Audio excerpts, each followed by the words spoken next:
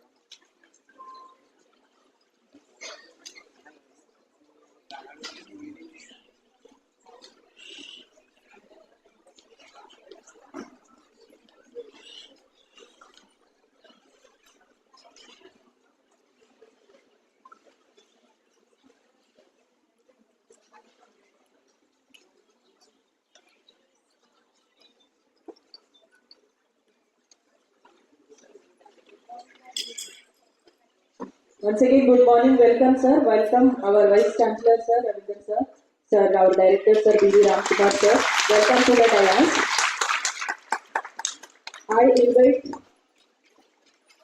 I invite Dr. Shailaja Rao madam and I request Shilpa madam to escort madam.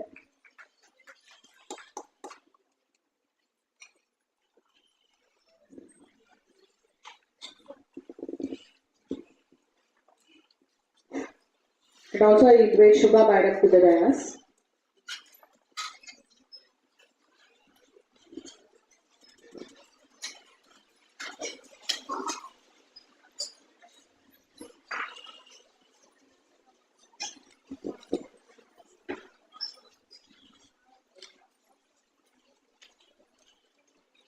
Now we are going to start our program.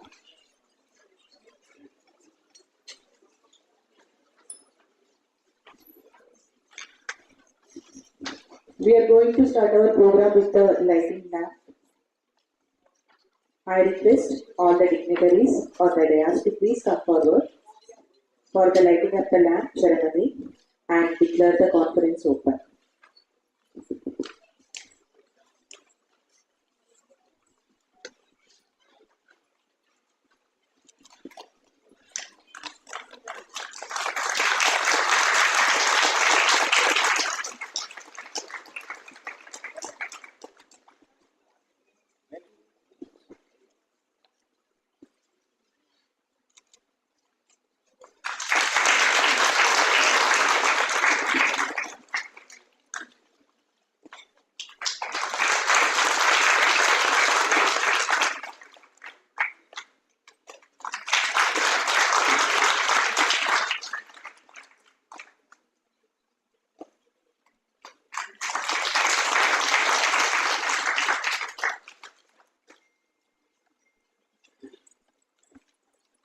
Now we have innovation song by our children from SEC and also their department. I request Swapna to accompany the children.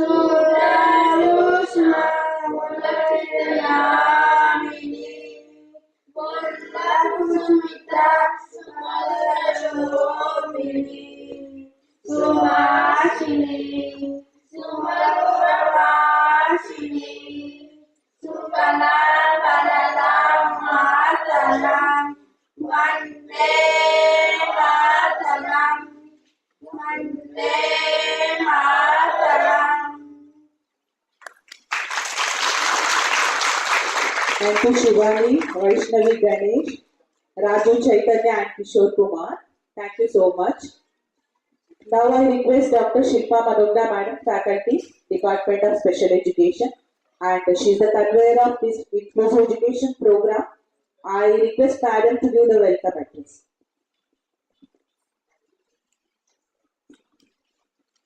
A very good morning to all the delegates, parents, teachers, special educators, paper presenters, and all the dignitaries on the dais. I welcome you all for the two-day conference on the National Conference on Inclusive Education, Empowering Through Inclusion. This two-day conference is going to have the paper presentations from across the country, right from Jammu Kashmir to Kerala, and from the Northeast. We have around 50 presentations which are scheduled, and I believe that this is going to be a very rich learning experience to all of us, and probably we will go with new insights after this two-day conference and think about how we can successfully implement inclusion of persons with disabilities into the mainstream life in all aspects. And it is my privilege to welcome Most Honorable Vice Chancellor Professor Ravinder Garu, who has taken his time from his busy schedule. He was busy with the MOU signing with the Australian team, but he has taken out time. I am very thankful for you, sir. We welcome you, and I request our SAC trainee to welcome sir with a floral bouquet.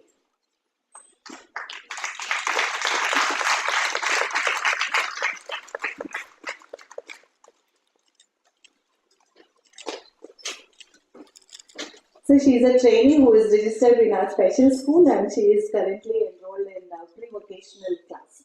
And I also request our trainees to welcome our guest of honor, Shailaja Madam, who is our very own HOD, former HOD.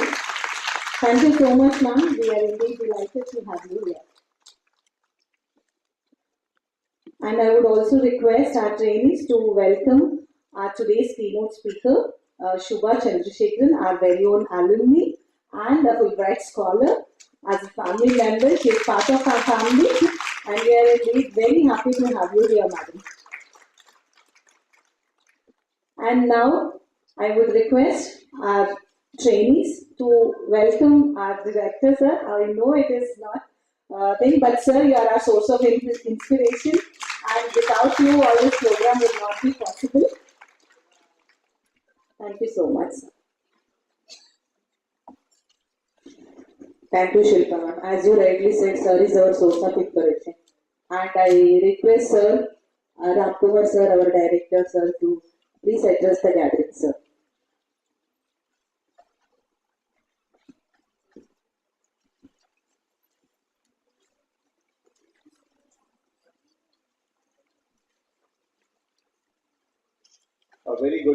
A very good morning and a warm welcome to all of you to NIPED. Again, I would like, before I start, I would like to express my deep gratitude to the Vice Chancellor, Professor D. Ravinder Garu, for being here. In fact, and my apologies, we had to slightly delay the program. Notwithstanding, it's a wonderful day and a wonderful atmosphere here, having all of you people from across the country to this national conference on inclusive education. I know this is one of the very hotly, debated topic now, especially among the special schools, as to how to go about bringing about the inclusiveness. NIPED on its part has been working in this area, not just for the past few years when the new RPWD Act has come or the new education policy has come. We have been, as a national institute, trying to bring about inclusiveness for the past few decades. In fact, Dr. Shailaja Madam is here. She was very actively involved in trying to create awareness and the need for inclusion among the regular schools. And we have been trying to create resource centers and all. But we are very happy that now it is an act and a policy and it's a right. And notwithstanding, when we do many conferences, and as late as last week when we were doing a national parent meet, there was a parent who was complaining, sir, we have so many acts, we have so many policies, but the regular schools are not admitting our children. What is the way ahead? This act is the one challenge which all the parents are facing in spite of the acts and policies. And luckily, we had on the same table, we had the Commissioner of Disabilities from Kerala, and we had a big talk on that. So the point is creating awareness and knowing about the rights is one thing, but talking about among ourselves is not just is okay. We have to reach out to the people actually who have to do that, and that is where NIPED has been striving to bring about all the principles of the regular schools, educate them, and also facilitate them through our consultancy as to how to go about bringing about inclusiveness and what are they required to do as part of this act and the policy. And in fact, we in the 2019-20, we had one national conference, or rather workshop, where we invited all the school principals and we had speakers from the UK, from Northampton University. The idea was, trying to understand what were the challenges they faced when they were trying to implement this about 50, 60 years back in their respective countries, and how they mitigated and how they facilitated the transition from, the special schools to the inclusive schools. Again, we had quite a few workshops on behalf of the government of Telangana. The same point everywhere the parents raise, so what if they reject, what if they don't accept? So we have been conducting a lot of, what we call awareness programs for the parents and for the, even for the regular school principals. In fact, we all would be knowing that NIPED has works closely with Parivar, an umbrella organization for parents, which again was conceptualized and initiated by NIPED about 30 odd years back, where about more than 300 parent organizations are there. And I'm very happy to see the type of, the type of platform what NIPED has created for, dissemination about the rights and how to go about and all. So things are moving, but again at the same time, we need to, make this a reality with our, very sincere efforts. And I'm very happy in this program. It's not just professionals working in this area. We have teachers and we have principals from the regular schools we have invited. And I'm very happy to say that this is in fact, many people can't be here offline. So we made it a YouTube live link where people from across the country, all the teachers, principals across the country can also view it. And this will also be on YouTube. So this effort of ours in sharing our best practices and experience will go in a long way in trying to create a right environment and enabling environment for the PWDs to actually seek and enjoy the rights and the policies what have been created by the Government of India. Again, before I conclude, I'm very thankful for all the distinguished keynote speakers and distinguished speakers and the paper presenters and all the participants for coming over here. And I'm very sure this would be a very good learning experience and a wonderful platform for us to exchange our best practices and learn from each other. Thank you very much. Jai Hind.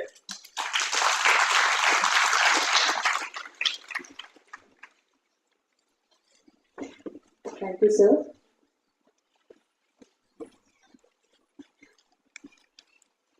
Now we will proceed to book release ceremony.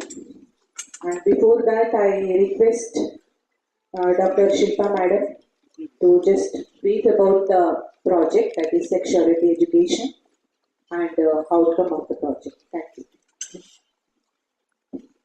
I'll just take 2 minutes to introduce about our project. We have the parents and teachers always coming with the concern that how do we teach about the gender education and sexuality to our students, children with intellectual and developmental disabilities.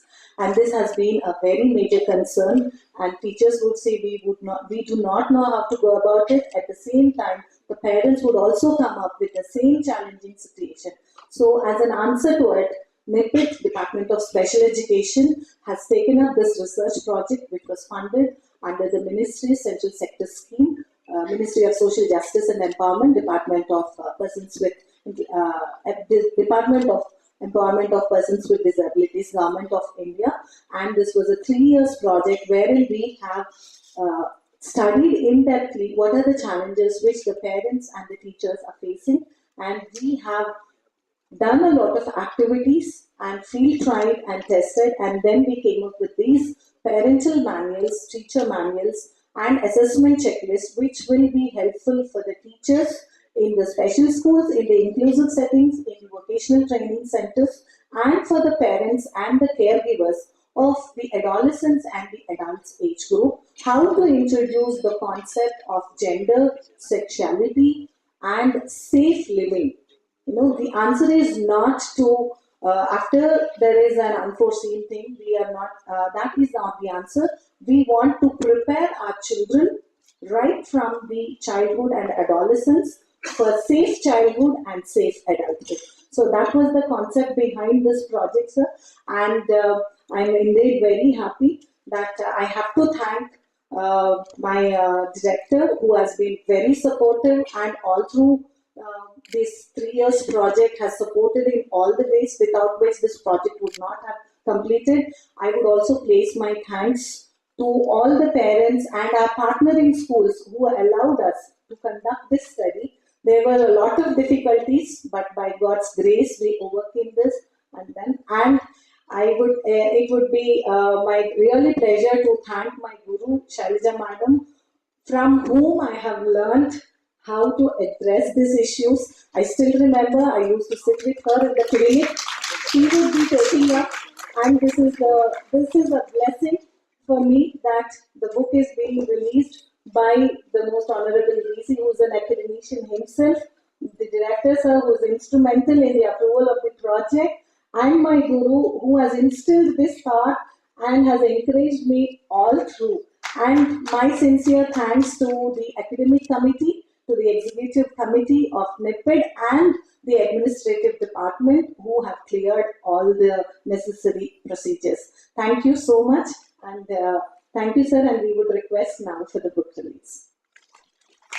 And I would place my sincere thanks to my church team, who had all been praying for the completion of the project, and to Almighty God.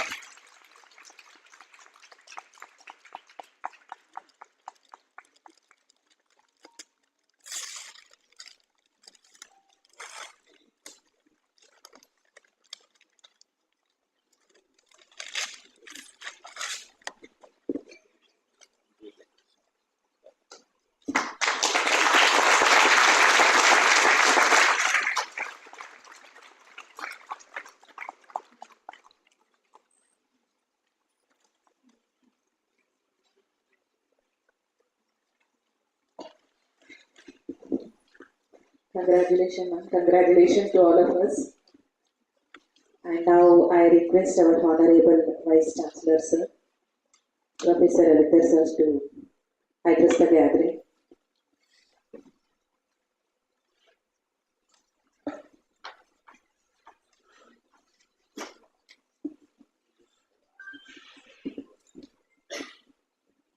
Good morning to all of you, distinguished guests on the dais, distinguished participants.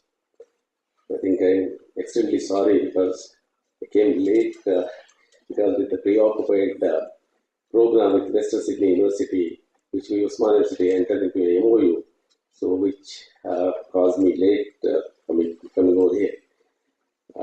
Respected Ram Kumar Garu, Director of NCIE, and respected Dr. Shailaja Madam, former head of the department, Dr. Subhash Chandrika Madam, and the convener of this program, Shilpa Managola. And when Shilpa and other approached me and I said, I think it's very difficult for me to come over here because I love to come this center, but whereas the preoccupied programs, again I have to attend another state data center which is located in Banjara Hills, so I have to rush to go there. But they requested me to come over at least for 5 minutes or 6 minutes or 10 minutes. But I think I am not much prepared to say much on this. But at the same time, I could gather certain information from my friend Shankar is sitting in the audience, and fortunately, which you have a affiliated university, Usman University has affiliated with the almost 750 colleges in the Telangana region, which is the largest affiliating university, largest affiliating university. And at the same time, more than 3.5 lakh students are pursuing their education. But this education is entirely different. This special education, I think, is established this center. And in fact, I had the opportunity to interact with the Devanath Foundation. They are also disseminating knowledge, particularly for the physically challenged students. And even I had the opportunity to interact with the students of the Chiradiya Swami Trust, also running some of these kind of education. But whereas I think, as I gather some information from the Ram Kumar Garu, particularly bringing awareness among the parents and the teachers in the society, but particularly when we look at the students coming with this physically kind of disabled students, looking at the students, I think in a different manner. But I think from particularly the teaching community who are teaching to the students is really a great contribution. But whereas the general students is different and the special students is entirely different, that's why I think they established the education, special education training in this institute. Even Shankar Garu also started college in Shikharpalli, which is also affiliated to Usman University. But I think we need to work together, and particularly when we address the issues of the general students in the university and the colleges. But when I was in the beginning of my career in women's college, Koti Women's College, which used to find number of blind girl students come to women's college, I think it's very difficult to explain certain things, but they are very capable to capture the information and they reproduce the thing. But whereas there is some kind of a lacunae in the visibility and other kind of problems. But anyhow, I think we are doing NIPED, doing a wonderful work, and scholars from all over the country also came here to bring the awareness and consultancy kind of activity. And the dissemination of knowledge through different agencies is also very, very important, and particularly the best practices. That is very important, particularly in this kind of an institution. So, in the concept of this seminar, the national conference on the inclusive education. But in fact, I got the opportunity to interact with the many vice chancellors and IIT directors and NIT directors. We recently held the Varanasi conclave. In the Varanasi conclave, the higher education minister interacted closely with 30 institutional heads. I think inclusive is a very, very broad area, and in the recent new education policy also talk about the inclusive education and equity and access. And if you look at the equity and access, I think it's a very debatable issues, and the best of the best minds went into the preparation of the new education policy. But still, some of the issues also need to address, and particularly in the context of the inclusive education. But this education system in this country is also, and in the layer-wise, the haves and have-nots kind of the dissemination of knowledge. Particularly, for example, if you look at the CBSE and the ICSE syllabus is one kind of a dissemination of knowledge. If you look at the textbooks, is also the continuity of the first chapter to the last chapter, where I found in the Telangana, not only Telangana, the most of the state board syllabus and textbooks, that disjointed from the one chapter to the other chapter. And now the government of India coming up with a testing agency through JEE and NEET. And JEE and NEET testing the parameters, particularly coming from the CBSE and ICSE's advantage to their students, but not the backward regions and the vulnerable sections with their studying in a vernacular language. So how do you cope up with this kind of a thing? Whether we are really inclusive in the education, particularly context of the vernacular media people, students, and coming from the board students and compare with the urban and high class English medium students. I think these are the very, very serious concerns. If you look at most of the European countries and the US and other countries also, one nation, one education policy, one nation, one kind of a syllabus. But unfortunately, in this country, after 70 years of experience, still we are not in a position to evolve the one nation, one education, one syllabus. And this leads to some kind of a layers in the society, and some sections are completely neglected and some sections are included in the mainstream of education. I think there is a need of the hour to focus and discuss. And apart from this special education, I think the general education is also not much inclusive. I think we need to focus to inclusive in the process of this change, particularly in the national education policy. So I think I don't want to take much of your time, but I am also rushed to go. I think I'd love to sit with you for more time, but it's pressing task. And just now, I think I interacted with Dr. Ramkumar, our director, which the Usman University is focusing on recognizing the research centers. So already which we have constituted a committee and recognized certain government colleges in the research centers. But day by day, which are declining the regular faculty, and we are also searching for the research centers where the research centers also identified. If the NIPED is also coming up with a proposal, we are ready to recognize this NIPED as a recognized research center.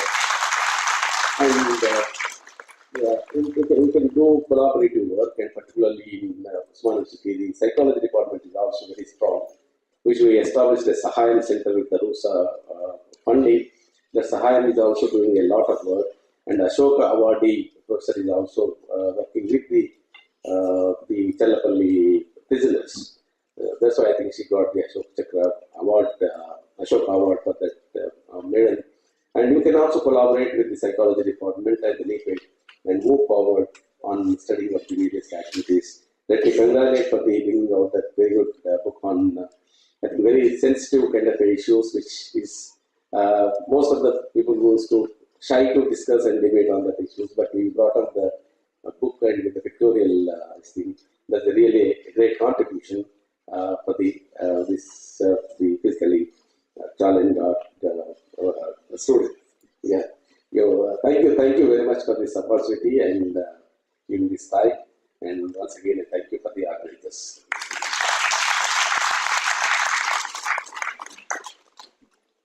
Thank you so much, sir.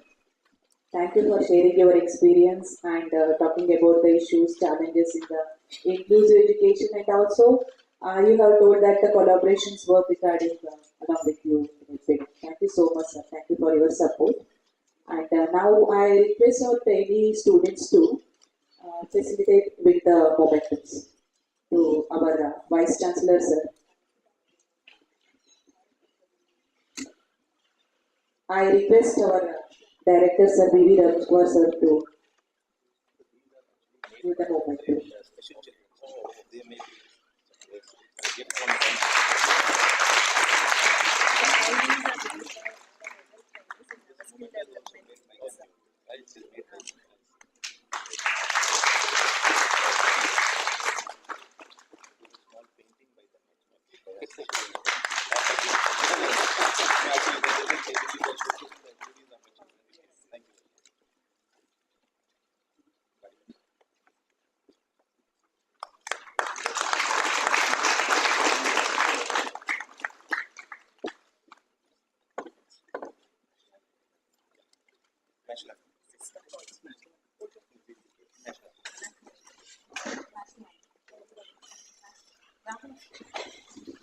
So I request all to raise for the national anthem.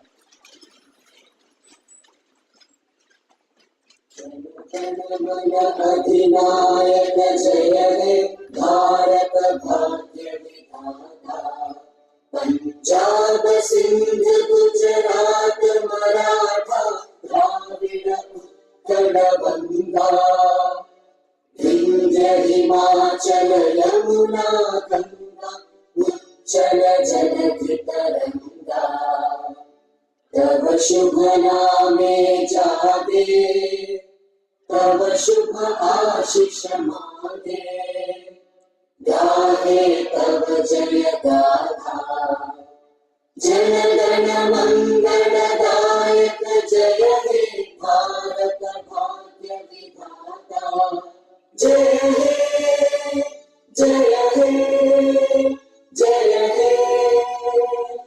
जय जय जय जय हे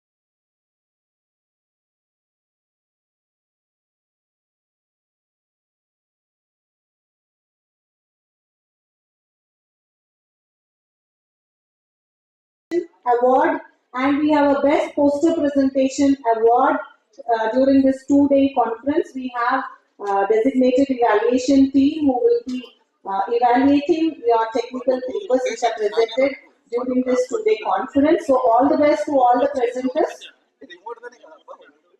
Vasu, please ask everybody who is outside the tea break is over, ask them to come inside. I would request all of you to come and occupy the front seats, the front rows.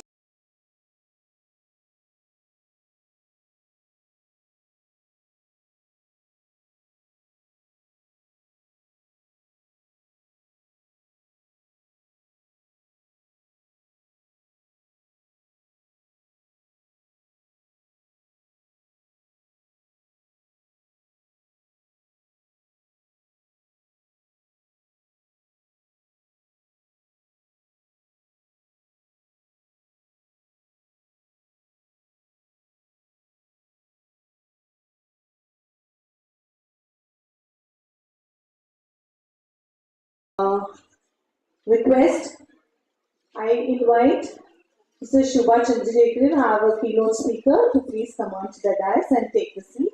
I also request Shailaja Madam to please come on to the dais and take the seat. And I also request Dr. Usha, who is the moderator for the session, to please come on to the dais and take the seat.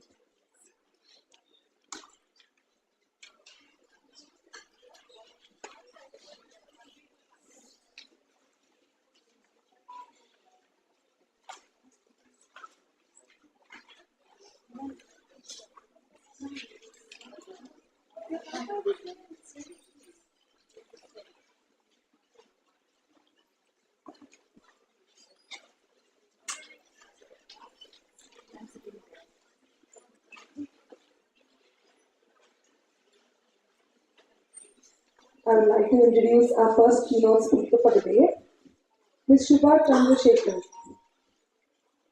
Ms. Shubha Chandrasekhar is the founder director of Anugraham, an initiative to spread awareness and empathy towards acceptance of students with diverse abilities. Mrs. Chandrasekhar was the HOD Department of Mental Health and Inclusion of Delhi Public School, Rohini, and has over 26 years of experience in the field of inclusive education as a trainer and leader involved in capacity building of policymakers, school leaders, general education teachers, special educators, and parents. Ms. Shubha Chandrasekhar is a Fulbright Distinguished Awards Scholar from Arizona State University and an Americans with Disability Act ADA Fellow in Inclusive Education from the University of Minnesota.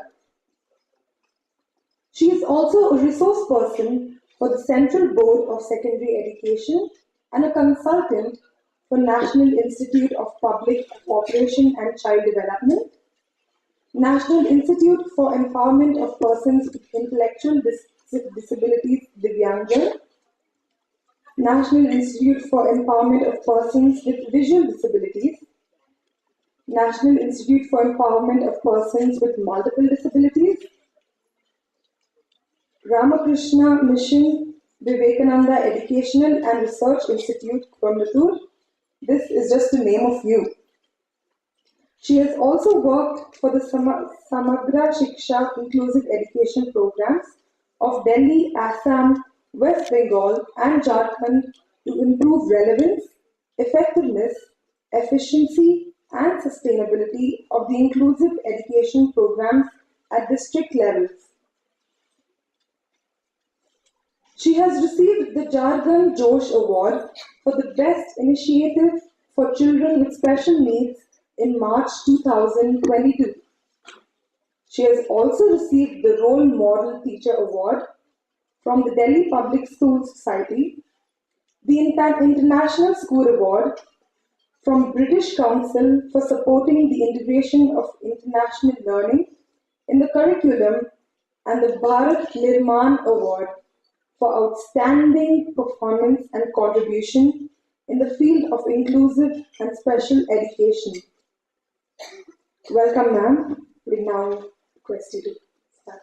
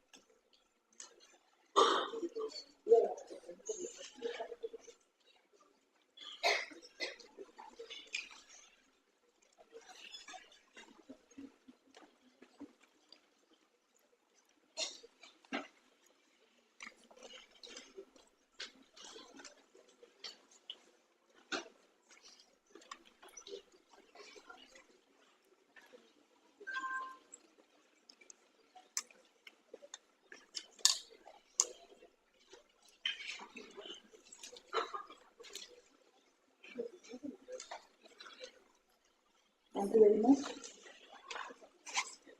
for that welcome. It's extremely humbling for me to stand here today because I would like to introduce myself as an alumnus of this esteemed organization in the presence of my revered Guru, Dr. Shailaja Reddy. And I am very, very thankful to the Director Nipit and to the Department of Special Education, especially Shilpa, for giving me an opportunity to be here at my own institute talking to you all. Thank you very much. Let me start with a small story. We move back to almost 30 years, 93, 94, when I was a student here. And in the OPD, there was this young girl of 12 years who had come from Johnson's Grammar School, Abbots. And I was called by my professor, Dr. Jayanti Narayan, and told that this child here has dyslexia. It was a new word that I hadn't heard of. And she helped me to assess the child and asked me to develop a program. Just giving me an evening. She said, tomorrow morning before your classes, before you go to OPD, come and talk to me about what you will do. So with all my knowledge of mental retardation, or as it was called in those days, I went with some program and she said, this is not inclusion, Shiva, you have to practice inclusion. New word. So I just stared blankly at ma'am and she said, okay, go to the library, I give you 5 minutes and there will be books from Macquarie University and by next morning, come up with a program. So that was my initiation into inclusion. The reason I want to state this is that this was way before policies were developed on inclusion. And this institute was already gearing us students into that. And then, of course, Shailaja ma'am, who never spared an opportunity to tell us how to have children within the family, inclusion, within the society. And that is what I want to reiterate, that we may have policies, we may have programs, but until and unless we do it every moment, every day, every hour, the word inclusion does not have any power. So with that, what exactly is this inclusion that we are talking about? It is based on the belief that every child can perform and realize their full potential if they are given opportunities to participate in the school and they are taught in a manner that is appropriate to their needs. So the current word here would be equity, teaching as per the needs. And what would be this appropriateness and what environment is, what are we looking at? Is it the same environment that is given to the typically developing children, the one whom the world calls normal? Trust me, there is nothing called normal. It's a very, very fine line between not being normal or normal. So I really think we should throw it out of our lexicon. So where all children study, their children with disabilities should also study, because there is no society which is discriminatory. Eventually they have to move. So inclusion. And when we say that they have to study, it has to be in all aspects of the school, not just in the classroom. And then the concept of non-discrimination. We believe that this is a right. We are not doing something out of the way for them. This is something that they have a right to. And also to believe that every student can succeed. Because we come across several models of inclusion across the country. Schools are ready to accept, schools are not ready to accept. Some do it out of charity, and some think that it's a feather in the cap to have an inclusive department in their school. That's not inclusion. We expect that when you take in a child into your school, you expect that the child is going to come out with flying colors. So succeed is a word that we need to include in our expectations of children with disabilities. So equity, inclusion, non-discriminatory across the globe is now associated with the concept of inclusive education.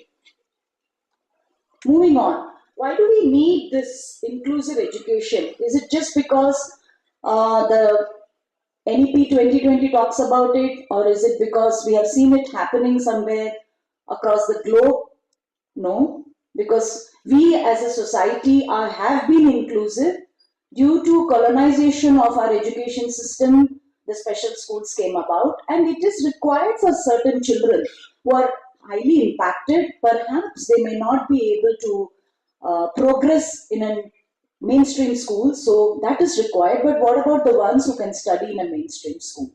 And why do we know it? Because with education comes empowerment. They get access to higher education. So inclusive education at higher level is slowly picking up. We have several universities which are opening doors, which want to learn how to teach children who have passed out of inclusive school, and then eventually employment. And all the conversations that I've been having with Shailaja ma'am today about education actually teaches us to advocate also. So that is another need. And with education comes employment, and slowly disability will not be something which is draining on our economic resources. They will be as empowered and contributing to the society as any one of us. So there is a continuum to inclusive education and to independent living and a life of dignity. And we are all very much aware of the medical model and social model, where we used to look at the individuals as the problems, and now I want you all to focus on the third point, where we say people with disabilities have independence, control, and choice. It's nice to talk about it. I wonder how many of us actually have control and choice in our lives, let alone wanting that for people with disabilities. But yes, that is a lofty goal, and if we don't take the first step towards it, we are not ever going to reach there. I'm sure you're all familiar with this part where we talk about the impairment. So we have individuals who have a visual impairment or a locomotory impairment, and because of the barriers present in the society, it would become a handicap. And those barriers, as we all know, in inclusive education could be the physical barriers, the attitudinal barriers, and the curricular barriers.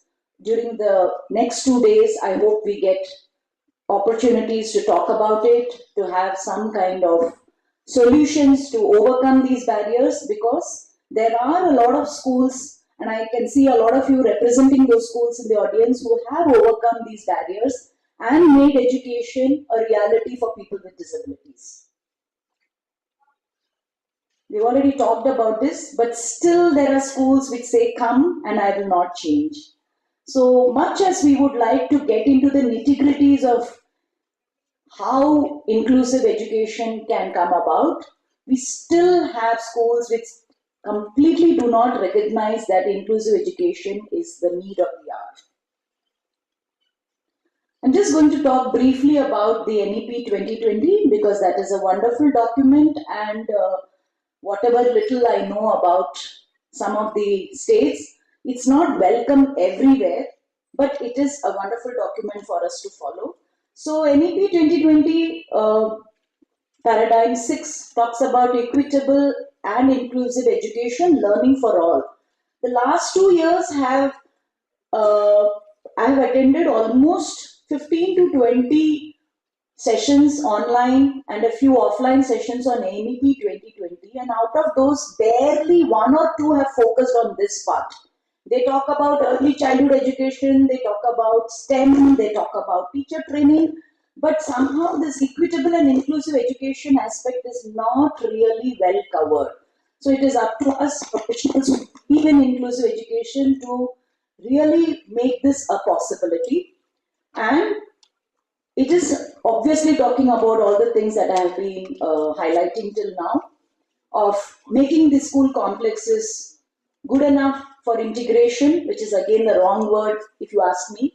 It should be inclusion of children with disabilities, recruitment of special educators with cross-disability training, easily said, and for the establishment of resource centers, even for the ones with multiple disabilities. We have seen such schools. We have seen schools where they have taken in children who are highly impacted, the ones with severe intellectual disabilities, non-verbal children, children with autism as well as intellectual disabilities. And it's been wonderful to see how the curriculum has been adapted. One small example that comes to my mind here is we often talk about, which I'll be also talking about, exemptions and subjects and all that.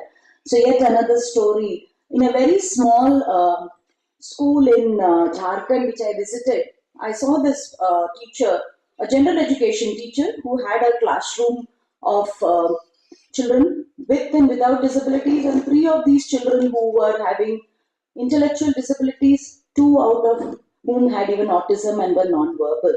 And she was teaching them science, sustainable development. So I was quite surprised. I said, sustainable development for children with intellectual disabilities? She said, why not? And I was so happy to see her model. She said, in my class, I have children who are high performing, who can take on a debate on sustainable development, children who will write notes, who can give an exam on this concept, and I have these children whom I have trained on sustainable development. Every day at lunch hour, they are asked to segregate wet waste and dry waste. So if they have brought foil, or if they have peels, banana peels, apple peels, they segregate. I have kept a green and blue dustbin in the classroom, and they are asked to put it accordingly. And whenever I ask them, is it a dry waste or a wet waste, they can show up a placard for the ones who are non-verbal. And the best part of the thing which she told me was that they are not always correct. Every day in a week, maybe out of 5 days, they would give me the answer correctly twice or thrice. But who doesn't make mistake in segregation of wet and dry waste, ma'am? If we can forgive ourselves, why not give these chances to these children? So I was so happy to see that such a difficult abstract topic had been broken down to the level of the understanding of children with disabilities, and it was possible. And it was wonderful to see the higher performing children participate in these activities. So this is a small example that I try to tell as many people as possible, just to sensitize that inclusive education is possible in all aspects. It actually depends on each one of us how we take it forward. So NEP 2020, when it talks of multiple disabilities, it is possible that one day in our schools we will have children participating in all these activities. Moving on, barrier-free access. So as I said again, the physical barriers, the attitudinal barriers which are very difficult to overcome, and of course the curricular barriers for which general education teachers do need training. Using assistive devices, appropriate technology-based tools, all of this I'm sure you're aware of. Again, the question comes to our mind, we have been using technology extensively for the last 2 years. We were forced to use it. Now that the pandemic has receded and we are back to our offline classes, how much are we allowing technology to come into the classrooms? Will we allow children to use devices? Will we allow classrooms which have Wi-Fi?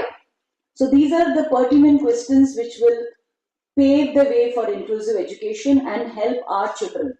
And then the usage of sign language. NIOS has been asked to develop the high modules to teach high quality modules. Yet another example of a school which I have visited in our own country, where the primary school teachers were encouraged to use sign language, Indian sign language, along with spoken language. And I was in a class 4 SST classroom, and I saw this child signal to the teacher asking permission to move out to the washroom and she signaled back the classroom was engaged in an assessment. And I automatically assumed that here was this child who had speech and hearing impairment. And after the assessment was over, I was wonderstruck to see this child conversing with the teacher. And I said, "Oh, I'm sorry, I assume." She said, "No, all of my children know to use the sign language and some of our teachers also." And that is the time when she took me to the primary classes. And the teachers are talking to the children and using sign language, so much so that children pick this up as another language, just like they would pick up English, Hindi, Marathi, Tamil, Telugu. It was so beautiful to see that with the right attitude, everything is possible. So these are the things that I feel we need to record, we need to publish and tell the world that it is possible in India too, and it is actually happening in our country. I'm sure you're all aware of all these things according to the RPWD Act and what all the provisions. NEP 2020 has just copied most of these things and also talked about providing high quality homeschooling and skilling for students with disabilities.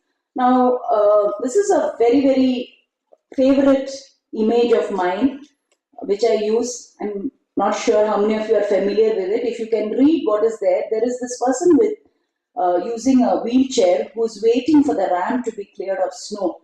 And there is admission to the regular school, but the person clearing the snow is asking him to wait because he has to clear the steps. More number of people have to use the steps, and the person replies that if you clean the ramp, all of us will have access to the building. So many times the school becomes physically accessible, but attitudes still are there, not expecting the best out of children with disabilities. That is one area in inclusive education that we really need to work upon. Also, there was some talk of one nation, one syllabus. I think our beauty lies in our diversity. And why should we have the same thing all through the country when we have such diverse cultural, ethnic background, and not to mention the topography of the country, which is so varied. The ability, of course, our area. So probably the answer is not in having a common one nation, one syllabus, but to give importance to all the diversities that and complexities which exist in our education system. I was conversing with a few of you over tea break, and we talked about attitudes of teachers, attitudes of parents, of typically developing children. I think with awareness, sensitization, most of this can be overcome. And with Shailaja ma'am's excellent input on the advocacy part, that when we have children advocating for their rights, and especially the ones with disabilities, people get to know that children with disabilities also can utilize their mind, can ask for things, and with that, attitudes change. So, parents of typically developing children must be an integral part of the decision making of the inclusive policies in school in order to help them understand how difficult it is for children with disabilities to actually continue and progress in the school. So with all this, I would like to then establish the IQ of schools. I know IQ is an outdated concept, but for me IQ is the inclusive quotient, and 5 main areas that can help us to improve the IQ. One would be the school policies and environment. Inclusion is so complex that we cannot have one single model. There are several successful models to inclusion, and it's important to recognize these, record, document, as well as make these policies aware so that whoever is comfortable with whichever model, they can adopt this. First and foremost is adopting an inclusive policy. How many schools have inclusive policies? They have anti-bullying policies, they have safe policies for children's safety, they may even have a disaster management policy or a STEM policy to ensure science and mathematics flourish in the school. But when we talk about inclusive policies, most school leaders look at me blankly. So we help them at Anugraham to identify that yes, you need to have an inclusive policy for your school and start small. Make sure that you recognize the disabilities that you are comfortable working with. Special educators in our country are still trained in one or the other disability. So depending on the capability of the special educators, the school can start taking in those categories of disability and slowly move on to those. And then set aside budget, because inclusion cannot happen without proper budgeting, changing the infrastructure, paying the salaries of special educators, assistant teachers, shadow teachers, maybe therapists, all this. So policies, and then slowly the environment, as we see, becomes more and more inclusive. And it is wonderful to see that schools and leaders who were highly resistant to these kind of suggestions in the initial year, when they see children succeeding and when they see the kind of environment that is there in the school after a couple of years, they are themselves eager to learn, to know more. So for all the principals present in the audience, you are more than welcome to start thinking of school inclusive policies. For teachers representing school, please do make a note and get back to your school leaders and tell them the first step is to have that. Moving on, we would have the teacher's skills, knowledge and attitude. So we expect teachers to do everything, a lot of things, but what about their knowledge? What kind of skills? Most teachers are the ones who have not studied in inclusive schools and they have not been trained in this millennium. So expecting them to suddenly change and start teaching in an inclusive school could be very challenging for them. So attitudes of teachers also impact the attitudes of peers and the children who are studying. So we need to work on that area. That automatically leads us into teacher development. And I think institutes like NIPID and all the national institutes, CRCs, small organizations like ours are working, but the demand is much more than the supply. I was just talking to teachers from the Jai Vakil school, and they're also into training, and we were talking about how we need to empower teachers on what is possible to do in the classroom. They are really not interested in jargon or big end policies. They want to know, what should I do when I see a child in my classroom with a disability, but I know that that child has the potential to study and succeed. So simple answers can lead to big changes. We next come to students. We have had children with disabilities getting admitted into schools. We have had teachers using a lot of inclusive strategies, the curriculum made flexible. What do children need actually? They want to belong. They want to be a part of their peers, to hang around in the canteen, to get invited to birthday parties, to joke, to have people backslapping them. And if that doesn't happen, then I don't think inclusion is actually successful. A child might complete education, might get a degree, but feel so left out, like any one of us. So changing the attitudes of students is yet another focus area. And by default, at primary level, children don't notice differences. It is only through adult interference, conditioning, that they start noticing differences, disabilities, and then bullying sets in. So we could have activities and sensitization programs, games to help them understand the various disabilities. And then once they go through this process, we have seen in inclusive schools that by the time the children are ready to leave schools as young adults, they know that even people with disabilities can study, can succeed, and can be very, very productive. So it's again a process where we need to lay some emphasis on, put some thought, and do some training. And then, of course, the academic content and assessment, the transaction in the class, the curriculum. How many of you have actually gone to a restaurant and ordered for some food and said, not available? Can I have a raise of hands? It'll help me understand how many of you are actually listening to me. I'm always in the teacher mode, so I want to get a feedback from the students, whether you are with me. Thank you. Disappointed, right? We say we want pav bhaji, aaj pav bhaji nahi hai. Especially after the COVID when the restaurants have limited menu. So that one occasion leaves us disappointed. Imagine a student coming day after day to the school, year after year, and actually struggling with the curriculum, not getting what he has come to the school for. And we have been speaking to adults who have told us the teacher just took attendance and ensured that I was a number or a tick in the register. And I knew I will pass and move to the next class whether I studied or not. Is that education? Is that inclusive education? No. So curriculum has to be accessible. Curriculum content needs to be modified, and these are all the points that I have been elaborating on. And what kind of resources are we using? Now, a lot of jargon is going on: UDL, universal design, differentiated instruction, experiential learning, project-based learning. How does it translate to the classroom?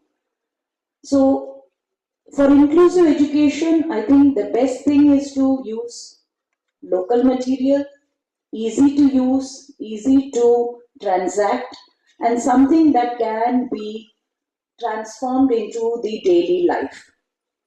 Also, we have several policies. Here I have mentioned the CBSE, but state boards too are now making inclusive policies. Unfortunately, some of them are way too lenient. I recently came across an article about one of the state boards which are expecting 20% pass percentage for students with disabilities and 10% for those with mental illness. Why are we diluting it?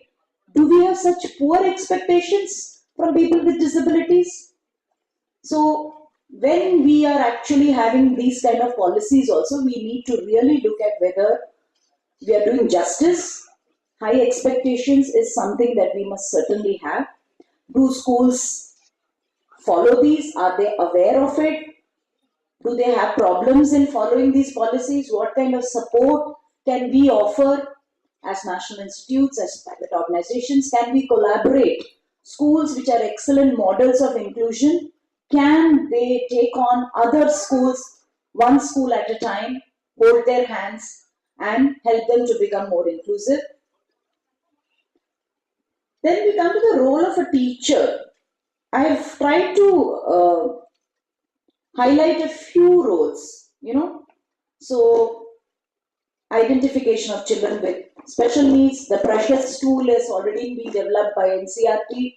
Part A is focusing on teacher development to identify, including all children in all activities, collaborating with stakeholders, which means parents, administrators, principals, students, juniors, so many other things, and then making suitable adaptations in curriculum, preparing teaching aids, changing the assessment patterns, and developing a positive attitude.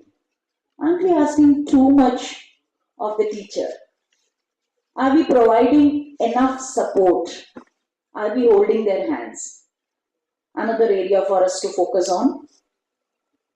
And then we were talking about curriculum planning, so using differentiated instruction techniques, technology for various purposes, UDL, using the right language. The world across, English has now become lingua franca. It's just a language to communicate. Unfortunately, we still teach English as a subject. We expect that all children will speak perfect English, write perfect English, and make no mistakes whatsoever. Do we really need that kind of perfection when we are talking about inclusive education? We could have children who are able to meet those standards, but we could also have certain different standards for those who can communicate very well in English, but need not be perfect. So small things, but they would contribute to the ideology of inclusion. So a few flexible teaching methodologies, as I said, UDL, reflective teaching, differentiated instruction, all of these are contributing to inclusion. So we do see schools following this. My question here is, do we allow teachers choice, autonomy in choosing? I am still to get there. The administrators and the school leaders decide, or the state board or the CBSE decides, November for experiential teaching, January for UDL, and what about the training? When I've been speaking to teachers, sometimes it's very disappointing to note that teachers don't consider themselves as professionals. So when we say get trained in these new technologies or new way of transaction, they're like, no time, lots to do, plenty to do at home. So, these kind of things, it's the first and foremost thing is to recognize that teachers and trained teachers are professionals. Special educators are professionals. Like any other professional, they need continuous training, upgradation of skills, and inclusive education is a highly skilled area with multi dimensions, cross disability. So teachers need handholding, training, and we need to do that in a continuous way. Multiple intelligences, most of us have heard of Howard Gardner's multiple intelligences. This also lends itself to inclusive classrooms. All of us are aware of the theoretical aspects, but how many of us are there to translate it into the classroom? With all this, the teacher then poses the final question as to what about the assessment, ma'am? At the end of the day, children have to take exams, state board exams, CBSE exams. I will be inclusive in teaching. What will they do at the end of the year? So we need to have certain changes in our assessment patterns too. The state boards, CBSE have talked a lot about flexible assessment procedures. 20% of the assessment procedures are with the schools, but we do not exercise it. We do ensure that all children get 20% full marks, but we don't use the correct procedures. We still focus upon the 80% of the state board or the CBSE board where they sit and write those exams. Instead, inclusive education should focus on this percent where we can use different ways of showing their knowledge. The children can be, which is a part of UDL2, multiple means of action and expression. So posters, PPTs, videos, anecdotal history, profiling of the children, portfolios, observation.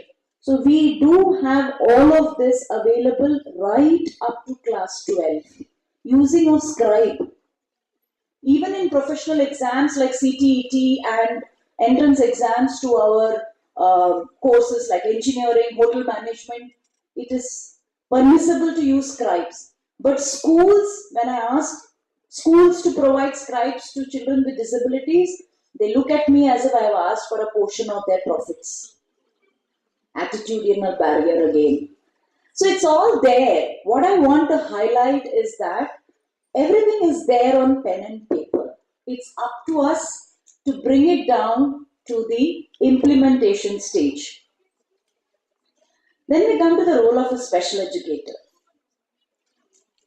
What does the special educator think of herself? In most cases, I've seen, in fact, we were talking to some of the special educators in the morning, they're overwhelmed. Now, special educators, all the ones who are present here, I want you all to recognize that you're all leaders by yourself. You're indispensable to inclusive education.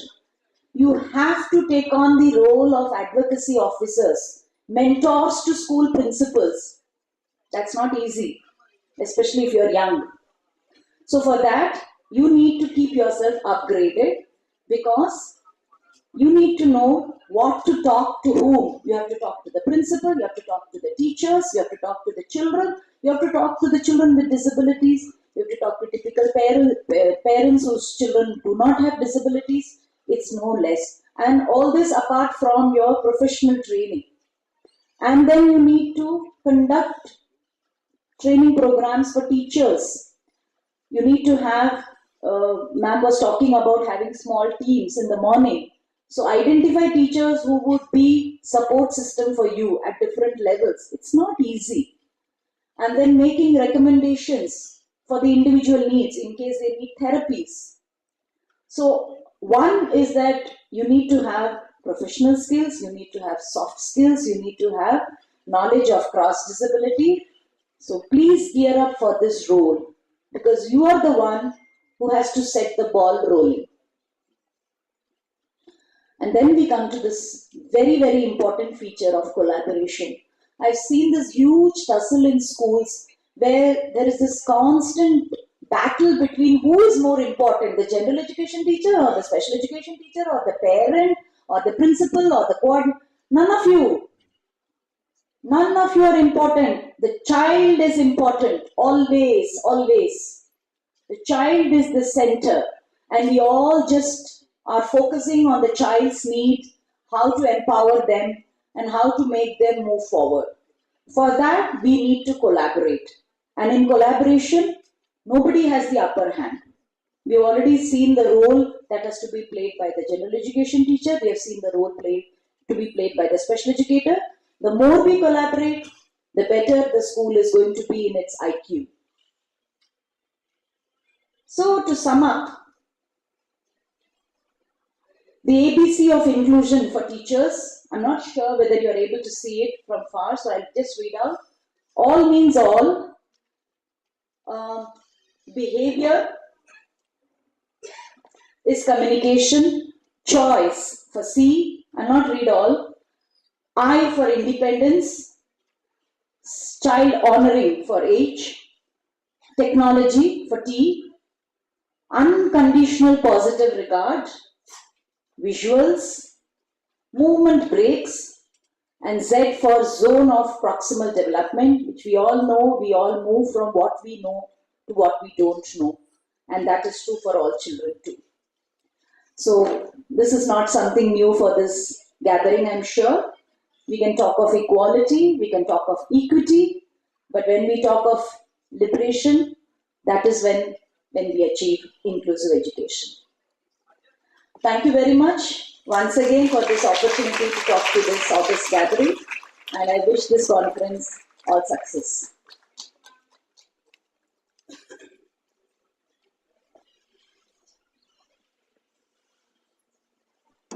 Thank you, ma'am. That was very insightful and inspiring. I would now like to ask Ambari sir to introduce our next speaker for the day. Thank you, Mrs. Subhash and the Shagar, for giving a wonderful thought on inclusive education. So next we have a session by Ms. V.R.P. Shailaja Rao ma'am.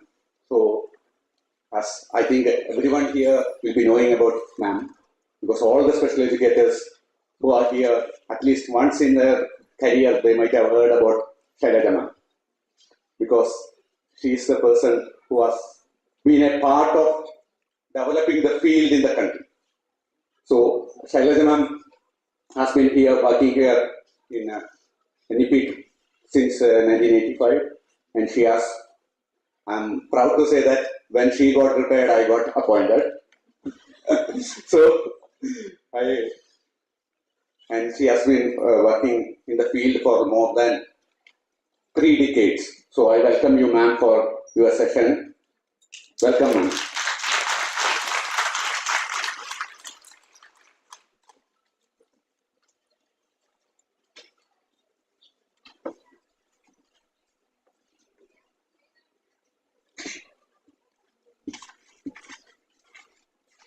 So just to continue from where Ambadi left, I think whoever is in the field, I have been fortunate to interact with most of you, maybe some of you may be seeing me for the first time.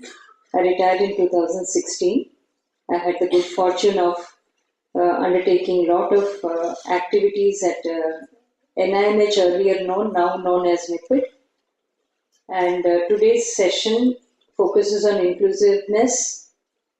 I thank Director, the team from the organizing team for the conference, and the whole team that is supporting this conference from behind, and the esteemed audience for giving me this opportunity. I hope I will be able to give away some experiences that might be adding value to your existing knowledge and skills. I would also like to begin with a small story, because the topic that I'm going to take today is on advocacy readiness in preschool curriculum, which probably all of you will raise your eyebrows, because when we talk of advocacy, we talk of activists. I'm not intending to develop a team of activists. I want to think about how to make young children into useful citizens who can think for themselves, who can make a decision which is valid for them, and very genuine to represent their voice. So that is my intent when I say advocacy readiness. I begin with the agenda which has been set for the globe by United Nations on human rights, because when I say advocacy readiness, it's one of the foundation for human rights, and it includes our children in our country. If you look at the history of advocacy, it's important to see how different groups have become visible in our society and how we understand, how we've changed our perceptions about these groups. So when we talk about I Stand With Her, we're talking about the gender-related issues, which has been a very major issue. And until as women fought for themselves, they did not get the rights that they're enjoying today. So in a similar way, if you look at the migrants, people who have to migrate for employment from one region to the other, what kind of challenges, what kind of hurdles they come across. So there's a movement for them. They have fought for their rights. Today we have voting rights, which people can vote from whichever region they are working at. They need not be necessarily at a native place. Similarly, when you ask for an Aadhaar card, it helps you to exercise your civic rights across the region wherever you are placed. So these are the systems that have been generated as a result of voicing their challenges. The groups have fought for it, they have become recognized, and the facilities have been brought. Human rights is celebrated every 10th December, and that is how we are here today, talking about considering every individual as a human, including a person with disability who cannot be devalued or treated less important than the rest in the society. So we have to have equality for all, or society for all. So that being the underlying philosophy, even racism is another issue which is now globally being felt very strongly. People are migrating, races are intruding into their nativities, and there's a lot of resistance in the society that we see because there's a competition for employment. And these are the issues which are very contradicting. But where does disabilities come in this?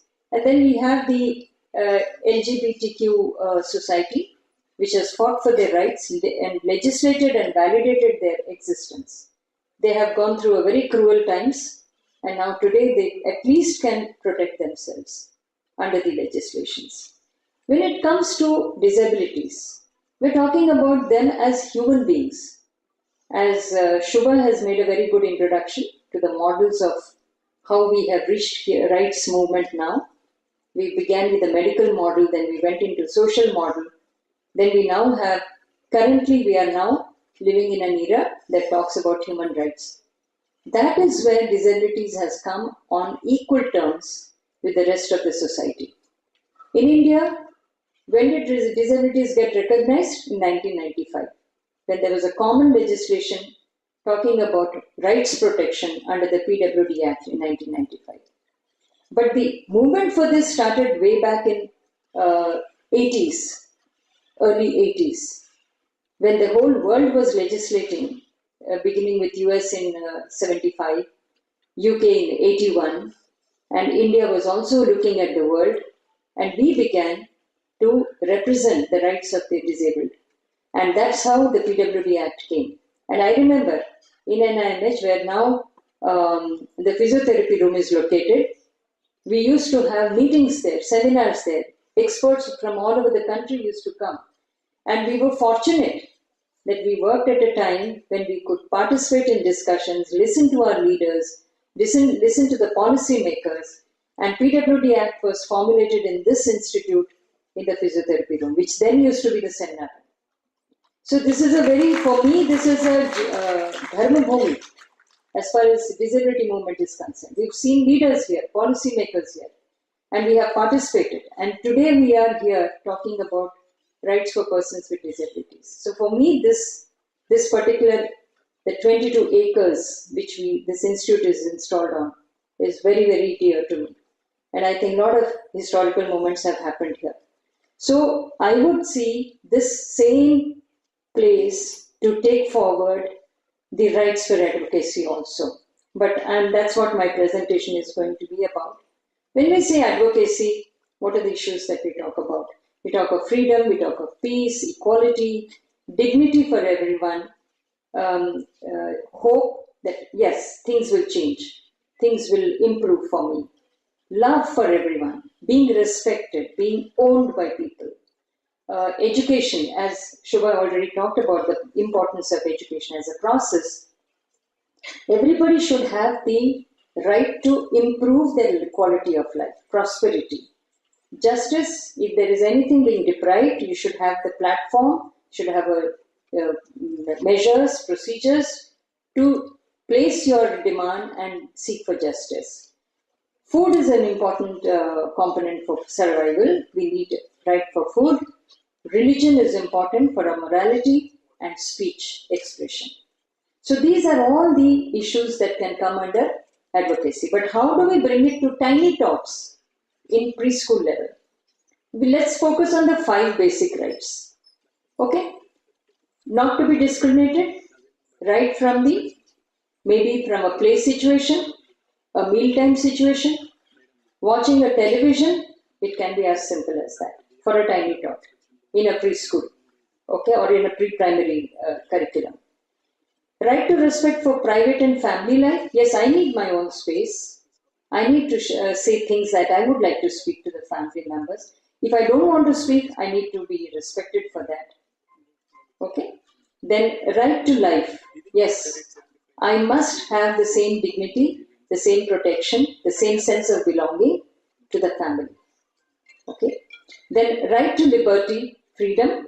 If I want to play with a particular toy or I don't want to play with somebody, the child should be given the respect to exercise what they wish to do.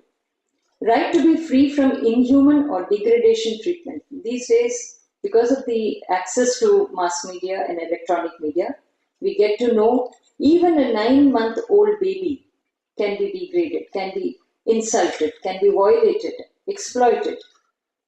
A powerless baby.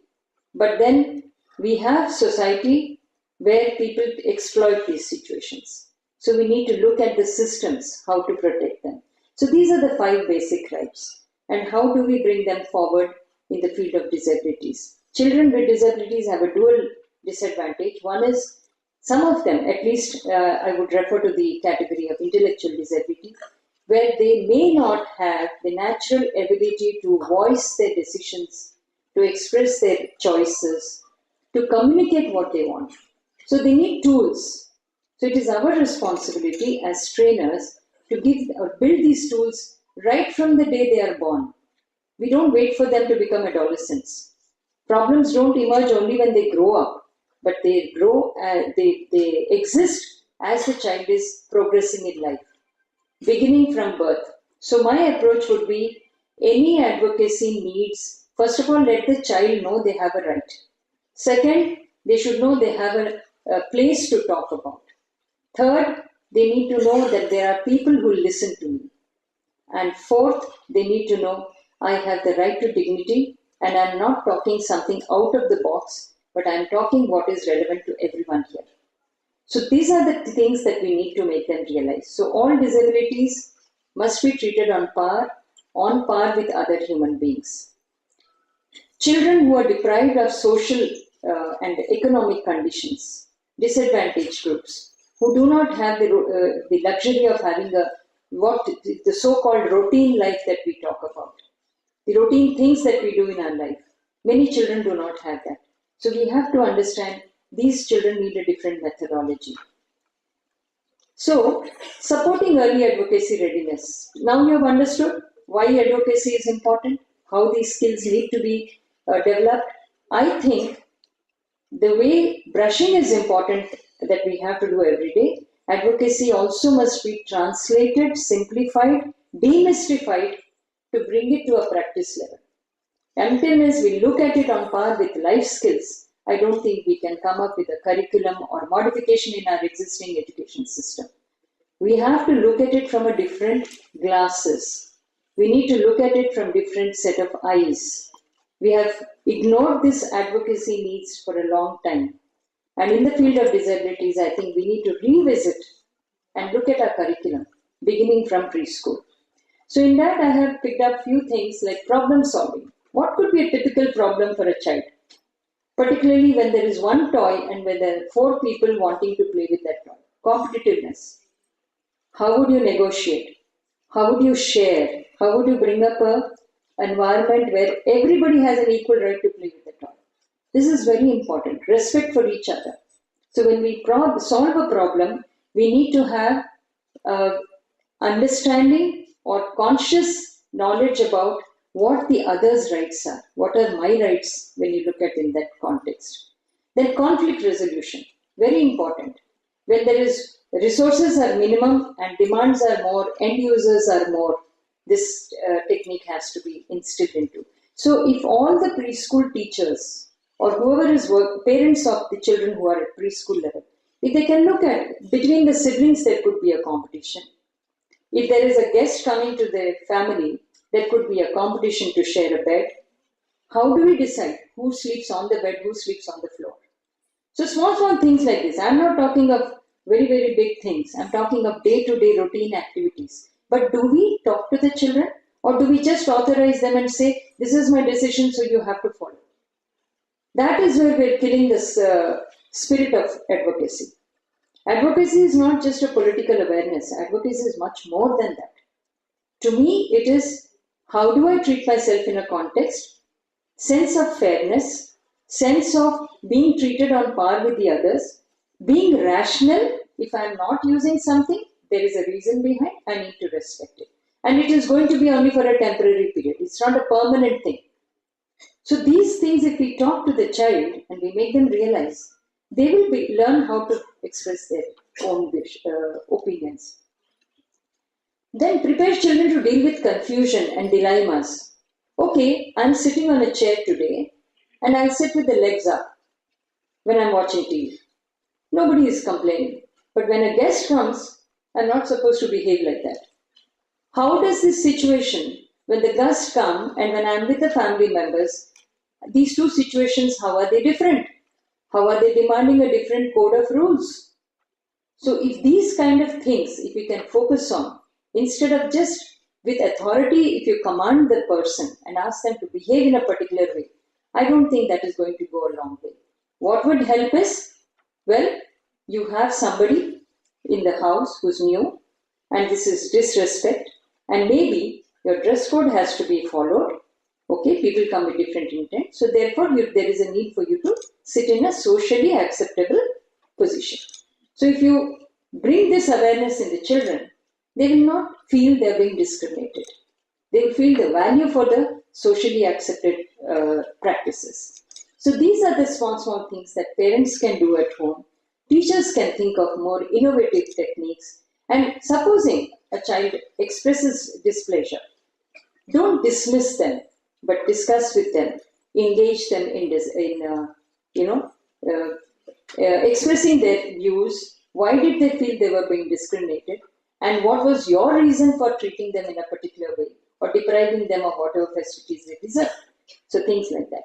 Then if you look at the self-advocacy definition also, it says action that represents oneself or one's own views and interests. So the platform, if you give to them to express their interest and their own needs for that given situation, I think that is very important. That has to be built into the environment.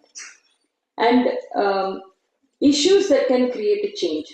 If a child wants a change, how can you build that change around the child's environment? It's very important. But it has to be with mutual consultation, not with one-sided, dictatorship. So that approach has to be different. So this is very important in a class typically. When a teacher asks a question, maybe the teacher unconsciously is repeatedly allowing only one particular student to answer more frequently as compared to the rest. So the teachers need to be conscious. This is another very typical situation within a classroom where everybody should be given equal opportunity. To find a way of giving children a chance to express themselves in a more creative manner, in a team form, give them group exercises so everybody gets to represent what they want to say. How do we embolden the child to be an own advocate? So I would just read out some of the, the presentation will be shared with all of you. You can read the details. But then give them the ownership of the problem. The child probably has not been listed into a sports team or maybe in a cultural activity. The child did not get selected. How do you help this child to understand what are the other ways of getting selected? What are the other ways of joining the team for cultural program? Maybe there is another event that you can build up your talent, or you already have a talent. Maybe talk to the teachers, make them understand that this child has other talents, give them an opportunity to participate. Now, this is what we are talking about, creating an advocacy environment. So do not, and let the child go and talk to the teacher if necessary. Give them the skills to gather courage and have a dialogue with the teacher if necessary. All right. So instead of telling the child, okay, now it's all right, you did not get selected, doesn't matter, next time, good luck to you. No, we can look at the other options possible or find out how the child can become conscious of other abilities or other, whatever the capacity the child has. Can they participate in something else and feel valued? That's important. Then give ownership to feelings. Many a times we don't allow children to express emotions. Emotions are validated. They are natural. They are basic needs of the individual. It's very important to give them a space where they can express themselves. Recently, I was talking to one of the architect, and she came up with a wonderful suggestion. She said, "Why don't you have communication booths in your classrooms?" I didn't understand what she was trying to say.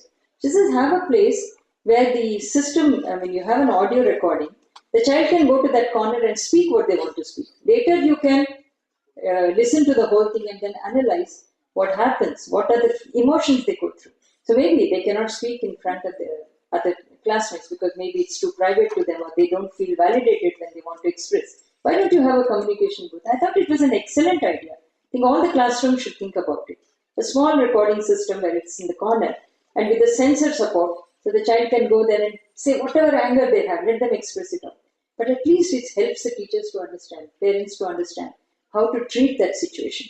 So technology can be brought into action and our classrooms can become more, supportive of this. So this is one, so feelings are important. We need to find new ways of giving space for them to express them. Nurture independence. Every child is born as an independent spirit. Please do not kill that spirit. Find ways, be creative, add more activities to the classroom, give more situations where children can become more participative, and see that the whole class engages in any activity that you give. If your material is not planned properly, maybe you're discriminating children from participation. So this is the skill that ties with the teacher. So teachers need to be more conscious. Same thing happens with the parents also. Please educate parents. They can encourage children to participate with their siblings and also express their independence. And diversity again, as Shubha had rightly introduced in her session. diversity of choice, diversity of talents, diversity of capacities, interests. These have to be looked into. So independence is not an overnight quality. It's a process which grows with the children as they progress in their life. Be their best backup system. Somebody doesn't allow you, you must give them quality time where they can talk to you, they can relate to you, they can share with you, so that they're not ignored. It's very important. These are the situations which parents and teachers must think of creating in classroom situation. It could be informal situation or it could be a formal activity. It depends on what your agenda is for that particular day. But please see that there is a backup time where the children can express, talk to you, and share whatever they want to share. Then show value for speaking up. Don't dismiss children when they're trying to say something. It's very important to give them that permission or the opportunity to talk what they want to say. It could be in a group, it could be alone, it could be after the class. Depends on the what child is comfortable with. It's very important. Then get involved in public advocacy. Many a times what happens, maybe there are some shows going on TV, or sometimes we're discussing some family issues in the family situation. Sometimes we participate in festivals, we participate in family functions. These are all situations which are very, very, fertile for allowing children to participate on advocacy skills. Their decisions are made when people discuss, adults discuss, siblings discuss. So how the decision is derived at, how do we finalize the decision? The process is important. So please expose the children to that process. Do not discount them from these situations. It's a very, very valuable situation. And of course, this is an excellent example where all the children are engaged in a visual, which the teacher is using here, instead of showing one visual at a time where only few children can see and the rest cannot. So the way you display the material, the way you allow the children to participate using their individual interest level is a very important technique. Then as a life skill, if you want to promote advocacy as a life skill, it's very important to give them the ability to own their choice. Never make them feel ashamed if they have a choice. Please allow them and give value, respect what they want to say. And the same practice, like for example, if brushing is important every day, bathing is important every day, expression of my choice is also important. But how do I do it? They need to practice. You have to give them that freedom. You have to give them that opportunity. Speaking up is important. No matter what your minds, what ideas you have in your mind, you may be ashamed of it sometimes. You may be hesitant. You may not be confident the other person will respect it or they may ridicule it. So it is our responsibility as adults to give them that validated time and acceptance that yes, you can speak up, nothing is wrong about it. Then voicing the need is a sign of self-respect. If I respect my need, that means I know I can respect others' needs also. Until as I respect myself, I will not learn how to respect others.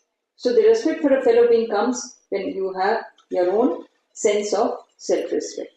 It is okay to say you disagree, but without disrespect.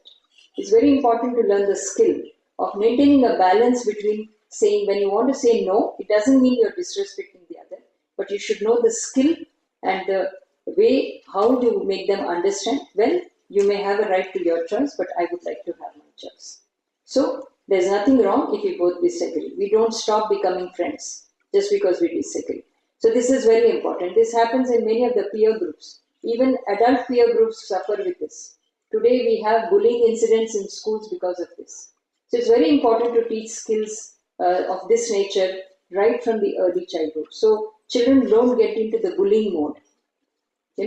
Don't give too much of importance to might and disruptive behaviors. And that's the only way to express. No, there are other polite ways of saying no to something.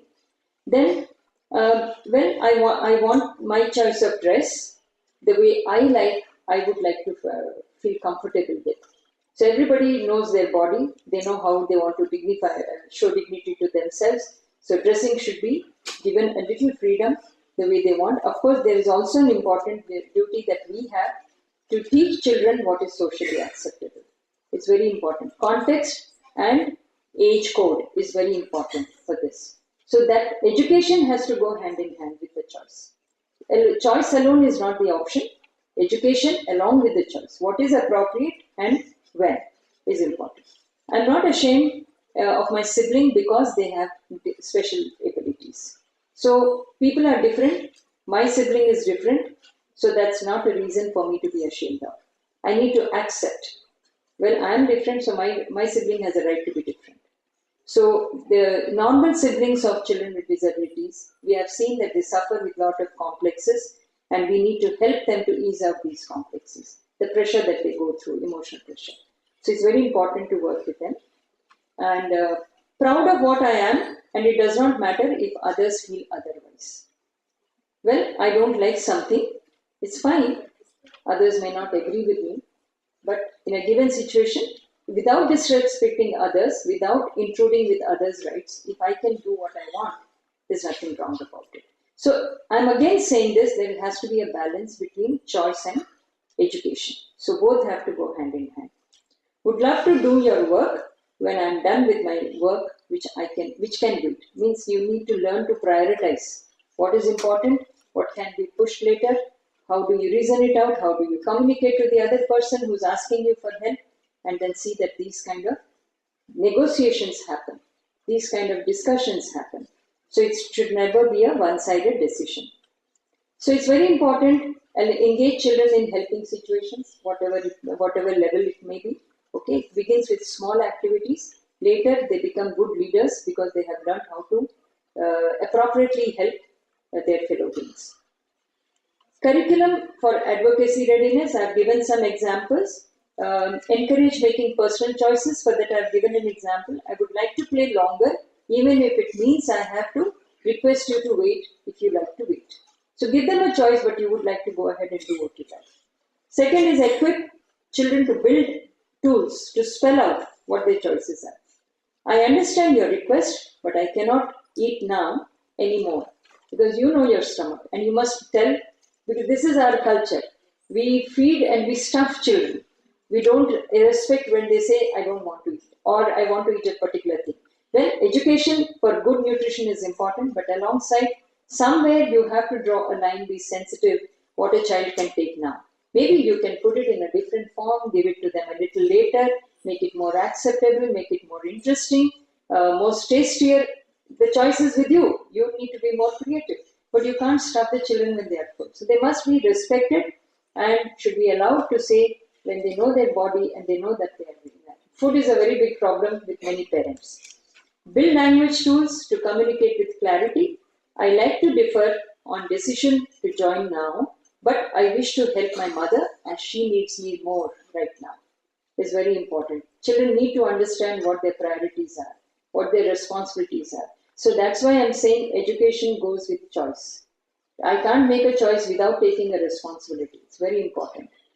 Respect own decision without disrespecting disagreement. You have a right to disagree with me. I understand.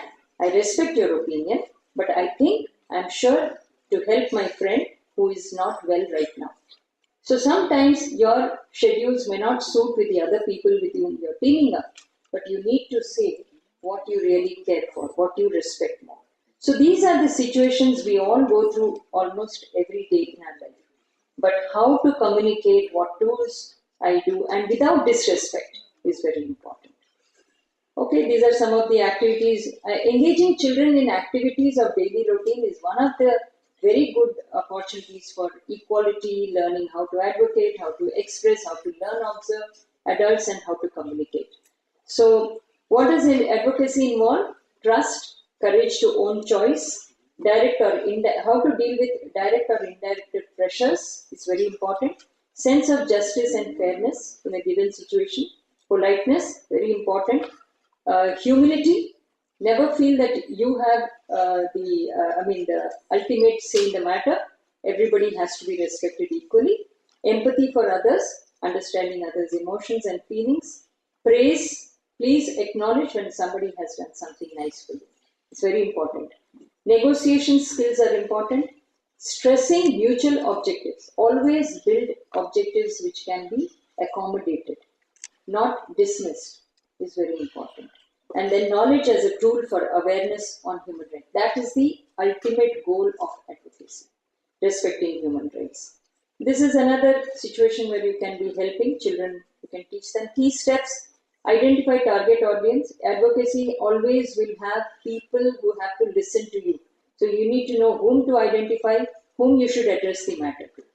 Coordinate interventions by identifying allies. You need a team. You can never advocate alone. You always need a support in the, whether it's a family, it's a community, it's neighbors, it's a civic community, or it's in the parliament. You always need a team to understand your opinion. So you need to communicate.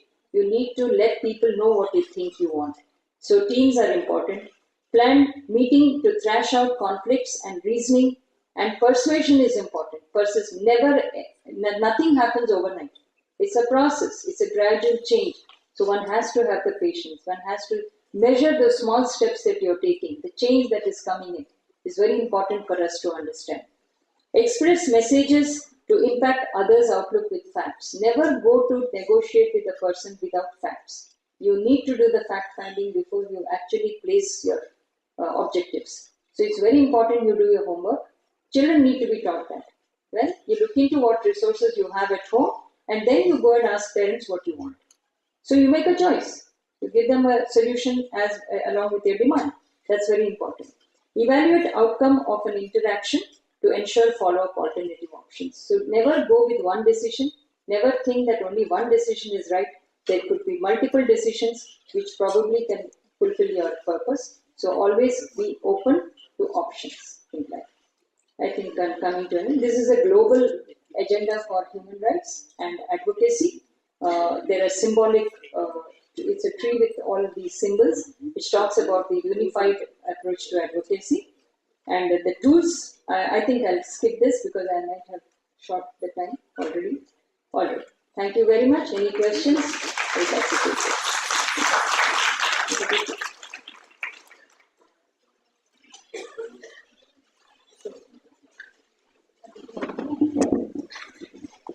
Thank you, ma'am, for enlightening us regarding the importance of self-advocacy as well as advocacy from early childhood. Like, what is the role of siblings and parents for empowering and taking up an initiative for advocacy. So, thank you so much, ma'am, for a wonderful session. And the floor is open for discussion. So, participants, if you want to clarify anything regarding both the sessions, you can have questions.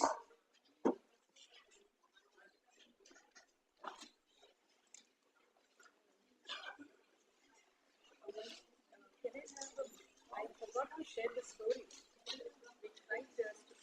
Yes, ma'am.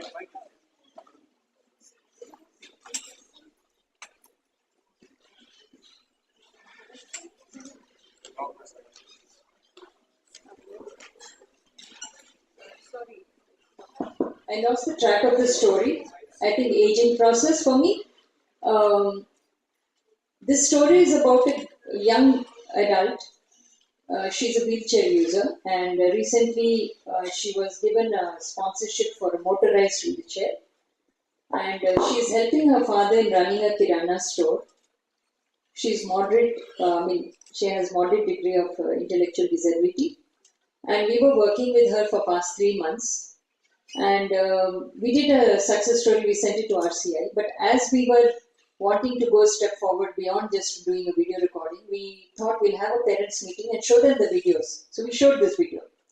And this kid, she was showing, going to the gold shop. She earned a little money on her pocket money through running the store. And she went to pick up a gold ring, which I think costed her 5,000. And she had collected that amount in her bank. When she went to the store, it was a Malabar gold jewelry. You know how popular they are. And this is in town of Kurnool. And she went there and she saw the stairs there. So she sent a word to one of the salesperson inside. And in the peak hours of Kurnool, she managed to negotiate the traffic and she went on the motorized wheelchair to the shop. She wanted to be on her own. She doesn't have a mother. She lost her mother 3 years back, and she's the only child living with her father. So she knew her father can't leave the shop, so she had to negotiate this. So when she went to the store, she couldn't climb. So she asked the salesperson who was at the counter towards the the shop entrance, can you see the samples here? Can you please help me see the samples? So the salesman was so touched with her intent, and he understood her condition. So he called some team from the shop, and all the four of them picked her picture and they carried her inside. And she had a very displeasing expression on her face. So after she went in, she tried telling the salesperson, "Why have you not built a ramp for me? I would have entered myself. I don't like to be carried like this." She told them. So she came back, and I think one of the I don't know how it reached the school. So the school director came to know about this, that this happened, and she came back and she also shared this with the class teacher. So the class teacher also came and told the director. So what we did is we formed a group of a team from the parents group, and we sent them to the shop owner, and we said, "Is it possible for you to build a ramp?" So he laid out his reasons, and he said, "Madam, we are looking for an architect, and there's not enough space from the main road, so we need an architect to give us a very creative design." So what we did is the parents group, they identified an architect, they found out what the fees would be. We raised a sponsorship, the parents only did that. And then we spoke to the father. We said that, "Can you contribute also?" So we'll do it as a public interest. And now I think in next 3 months the ramp is going to be there. And the parents have all got together and they have taken this agenda. But the reason, how did it generate? See, this whole thing of advocacy is so important. You need to have support. You need to have people who can stand by you. You need to have people who can find resources. It's not going to be possible by one person. So the shopkeeper now has understood the importance, and one of the points of negotiation was, see, your shop is very popular in the town, so it will be visible. We will help you get this advertised. We will see that other shops also take this model forward. So what I am trying to share with you all is the displeasure that this girl felt for being carried. If she had not been given that respect, if she was not allowed to share, and if this continued, maybe the scope of building a ramp, convincing the shopkeeper, mobilizing the parents as a group, all these measures would not have happened. So this is how I thought, no, advocacy is not something which we have to wait for adults to grow up and then fight it out. But we need to build it when the children are growing up. It's very important, and it has to be simplified. It has to be translated into a curriculum. It has to become a daily practice life skill. It should not become an abstract skill which only comes into action only when there is a political issue happening. That is not advocacy, according to me. It is a life skill. So I forgot to share this story with you. Thank you for giving me the time.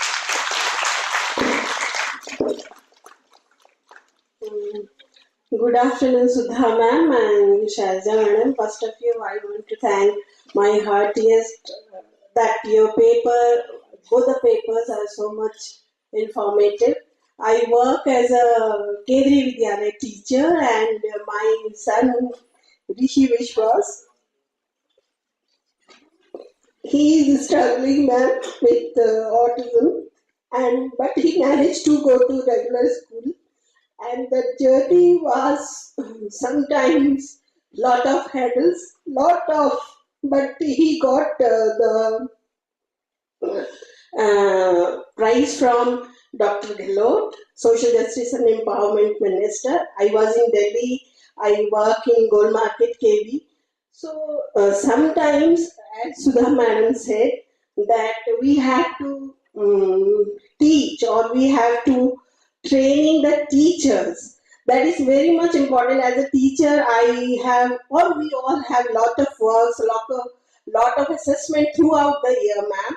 But for Rishi, the class teacher, Saurav sir, he made 4-5 buddies from the class, and that buddies, they are so wonderful, ma'am. When they used to go to toilet, they took Rishi for every intervals, and they help him to eat in lunchtime, writing notes from the blackboard. Even WhatsApp group, they share lot of classrooms. And so what I want to share, ma'am, if something we train for the students, because in earlier time they don't have a sense of that this person is little bit delay, or they have full of emotion with right emotion and humanity.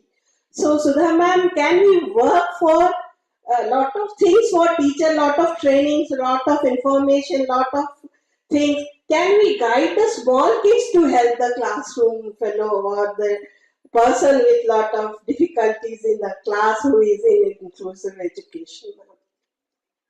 Thank you, ma'am. Absolutely.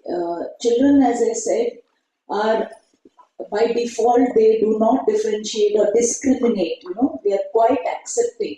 So we must train the children, sensitize them, and once it is done in early years, then they take all their peers forward. And added to that, if we are going to train all children in advocating for themselves, if at all other peers are not behaving with them well, children with disabilities will also be in a position, if we teach them to advocate, talk about it. I think children, peers and buddies are a huge resource. And in most inclusive setups, they are utilized a lot, Without the buddies, it is not going to be possible. And they want to belong, even all of us. Forget schooling. If we are in a group of friends and if we are kind of isolated, as adults, how do we feel? Left out. So the entire schooling, we need to have the children along with us. I would suggest one step forward for you as a parent and also the children who have become buddies. Can you make it more visible so that they are recognized for the good work they are doing? Is there any system of that sort that you have created? For the class teacher, and the class teacher used to teach all the sections. And maybe one point is also there. Saurav sir is also so much emotional attached with Rishi ma'am. He has a problem with his limbs little bit, so maybe he can understand other people's difficulties also. In that way, he was also working in Gold Market, and that but Rishi left the school 2 years back, and those friends still call him, "How are you doing, Rishi?" He is very nice horse rider and piano playing man. And for other activity, like a person who is not doing anything. So Saurav sir is make him gardening, and they are giving extracurricular activity and marks that Shramdan, one part of assessment also, ma'am. So Rishi or other boys are getting so much of marks in extracurricular activity, so that Rishi has done no fail policy. He has done 9th class from Kendriya Vidyalaya. I truly appreciate the initiative by you as well as the teacher there. Yes. My question is, where is the recognition for the children who have supported him? In what form can we bring it to the notice of the rest of the children in the school? So that it becomes a model, it becomes an example. People don't feel odd when they are faced with disabilities or whatever challenge they have, but they know how to appropriately help them. My suggestion is this. So if you can think of ways, this is a suggestion to all the members here. Please acknowledge when any child, a team, an individual, a committee, whoever it may be, the teacher for example, the visibility has to be there to recognize what good work it is and how it has helped the child. Ma'am, Saurav sir make Himanshu, he's a first boy of the class. Not at that level. We only respect Saurav sir, but we need to go beyond Saurav sir. We need to have more platforms to bring forward how this is helping Rishi. Ma'am, maybe we can make those persons, the class leaders, as a trophy or as a what I'm saying. I would like to add to what you said, ma'am. I was associated with Delhi Public School Rohini, as you know.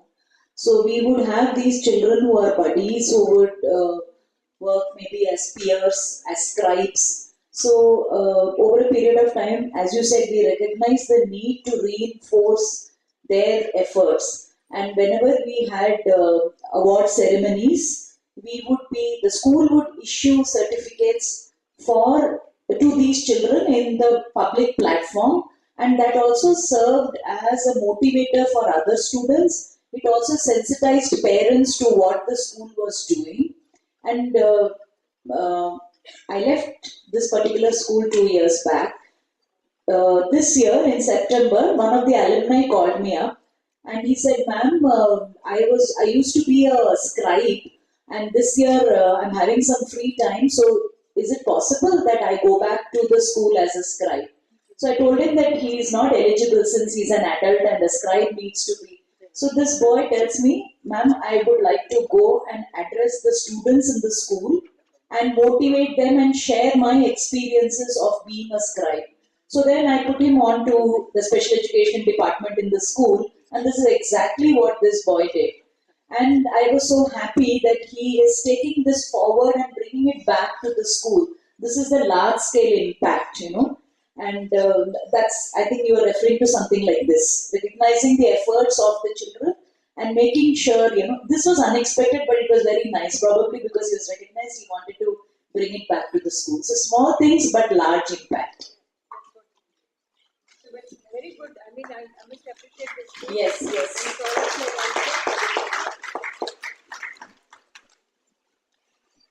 Good afternoon. We've spoken about this sign language and other issues. So, how about the young children being given the sign language as an alternative in the school level itself, which has not been taken care? Offering sign language as an alternative? Okay.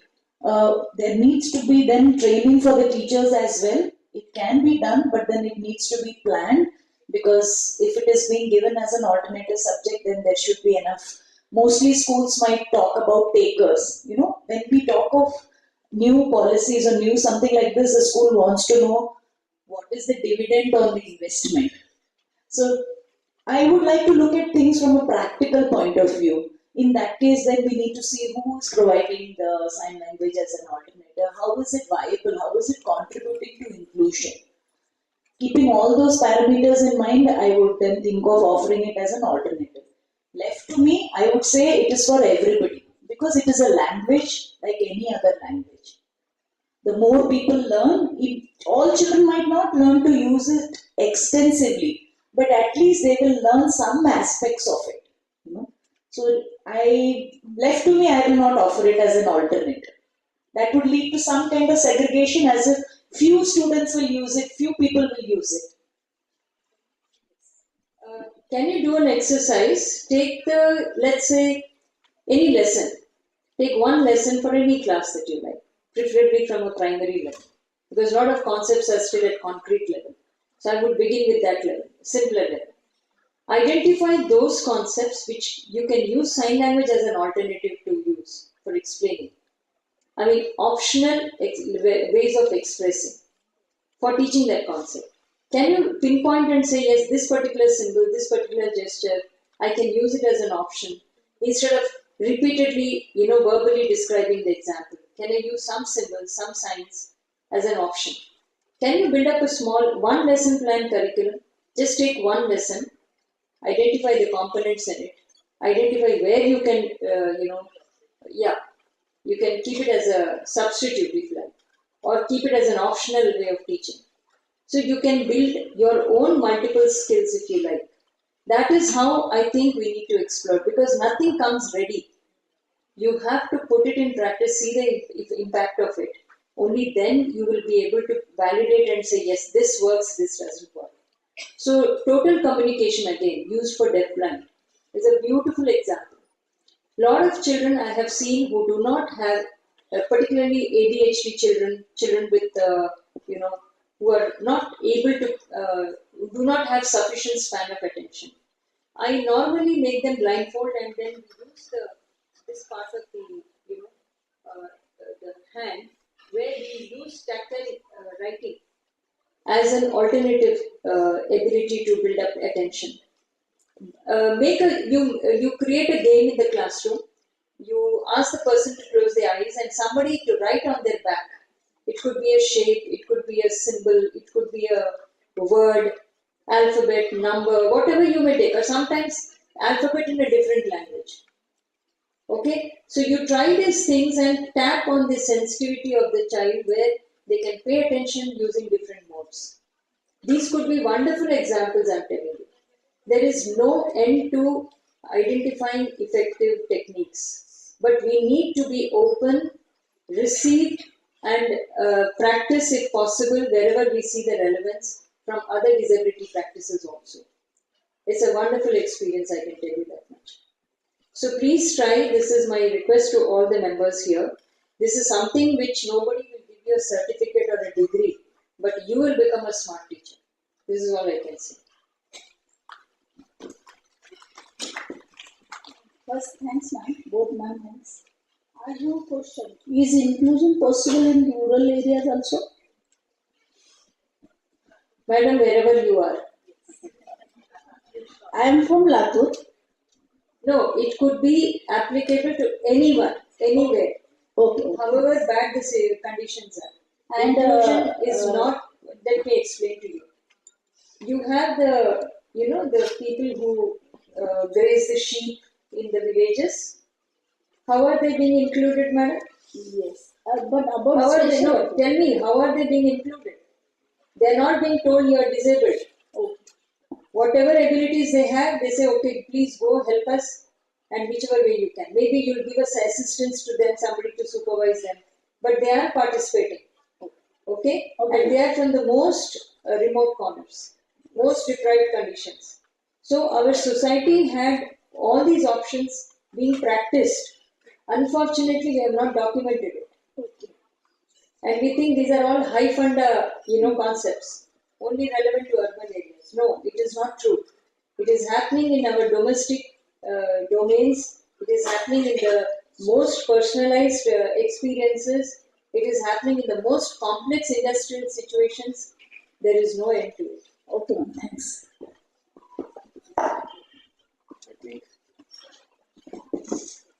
I think we will sort of hang. Oh, okay, sir. Then we'll Okay. Yes, one last question. Thank you. Thank you, ma'am. Thank you, Sudha ma'am. Thank you, Shailaja ma'am. Shailaja ma'am, whenever I hear you, it is like recharging. Okay. But my teachers. you are the ultimate guru, ma'am. So I don't know who is the ultimate guru of yours. For us, you are the ultimate guru. Ma'am, here I'm here to tell one of my failure. I failed as a special educator, so I am here to seek help from you how to go about this. I was a special educator at DPS Nagpur. I worked there, and a few children who were not diagnosed as special needs were there in the school. They were catered to the special needs, and as a special educator, I was doing all the part of inclusive education. But there was one child who came from some other place, again a big short guy, son. But the child had a problem. The child was ID, maybe moderate ID. So the child would make peculiar sounds. The child would hit children, pinch children. So I tried to convince that this is an inclusive setup and we should start doing something. My principal said, we'll see it for 3 days. So 3 days the child was there in the school, ma'am. Again, hitting children, running out of the class. We asked for a shadow teacher to be there. One day, whole day, the shadow teacher was there. Other parents started complaining, ma'am. They were like, हम इतना फी भर रहे हैं, हमारे बच्चे को disturb हो रहा है, वो बच्चा हमारे बच्चे को काटा, तो इसके लिए स्कूल क्या कर रहा है. So there is a lot of pressure from, I would not say normal parents, because Sudha ma'am said there's no word like normal children, but how do we address those parents, ma'am? I failed there to convince them. Ma'am, he was in 3rd grade. Please sit down. Yeah. See, we need to understand the word inclusion. Yes, we have to have deliver the right for them to enjoy the same thing as others. But it does not mean you deprive others' rights. It's very important to remember. Second thing, there's something called differential inclusion. All right, differential inclusion means you gradually bring the child to, like today the child is restricted because of the disruptive behaviors. So you create an environment where he will learn to modify his behaviors, use the techniques that are required to first manage his behaviors, create an environment which is little larger than what he would normally be allowed to participate in, and see whether he is able to accommodate the changes or the increase in the areas of responsibilities given to him or the number of people he has to manage with. So it has to be regulated. You can't leave them in an open on the right from the beginning. So you need to work gradually with these children. You can't bring them straight into the classroom and expect them to control their behavior problems all of a sudden. So there is a management, of how to bring them from segregation to inclusion. So you need to follow that methodology. One. Second is, it is very easy to pay money to the school, but the school also need to be educated how to create environments where they can be accommodated with their current, whatever their behavioral profile. It is very important to assess all these things. So inclusion doesn't mean bring any child with any condition and then expect them to the rest of the children to accommodate that. That may not be possible because you may be pinching into the rights of the others. That's not fair. So it's not a question of money. It is also the risk that you're putting the other children into. What they are supposed to learn, you're not allowing them to learn. So that may not be fair on the other children. So we need to respect everybody's rights. There is inclusion for everyone. So this is one approach. The second approach is at home itself. How much is this child included is my question. I don't think this child is included into everything at home. So we need to work from there because he spends more time at home. So what are the behaviors that he's following at home? Whether they need to be checked first, because that influence is very great as compared to the school influence. So we need to look at all these factors.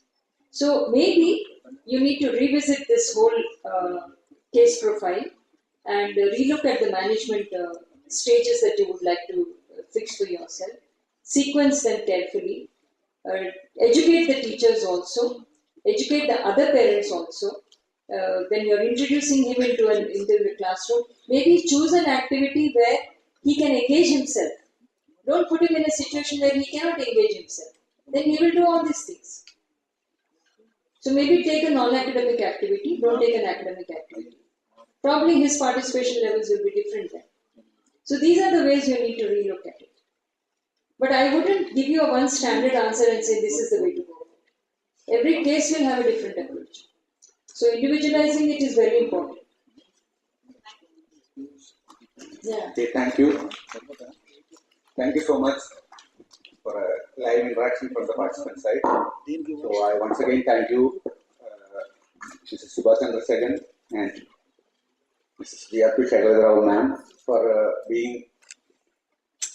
giving a wonderful session. So I request Dr. Shilpa Mananga to give a memento as a token of appreciation. So I request ma'am to come over to stage to give a memento to both the speakers.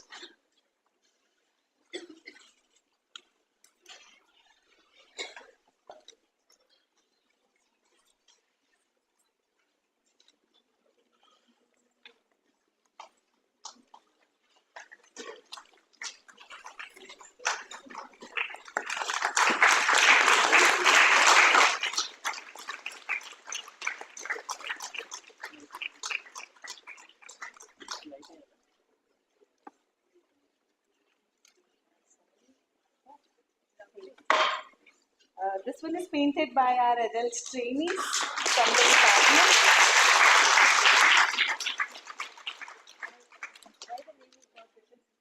I lost you. The name of the artist. Srinivas, sir, please tell who has done this. Yes, yes. Advocacy begins at home. Actually. Thank you so Very much. nice, very nice teamwork by the Department of Dance. Thank you so much.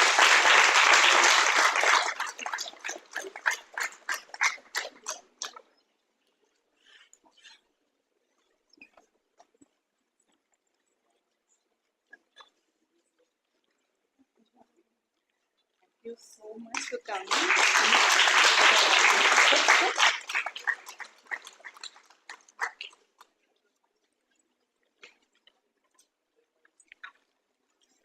This is also a painting. You can see it's a little, yeah. Of course. Thank you so much. And we also have a special cupcake by our Raveen. Thank you so much.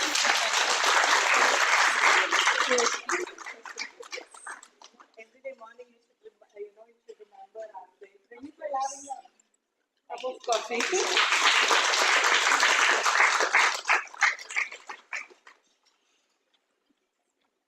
They take care of it.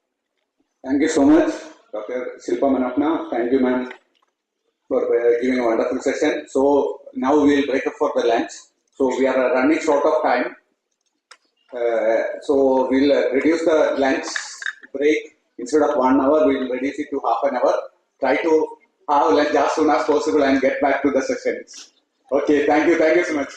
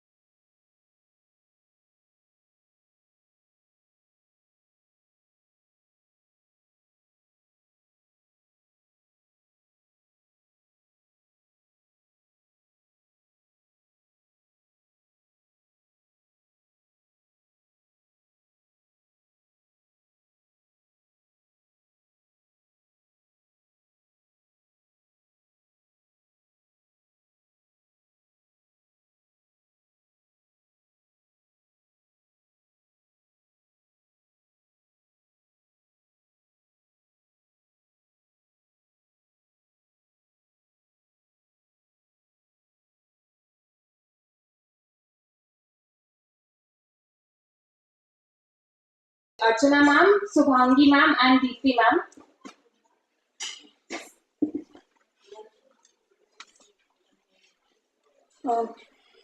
Archana Chandra ma'am presently serves as board member and CEO of Jai Vakil Foundation, one of the largest NGOs serving those impacted by mental challenges. She is a trustee of SRCC, which is building the largest hospital dedicated to children in the country. She is also a member of the advisory board of Anamrita, part of the ISKCON Food Relief Foundation and Antaram Foundation. Prior to her current positions, she has worked in various marketing, PR and HR roles at the Akanksha Foundation, Informix and Bennett and Coleman. Subhangi ma'am is the head of the project and Deepti ma'am is the head of the curriculum department. Please welcoming them on stage. I think the lunch must have done good energy to you. Why didn't you clap louder? Thank you, ma'am. Good afternoon, everyone. Oh my God, we need the tea break now. Good afternoon. I'm going to try again. Good afternoon. Okay, I do believe that the lunch we all had was absolutely fantastic. But that means that the job of keeping you all awake for the next couple of minutes is on me, which is not an easy task. So bear with me.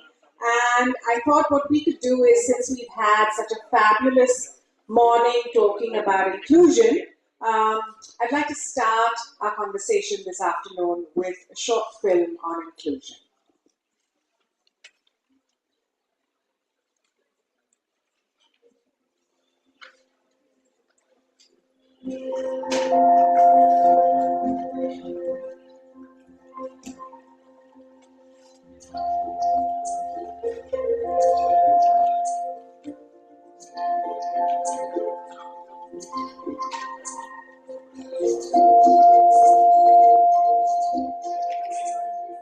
With 100 being a normal IQ and 70 being children with intellectual disability, children who have IQs of 30 and below usually have severe to profound intellectual disability.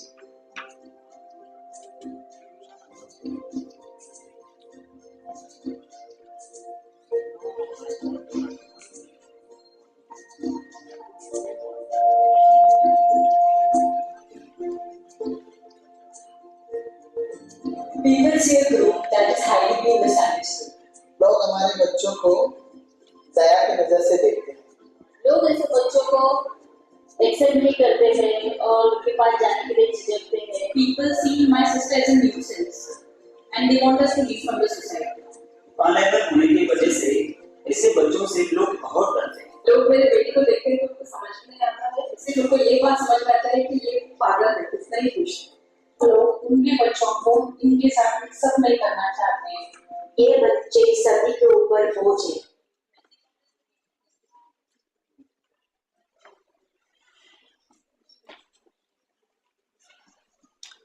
May I please request Samyukta ma'am and Yugandhar sir to please come up on the dais. Thank you.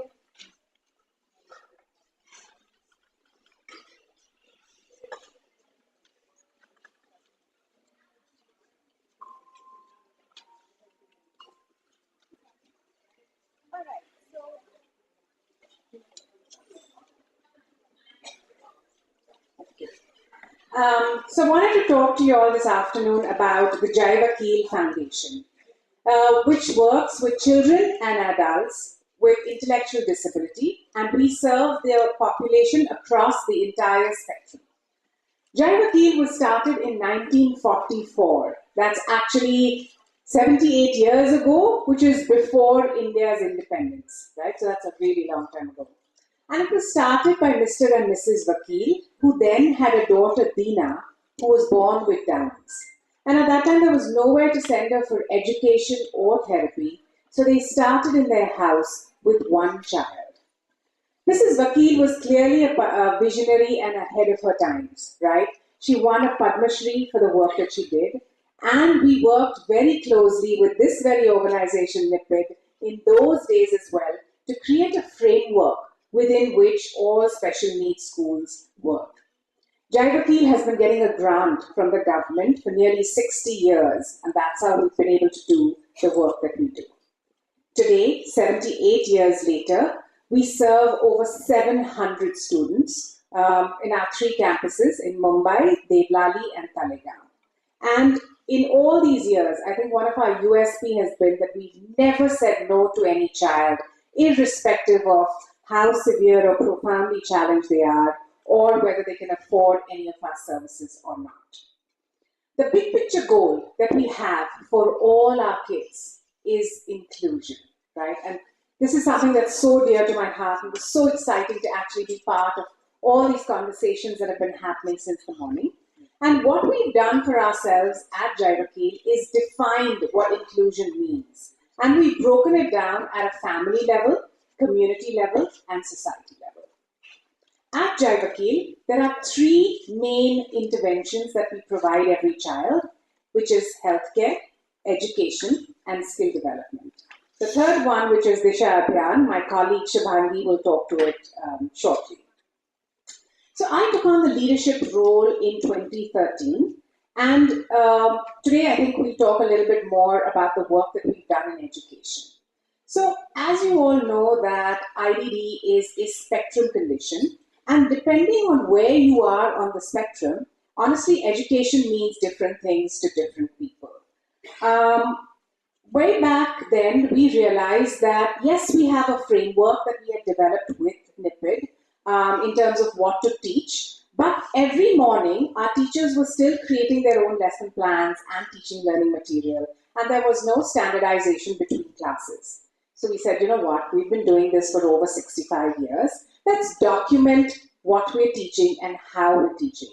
So that's how our curriculum came to be. I'd now request Dipti to talk a little bit more about our curriculum. Thank you. Just as we started to discuss why we should build the curriculum, we did a little bit of a deep dive, a need analysis, and we realized that there was, like Archana said, an absence of a uniform content. Every day the teacher was reinventing the wheel and struggling at it. We also realized, I'm sure all of you know who are special educators, that there are different levels of learning within one single classroom, and that was posing a challenge to our teachers. The other thing that we also came across was, just like students, teachers had different abilities, right? They were good at one subject, they were struggling at something else, but nobody was identifying this need or doing any kind of training around it. And also fantastic work was happening in classrooms. Children were learning, progressing, but there was no documentation of this. The assessments were not something that were being done in a way that could be documented or analyzed. That's when we decided that we will bring out first a checklist. So the checklist is a 200-point scale where the teacher assesses the student on 5 domains of development. It is basically what it has done, it has taken the jargon away from all the assessments. It is a simple, observation-based, teacher-led, easy to mark, easy to score assessment, which gives the teacher an understanding of the level of functioning of the child, which then helps her pick the relevant and most important and urgent goals for the child. Once that is done, that is the what to teach. We moved on to how to teach this. The simple 2 blocks that our curriculum or content is based on is not something that we have arrived on our own. It's research-based, tried and tested. Basically, how do you interest a child? What is an effective classroom without engaged students? What is it, how to teach so that every single child in the classroom is benefited? So what is differentiated teaching? How do I make that modification? What adaptation do I follow? And then, most importantly, how is the child generalizing this information and using it, applying it in his day-to-day life? And the other thing, like Ma'am Shubhaman said, multiple intelligence, multi-sensory curriculum, we teach the exact same thing visually, auditorily, kinesthetically, and through tactile methods. This curriculum is made basically to work with children's functional literacy and numeracy skills, but as children grow up and get into the pre-vocational curriculum, we also talk about problem solving, like Matt said, logical thinking. How do I use these skills so that I become an independent, functioning member of the society? Right now, the curriculum is in 3 languages. We have English, Marathi, and Hindi. It's a completely open source curriculum, and we are happy to share it with anybody who wishes to use it. Having said that, it is my absolute pleasure and privilege to talk about this checklist and curriculum at NIPID because they have been our thought partners. The organization itself, Mr. Ram Kumar and Shilpa ma'am, who have guided us to make the curriculum what it is. It is progressive, it is looking at the goals of the students, it's resource light, it's practical, it's applicatory, and more importantly, it's relevant and meaningful to the students who we work with. After we use this curriculum in our organization and our 350 students for about a couple of years, the government of Maharashtra asked us a very important and very significant question that made us think. And they said, if 2% of India's population is affected by intellectual disability, which is 26 million, which is actually translates to 1 child in 50, then is working with 350 children enough? And that's when we decided, through our project Disha, we'll take this content and checklist to scale. And today we are talking about Project Disha, and I call upon my colleague Shubhangi, who heads it. Thank you. Thank you, Ritti. Jai Vakil collaborated with Government of Maharashtra and what came into being was Project Disha. Through Project Disha, we offer assessment checklist for IEP, as discussed by Ritti, and the teacher manuals and workbooks are given to the children. But along with that, we bundled it with training, which shows the teacher how to use this curriculum effectively in the classroom. Without the training is very comprehensive and it takes into account all the aspects of the curriculum. And we've also introduced a module on classroom management, which helps the teacher how to manage the class more effectively and get the training and get the curriculum. We also have the Disha portal, which I'll talk about in just a second. And what actually makes a big difference when you're working on the field is the implementation. We didn't want to leave this curriculum by just finishing the training and handing over the curriculum to the teacher, but we wanted to see the impact and the implementation of the curriculum on the field. We have a group of zone and state coordinators in Maharashtra who visit all the schools and see the implementation of the curriculum in the classrooms. They, through demos and guidance, they make sure that all the special educators are effectively using the curriculum in the way it's supposed to be used. In Disha, we leverage technology to come up with something which is the Disha web portal. This web portal has been made specially for all the stakeholders who work with children with intellectual disability, from the teacher to the commissioner. The teacher gets access to all the IEPs of the student and can do the assessment on a regular basis to see the progress of the child, can print report cards and has access to all the curriculum on the portal at a click of a button. At the same time, the commissioner gets the dashboard of how all the schools in his vicinity are working, and he gets the entire district-wise count of all the schools and how they have been progressing on the dashboard and how they've been working with the children in the classrooms. This portal is available in 3 languages currently, in English, Hindi, and Marathi. This has been our journey so far. We started with the MOU in 2019, and we worked, in the first year, we piloted with 25 schools across 7 divisions, 7 districts of Maharashtra. After a successful pilot, we decided to roll out in 2020. The idea was to do a big rollout with trainings, and all the logistics were planned that April will be the month of our rollout. But as we all know, COVID struck and the entire country was in a lockdown. We didn't let this dissuade us. We pivoted and Disha went online. So there was a very steep learning curve where we actually took the entire project online. We conducted trainings online for all the 344 schools across Maharashtra, training over 1,900 teachers who would then impact over 13,000 children. The benefit of doing the training online was that all the teachers of the school could participate in the training, which wouldn't have been possible if you would have done physical training. Also, the teachers were then struggling with this whole remote schooling idea, which the government had put forth during the COVID. So Disha came up with a specific module on Gharishika Pragatikara, which meant that stay at home and learn, wherein we taught the special educators how they can engage with the students remotely through different channels available to them, basis the needs of the parents and the students.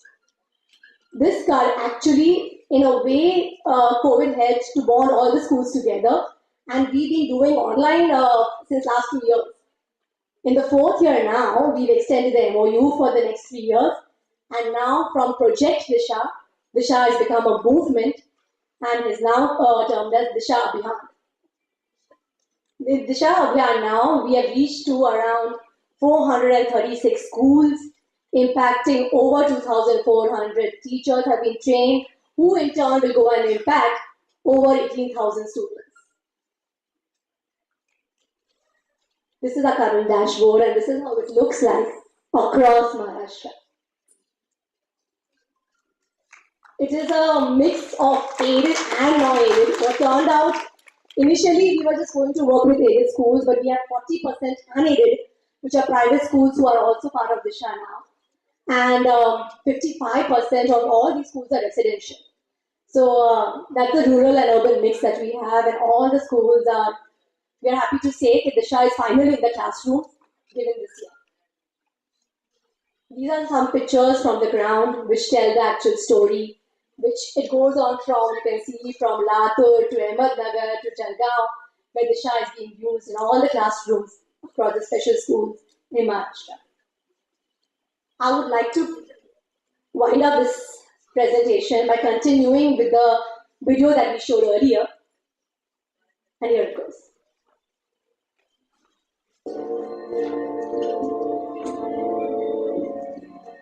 I see a smile which brightens our body. ये बच्चे हिम्मत नहीं हारते. मैं देखती हूँ कि ईश्वरी को आजू बाजू के लोगों में रहना बहुत अच्छा लगता है. I see my sister with someone who has an unconditional love. मैं देखती हूँ कि मुझे मेरे तीनों बच्चों में कोई फर्क नहीं है. तीनों बच्चे मेरे एक समान हैं. जब मैं मेरे बेटे की आंखों में देखती हूँ तो उसके आंखों में बहुत सारे एक्सप्रेशंस हैं, फीलिंग्स हैं. हर एक बच्चे में अलग अलग फीलिंग होती है. अगर समाज के प्रवाह में उनको रहना है, उनके आगे बढ़ाना है, तो हमको उनको अपना ही दर्जा देना पड़ेगा. ये मैं As part of having a low IQ, many of these children have behavior issues, they respond to situations differently, and some of them may even look different. If you do come across a child with severe intellectual disability and his behavior is not appropriate for his age, do remember it's because of his intellectual quotient. However, he has every right to be loved, included, and accepted in our society, just like you are. So at Jai Vakil, we recognize that while this may have been possible for a few, we have 26 million dreams to champion. And if true inclusion has to take place, it can only happen when there is a change in attitudes, beliefs, and behavior. And this no single person or organization can do. This will happen only when people like us in the room come together and collaborate to make change happen. I do believe that change is slow and change is difficult. But hey, nothing worth doing has ever been easy. So I really look forward to collaborating with people in this room to be those agents of change for inclusion. Because we do believe that a society that includes all is stronger for all. Thank you.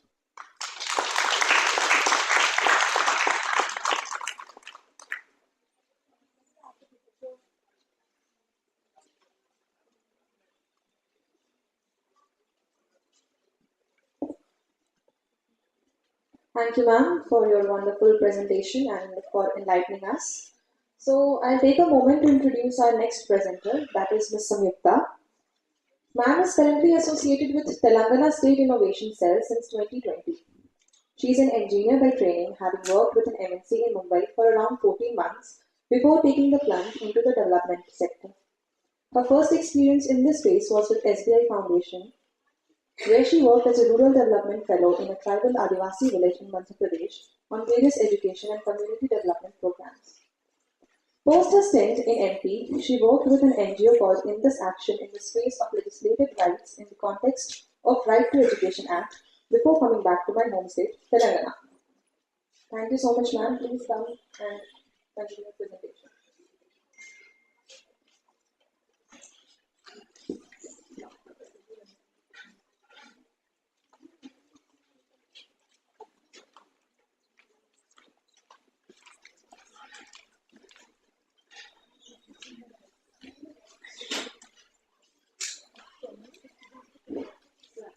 Very good afternoon, everyone.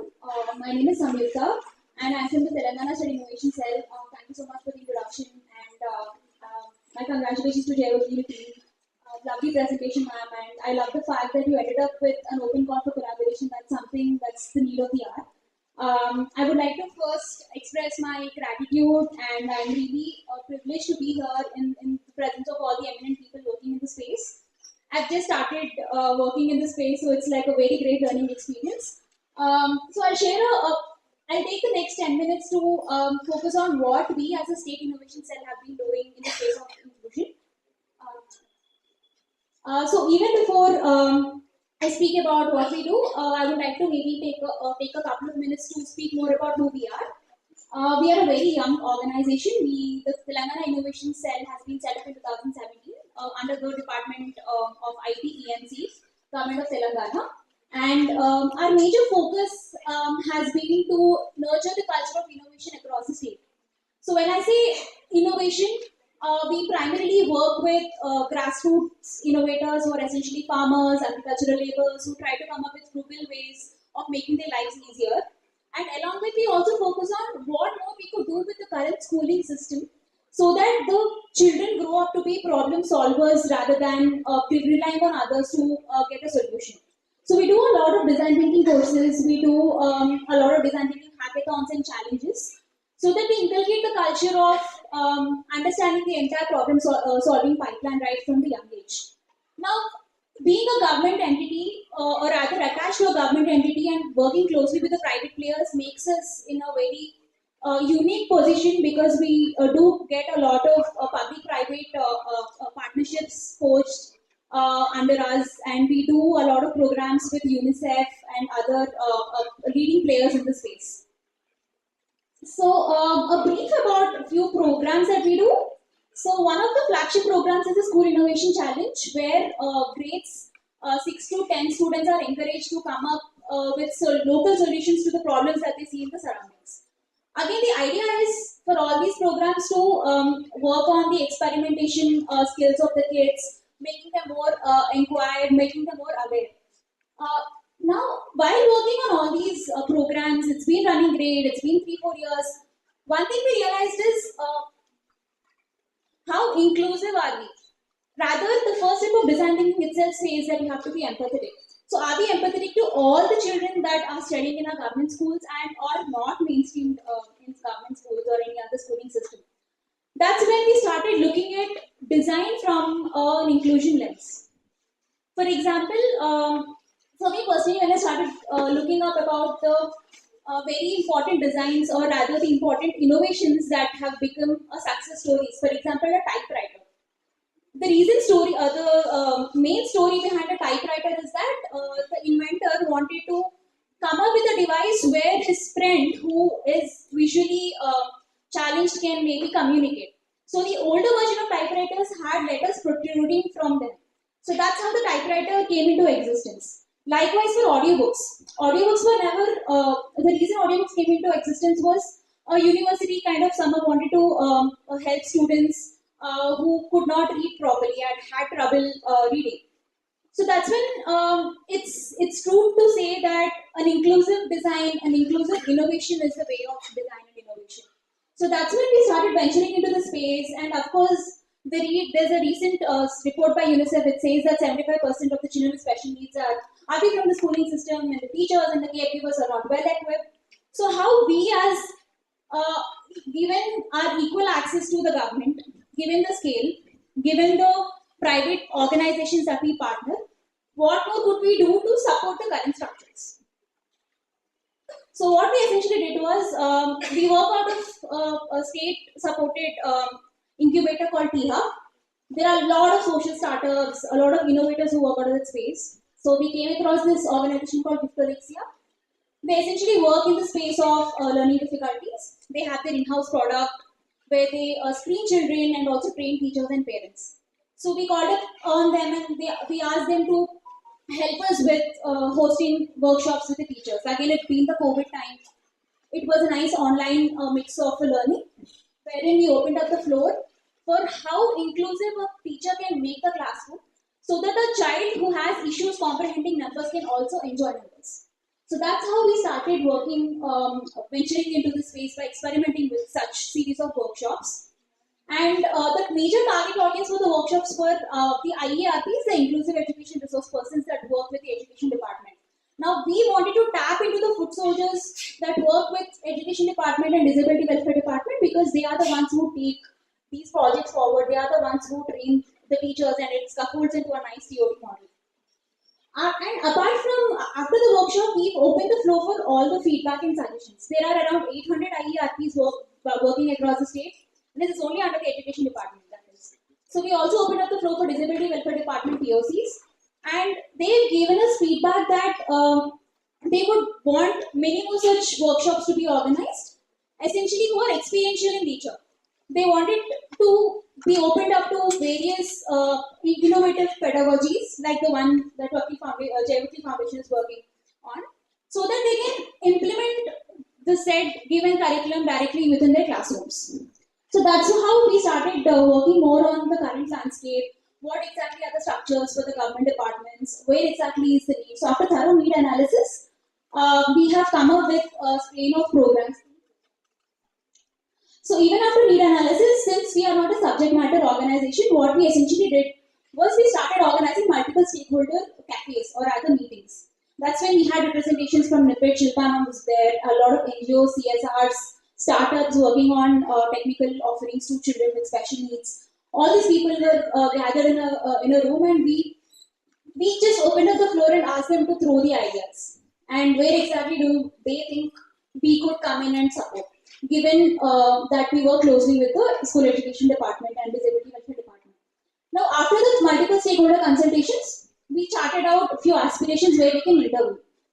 As my previous speakers were mentioning, and also there's an interesting question that was put forth in the morning during Shalaja ma'am's session after rather, was can inclusion be possible in rural areas? So that's where we come in and focus more, given we have a state as a whole approach. So one of the aspirations is, can we support children with special needs with the required infrastructure that aids their learning and development? So that's one of the areas that we wanted to focus, the first one. And then another aspect is that during my many visits to NIPIT, and during one of the occupational therapy rooms, I realized that there's a parent who has come from a very far off district and has absolutely no awareness or idea how to handle a child who has special needs. So that's when even during the multiple stakeholder consultations and even after multiple district visits, we realized that there's a lot to be worked on, especially at a parental and communication level, awareness level. So that's our target. I'll speak in detail about it maybe quickly. And another aspect is also that we want to emphasize on catching the children young. A lot of times parents, even personally in my family, when one of my cousins could not speak when he was 4, 5, there's always a common thing saying that, hey, you just enroll the kid in a school and he just learn talking. You just have to send him to school, which might not be the right way of dealing with it. And sometimes it works, sometimes it doesn't. So a lot of times parents are not very well aware of the developmental checklist. How do we track the child? Do we have to give some special attention or focus on how the child is developing, etc. So for this, we also wanted to focus more on screening education, screening interventions. Apart from that, also when I say inclusive, we also wanted to focus more on teacher training sessions as well. I'll maybe focus more on this as we go through the presentation. So these are the few glimpses of the workshop that we've done on dyslexia, where a lot of games, gamified curriculum discussions were happening, and kind of different hand movement activities that can be made using numbers were discussed. And these are the few glimpses of multiple stakeholder consultations that I was speaking about a bit earlier. And of course, during our course of multiple stakeholder consultations, we got a chance to onboard a very nice variety of partners as well, who are constantly supporting us, the major front runner being NIPID. Yeah. So I want to focus more on the assistive technology aspect of the programs that we do. So like I was mentioning, we focus a lot on the infrastructural support. Now, being an innovation cell and being the front runner of supporting and nurturing innovations, we've embarked on creating a very robust assistive technology ecosystem for the state of Telangana. This was back in 2020, right after COVID, when we realized that a lot of our innovations and startups are in the space of assistive technology, and there's not really a great pipeline of sorts for the state to support. So what we essentially did was, we scout for such startups and innovations from the state of Telangana and otherwise, and we make sure that we map these products and solutions to the relevant government departments through our in-house program called the Government Startup or Innovator Connect. The idea is the government departments are given a chance to know more about the products, and they can be the aspiration is for them to maybe procure their products as a pilot program. And apart from that, we also do our annual flagship event called the Assistive Technology Exhibition that happens on December 3rd every year to commemorate the International Day for People with Disabilities. So one of the major aspects of the assistive technology programs that we do is, one, to build a very sustainable ecosystem for the assistive technology for the state of Telangana. And of course, how can all the players come together and be a support structure to everybody, so that all the products which are very frugal, which are low cost, which are very easy to use, can be reached out to the maximum audience.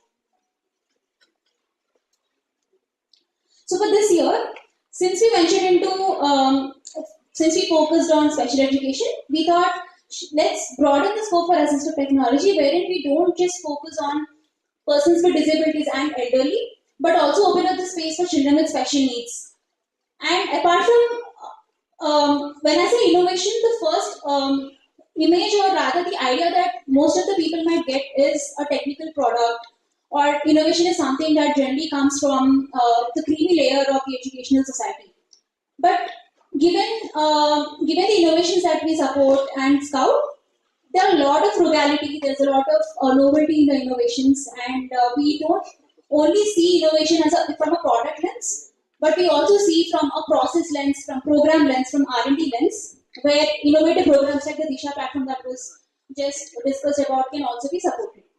So we essentially get people, all the important players from the ecosystem, right from national institutes, from CSRs. CSRs mainly because one of the major challenges that we find in mapping these products to the relevant government departments is the lack of funds. So we make sure that there are nice CSRs are present during the summits and during the exhibition, so that a first level of communication can be enabled, and that the pilot process starts from then itself. And also we do have a lot of independent researchers, academia come in, and we also invite or open up the space for universities and colleges with assistive technology lab, where everyday innovations have been happening by the engineering and undergraduate degree students. Now how we do it is through the entire support from the innovation ecosystem of Telangana. Like I was mentioning, we are one part of the innovation ecosystem. So I thought I'll just quickly throw a light on the other organizations that work with the government. So one is definitely T-Hub. Like I was mentioning, it's works very closely with startups of the Telangana. So whenever we want to support a startup, we make sure that we work with T-Hub and ensure that very nice and easy to use products or services can be mapped to the government. And of course, there's V-Hub, which is the Women Entrepreneurship Cell, which has startups run by and led by women. And Now there's another need that we often come across. There are a lot of amazing ideas and prototypes which essentially lack prototyping support. So we have another organization called T-Works, which is the largest prototyping center for the state of Telangana. And whenever there are any innovations who need prototyping support, we send it to them and make sure that it gets validated by subject matter experts and before it comes into the market. And then there's RICH, which is the research cell of Hyderabad. They work closely with life sciences in the space of healthcare. So even if there are any healthcare-related startups or any organizations that want to be vetted, that we want to collaborate with, so we all come together in working to making sure that the necessary partnerships are forged. And then there's task, which is mostly around skilling and knowledge. And lastly, we have emerging technology wing. Speak about emerging technology, I would like to give an example. So recently they have scouted for a startup which manufactures pens for dyslexic students. And it's been vetted thoroughly by the government and the subject matter experts. And they've forged into a pilot, and currently the dyslexic pens have been piloted in a government school. So the reason when I say assistive technology, it's not just one organization working towards making it more sustainable, but rather the entire innovation ecosystem of Telangana working towards it. So these are a few glimpses of the assistive technology summit that we've organized during the past couple of years. One of the interesting pictures for me in this is the first picture, because last year we've opened up the floor for hackathon, wherein we opened up the floor for all the engineering, polytechnic degree students, and even school students to come up with nice innovative ideas for the pressing problem statements that we received from the Disability Welfare Department. The idea is to again enable them to think, come up with innovative ideas that would benefit all of us, and also keeping inclusive design at its core. I would also like to take this opportunity to invite all of you for this year's Assistive Technology exhibition that's happening on 3rd December. So we are doing this in T-Works, which is near High Tech City. It would be great if you could attend the exhibition, know more about the devices which might benefit you with your organizations or with people which are close to you. So I'll quickly take the next 5 minutes to run through quickly through the other programs that we are planning. I've run out of my time. Can you go to the last slide? Yeah. Thank you so much for giving me this opportunity, and I would like to end this presentation with a quote that has been with me since my time I was working with the Radhika Rai Foundation in Dehradun. It says there needs to be a lot more emphasis on what a child can do instead of what a child cannot do. I think that's the motto that we always follow, even at TSIC when we venture into this space. And I also want to open up the floor for any collaborations, for any partnerships, so that everybody goes together during building up this entire aspirations that we have for the inclusive education space. And like it's rightly said, it takes a village to raise a child. I think it takes a lot of us and all the multiple stakeholders to come together in building a nice, robust ecosystem. So thank you so much.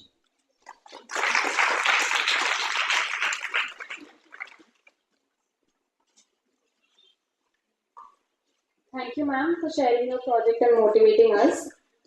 So for the next technical session, that is session 3, I would like to introduce Mr. Yugandhar Naidu, who did his special education in B.Ed in hearing impairment, diploma in sign language interpreter, B.Ed in multiple disabilities, and PGD CBR courses from various institutes.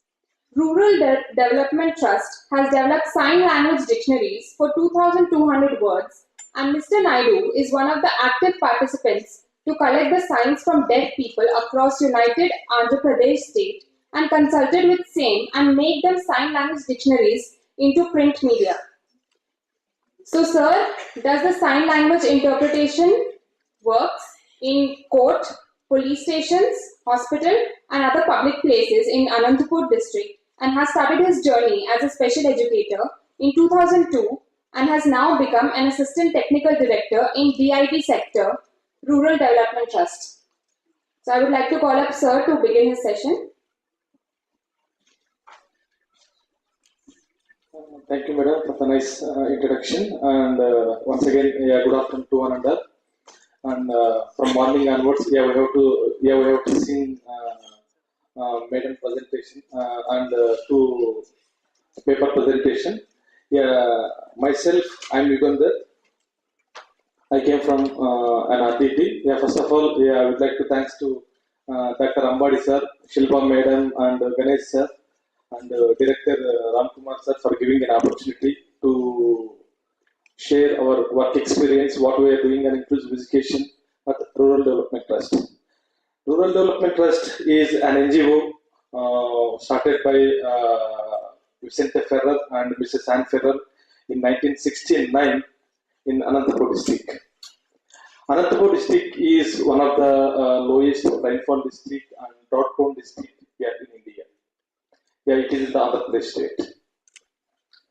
So RTT programs, intervention programs for persons with disabilities, scheduled caste, tribes, people affected with HIV and AIDS, children and women. Yeah, so far RTT working this last 53 years of experience in nearly 3,657 villages in 9 districts of Andhra Pradesh and Telangana. So our programs are covering with various activities through education. So we believe that education is the fundamental right for each and everyone. Yeah, we are working for the education. It is one of the tools to change the people's life and dignity and health. So we have RDT running 3 rural hospitals, and as well as we are working in the community level also in services and empowerment of the women. They are the backbone for the families, and empowerment of the persons with disabilities, and livelihood programs for the women, self-help groups in the women, and as well as the persons with the disabilities from the PWDs.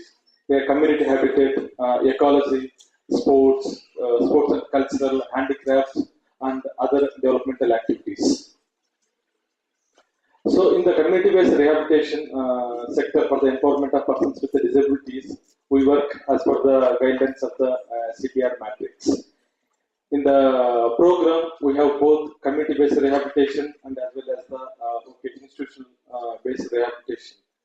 So, in the community-based rehabilitation, the main objective is forming the self-help groups at the community level.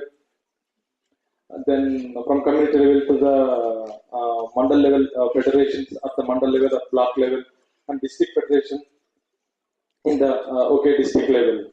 So in Anantapur district, these self-help groups, nearly 26,000 cross disabilities across the district has become a part, nearly 2,500 self-help groups at the community level, village level, and as well as the mandal and district federation. So the main objective of the forming the self-help group is to become a unity between the groups, and as well as that groups will work to get the benefits from the government and as well as the other NGOs like RTT and different other NGOs. These groups, self-help groups, will work for the social issues of the persons with the disabilities. Here, in this self-help groups in Anantapur district, we have 63 blocks, 63 mandals. So last couple of years, 23 mandals, they have fight with the government and they have approached with the government people. They have the Pakka site patta for to construct mandal level office like MVS building. So out of 323 mandal level sites, so in the government fund under NCIE scheme, there are 3 mandals they have constructed the Pakka building. It's cost around worth of 15 lakhs each. So in the these self-help groups, they will motivate the people in the village level who can access, who can go mainstream schools. These people will motivate the parents and as well as the mainstream school teachers and enroll them into the mainstream schools. And even RTT is having the health reference for the persons with the disabilities also. Housing and sanitation and all these things we do in the community level. When it comes for the institutional level, okay, in the institutional level, we work from the early intervention program till to get the sustainable livelihood activity or sustainable income with various level. So in the early intervention program, here we work more with the families, parents. We will give the different techniques how to give the stimulations for the children with delayed development, children with risk babies. We get the children. We have RDTs having 3 own hospitals. We get the delayed developmental children from the NICU wards. So there, from 0 to 2 years, up to 2 years, we work in the early intervention program at the hospital. From 2 to 5 place, we work in the community level. Means it is in the block level. So once after when the child crosses 5 years plus, the SSG members or grassroots level RTT staff will promote the child based on the child ability. If the child is eligible for the special schools means the children with intellectual disability and other developmental disabilities. If the child comes to the RTT special schools, RTT is running 10 special schools for children with intellectual disability and cerebral palsy in Anantapur district and Satyasai district, and one more recently, this one 15 is open in Prakasham district, Dornala. And we have 7 schools for the inclusive education. So if the child is having with sensory impairment and the child is having locomotor disability who cannot access mainstream education at the village level, that those children comes to the RTT inclusive schools. We have from class 1 to class 10 in RTT. And there is one training center. It's a training center for the games and sports.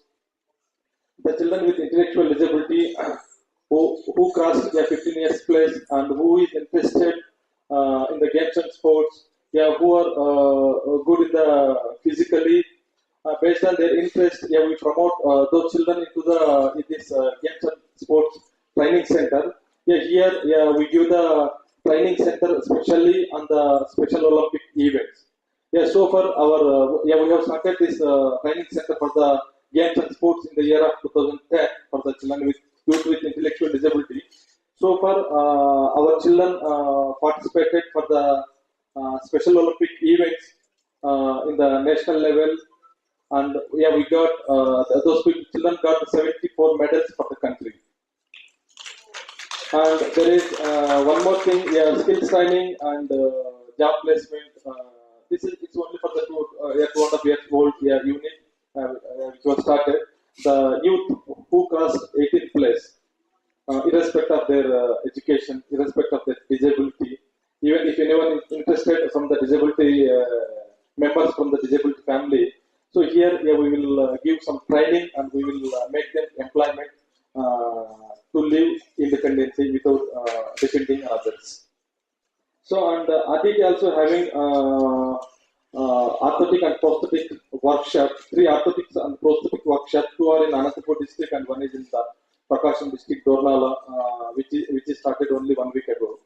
So here, for the persons with orthopedical handicap and cerebral palsy, we do the fabricate the aids and appliances and some positional and mobility devices. And here, there is one specific thing. One is the ortho workshop. It is not the permanent workshop. It is the mobile ortho workshop. It is a ambulance where people cannot come from the remote places to where cannot come and cannot access our ortho workshop. So our ortho workshop team with mobile ambulance team, they will visit once or twice in a month. So they will take the measurements of the based on the requirement of the beneficiary. They will come back to the ortho workshop and they will do the fabricate the material and they will distribute and all these things. And some minor repairs, we do itself in the remote places where we go. So when it comes for the education, so as I told you, RTT is running 18 schools for children with different disability. So out of 18, 11 schools are children with cerebral palsy and as well as the intellectual disability. These schools are special schools. And the remaining 7 schools are inclusive schools. In the inclusive schools, children with sight impairment, blindness, children with hearing impairment, children with locomotor disability, the two who cannot access the education at their village level, those children are coming and joining in the school, and as well as the some children with a non-disability, maybe it may be children with orphan and other abandoned children. So in this 18 school for the academic year 22-23, 1,410 children are studying and getting rehabilitation services here in RTP. There for these things, 167 teaching and 143, nearly 300 plus staff are working for our children in RTP institutions. So out of 167 teaching staff, more than 80% of the teachers are trained in the special education. Some teachers, they are not trained in the special education, they are working in the high school level. So they have completed their Bachelor of Education in the general education, and in service they are getting training in the sign language and as well as the braille and other regular trainings. So these are the children's details, with the disability wise. Okay, these are the locations where we have the institutions and also in the RTT. It's a map. So before earlier, all our inclusive schools are special schools. As I told you, we have the special school for children with intellectual disability and as well as cerebral palsy. Even before 2017, all the schools are special schools for hearing impairment as well as the blindness. From the 2017 and 18, for the academic year, we have converted our hearing impairment and blindness schools into the inclusive schools. I cannot say it is a directly inclusive. I can say it is a reverse inclusion, because in our inclusive schools, the children with disabled children are 75 to 80%. Remaining 20% are the children with non-disability. So all the children who are studying in our schools, they are from the socio-economic families. They are coming, and all children are from the rural backgrounds. And it is all schools are designed with a barrier-free environment. Even a child can use the wheelchair. The child also can access each and every corner in the school. And these inclusive schools, 7 schools are recognized by the state board, Andhra Pradesh. We follow the Andhra Pradesh curriculum as a medium of instructions is English and as well as the Telugu. So for the updating of the skill teachers' knowledge, students, and continuously we conduct the training programs for the teaching staff and non-teaching staff, children, and the whole the team. So for this purpose, for the last year we have tied up with an NGO called Bookshare. So there, we are converting all the print material into the digital media. So that each and every child can use that material. So for this purpose in RTT, we have given a tab or laptop for each and every child is using the laptop. It may be laptop or tab. And teachers are getting various training up to time to time, getting innovation, digitalization, all these things. So we are giving equal importance for the co-curricular activities also. There is no difference. Recently, 2 days back, in a district level, government of Andhra Pradesh has conducted Kala Utsav for the class 9th and school 10th. So our students from the high schools, they have participated. They have got the district level presentation. They are ready to go for the state level competitions. And we give the gender equality in all areas, maybe teaching and non-teaching, and each and every level, we do the gender focus. So these are some pictures in our schools. In our schools, we follow the some inclusive strategies, peer tutoring, one-to-one tutoring, and the children who are very below average. So we conduct design the resource rooms. So each and every child will the child who is backward in their academics. Once in twice they will attend for the resource rooms. There, especially they will attend the classes. And each and every child will attend all the curricular and co-curricular activities. The children are participated in the Kala Utsav and art and craft festivals. Cultural participated in the national deaf competitions. And we do for the 18th place, we have tie-up with some skills training NGOs like Youth for Jobs, APT, Samarthanam, Ashaya Kruti. These people will give the training for the youth with the disabilities, and they will place the job placements. And during the pandemic time, we have conducted the online classes for these children with sensory impairment, hearing impaired, and as well as the blindness. And during the pandemic time, we would like to very thankful to the director for the NIPED and Dr. Padmavati Madam and Srinivas sir. During that time, and Dr. Ambadi sir, during the lockdown period, we are conducting the online classes for the children with hearing impairment and blindness. So we don't know how to manage with the children with intellectual disability. That time, we have applied nearly 700 teaching learning material kits we have received from the NIPED. So that material is going to use a lot for the children with intellectual disability and their families to engage the children during the pandemic time. Thank you. Thank you.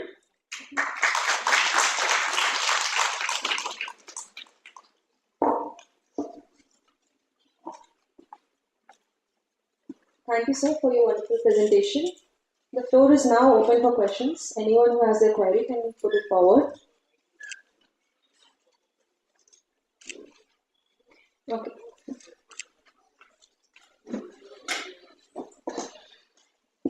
I have a question for Samitra actually. You said that there was some startup which has come up with, writing pen or something for dyslexia people. Yes, yes. What is the cost of that? I think the cost is around 8,000 per pen. They had CSR funds and they were piloting in schools. Now they are also trying to work on a revised model of the pen, which would cost much less, around 1,000 to 2,000 is the bracket they are looking at. We are collaborating with T-Works to make sure that the prototype, the cost gets down and the prototype gets more efficient. And what is like in the sense? What are the features? That does it have an inbuilt memory, or you have to can it scan and read anything and everything, or there's a limited matter which is already fed that can be So I took up the example to explain the emerging technology organization, the kind of work we do. So I can get more details, the technicalities of the pen. Is it that UK based? The UK based one. Yeah. But they are about 18,000 rupees, right? Oh, they did the pilot for around 12,000 is the information is what we got. Okay. When volumes are there, they're likely to come down to 12,000 or something. Yeah. But their cost was about 18. Yeah, I think so. Because they have been in touch with us. That's the reason. Anyway, thank you.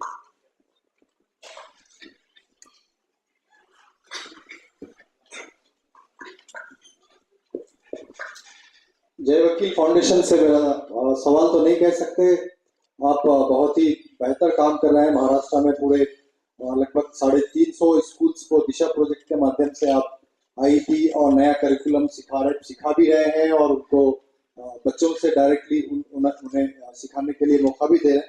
मैं मेरा सवाल तो नहीं, मेरा ये demand मानिए आप जय वकील से कि जिस तरह आप स्पेशल एजुकेशन में अप टू 18 ईयर्स के लिए इतनी मेहनत कर रहे हैं और सक्सेसफुल भी हैं, इसी तरह क्या आपने अभी तक 18 प्लस के लिए कुछ करिकुलम बनाया है?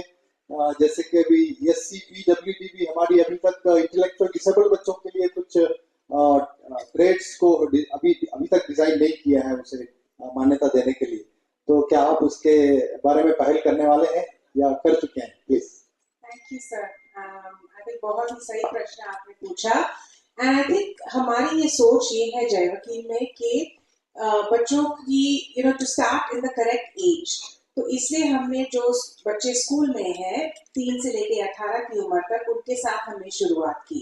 तो ये जो चेकलिस्ट बनाई है और उसके बारे में उसके बाद curriculum and manuals for the teachers and the children के बाद हमारी यही सोच है कि जितने बच्चे NIOS के माध्यम से 10वीं कक्षा पास कर सके, they should do that. And those who can't do the 10th standard exam, उनके लिए एक functional curriculum है.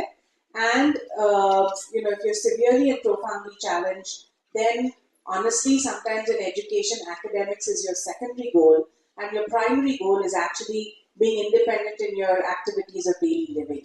So, इस सोच के साथ या इस विचार के साथ we built the curriculum from 3 to 18, but we are very cognizant that there's life after 18. And so while this one we partnered with NEPED, got the certification, and we've taken it out to Maharashtra.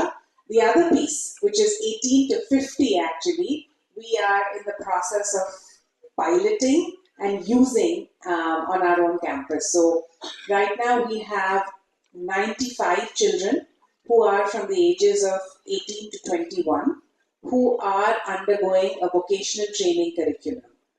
It's year-wise, and the objective is to place as many as possible outside in independent jobs. And for those who can't, we're creating a sheltered workshop in our campus, which will be like an aspirational place to work, because we're cognizant that all cannot be placed in jobs outside. So, to your question, long story short, yes, हम लोग वो curriculum बना रहे हैं, but I think give us a year or two before we can be ready to share it. But of course, the plan is to share.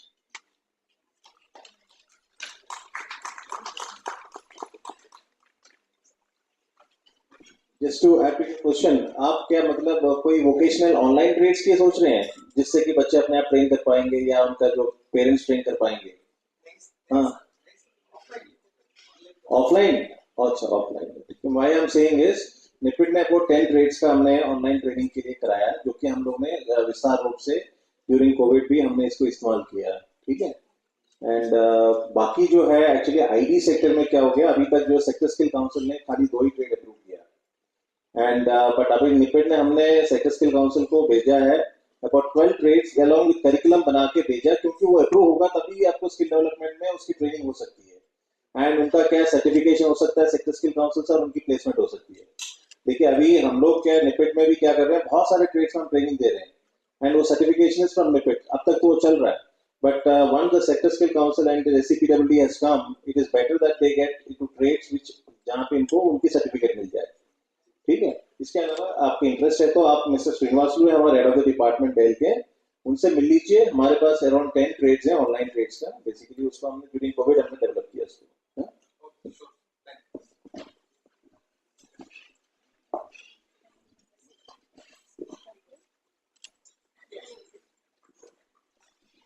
I have just one suggestion with the RDT, because you told that you had 700 TLM kits which have been distributed to the children with ID during the pandemic time, and very useful. My request is that please give us suggestions, give the feedback form, and tell us what else need to be improved, or is there any item which needs to be changed. అంటే మీరు use చేస్తున్నారు కాబట్టి ఏ item మీకు ఎక్కువ useful అనిపించలేదు, లేకపోతే చాలా useful అనిపించింది, ఇంకా ఏదైనా ఇంప్రూవైజ్ చేయాలి అని అంటే we will be ready to do those changes. We are in the process of revising the entire kit, modify and make it much more better so that our children can benefit. So that's my sincere request. Right?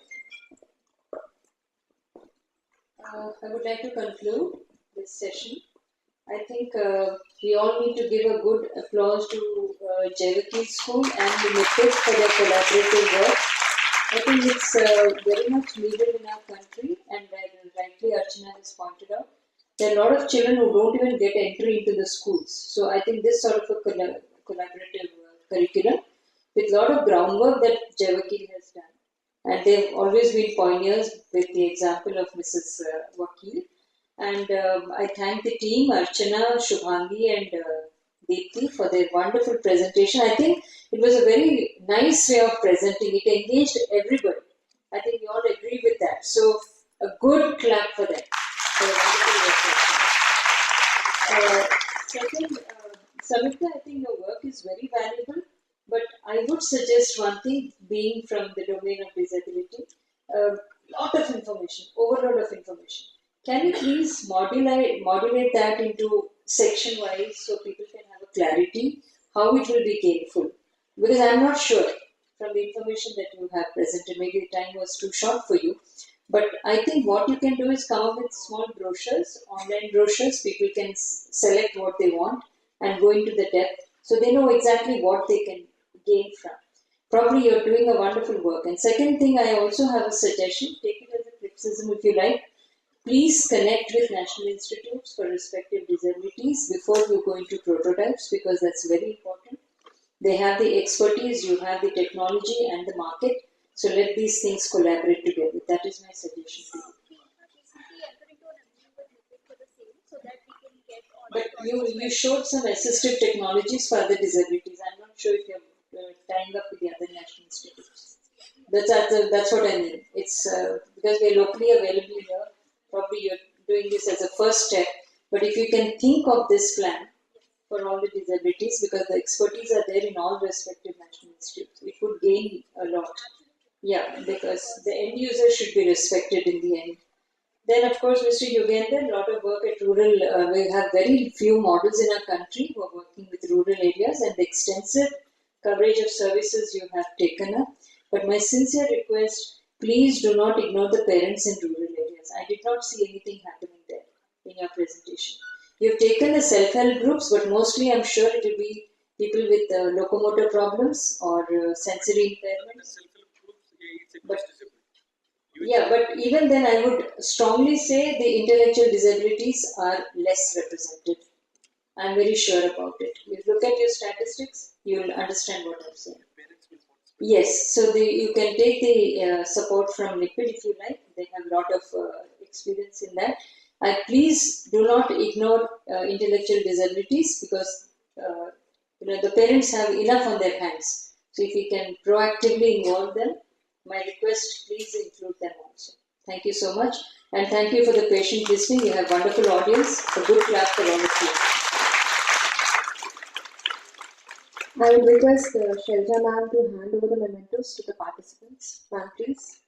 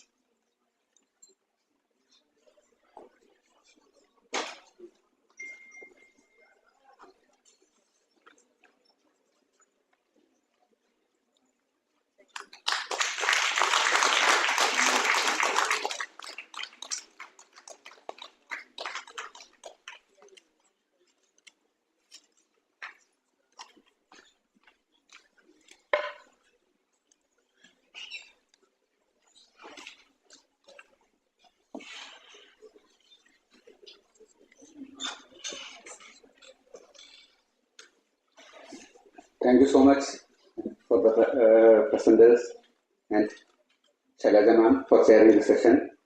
So, few announcements regarding the parallel sessions. So we are going to break up into 3 parallel sessions. One session will be happening over here in the auditorium. Then the Vinod will be a conference hall, which is nearby the reception in the main building. And third parallel session will be happening in the mini conference hall, that is in the first floor of the main building next to library. So those who are doing the presentation should move over to these respective presentation halls. And they have to give their PowerPoint presentation to the volunteers over there, so they will be able to load that presentation in the laptops. So just communicate with the volunteers. Volunteers are already available over there in the venue. Here you can communicate with the stage people, so they will be taking your PPT and loading in the laptop. So then all like participants who are interested in presentations, they can also move as audience to the respective venue. We have already given the schedule in your registration kit. Detailed schedule is available in the registration kit. So you can look onto the detailed schedule. Some participants will be interested in some aspects, some technology. So in different places, different sessions are happening. Like technology session will be happening in one venue. So based on that, you can just move on to parallel sessions. Other than that, we are having poster presentations outside the auditorium. So posters are already being displayed. Around 20 posters are there, which have been displayed for presentation. So participants can just walk into that and look into the posters which have been presented. And poster presenters also will be available for if you have any queries regarding the posters and all. Presenters will be available over there. So you can just go through it and clarify your doubts also. So right now we'll break for poster presentation for posters will be displayed tomorrow also. You can walk into posters tomorrow also, but now we'll break for 10 minutes for poster presentation, followed by tea break, then 10 minutes tea break, then we'll start the parallel session after 20 minutes. Like now it is 4 o'clock. So exactly by 4:20 we'll start with the parallel sessions in 3 different minutes. So just take a break and come back soon without delay. Thank you so much.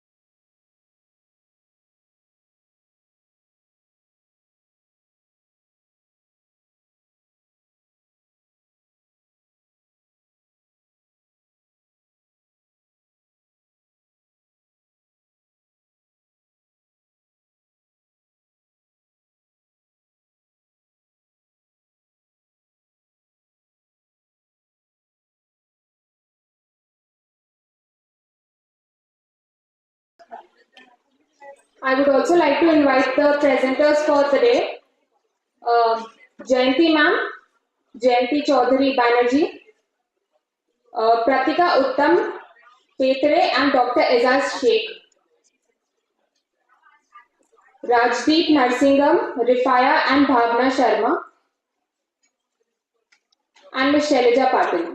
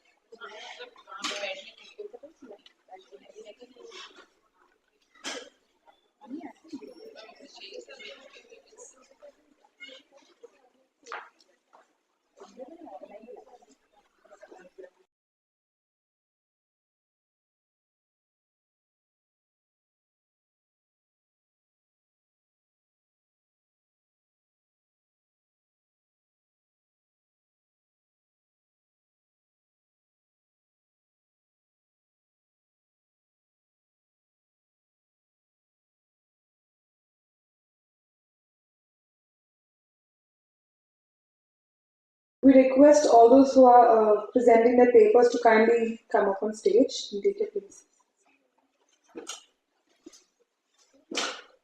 All the presenters whose names were called.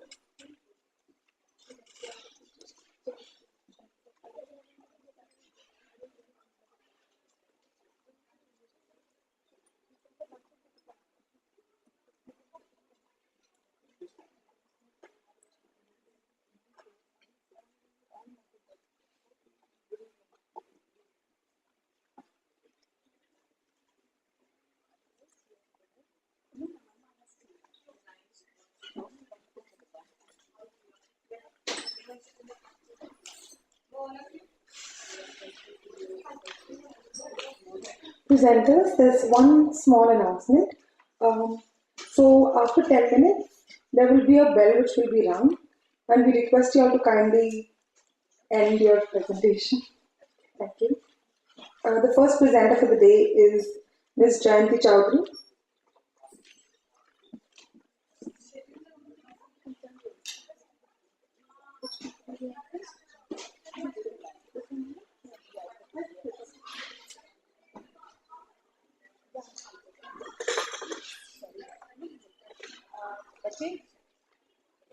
Shavani.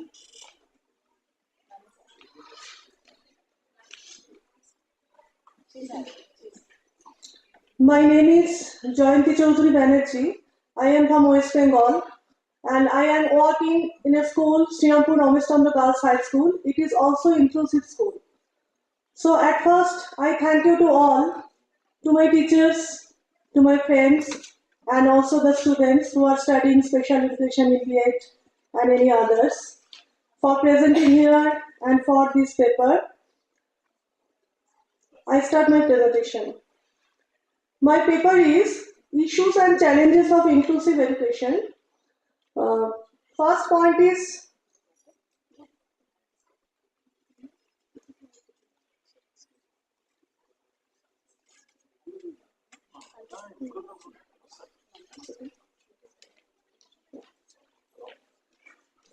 their background. You see that what is inclusion I have given. All of you know what is inclusion. Inclusive education is it is an umbrella term to under one branch all students get education without any their difference. They may be various from class factors, from societal factors, and they have many problems. So educate all the children under one roof. We know it is called inclusive education. So first point is about this, what is called inclusive education. And second is aims and objectives. The objectives and aims of inclusive education, we know that all of we know that all of we are saying more words about this, that we are going towards to include all students, to include a system that satisfy all students. So it is our objective of inclusive education to educate all children, to satisfy all children without any problem or without any any hindrances. Now, here are various policies and legislative frameworks in India. Here are some acts. These acts are to satisfy inclusive education. Various national policies, RPWD Act, all this.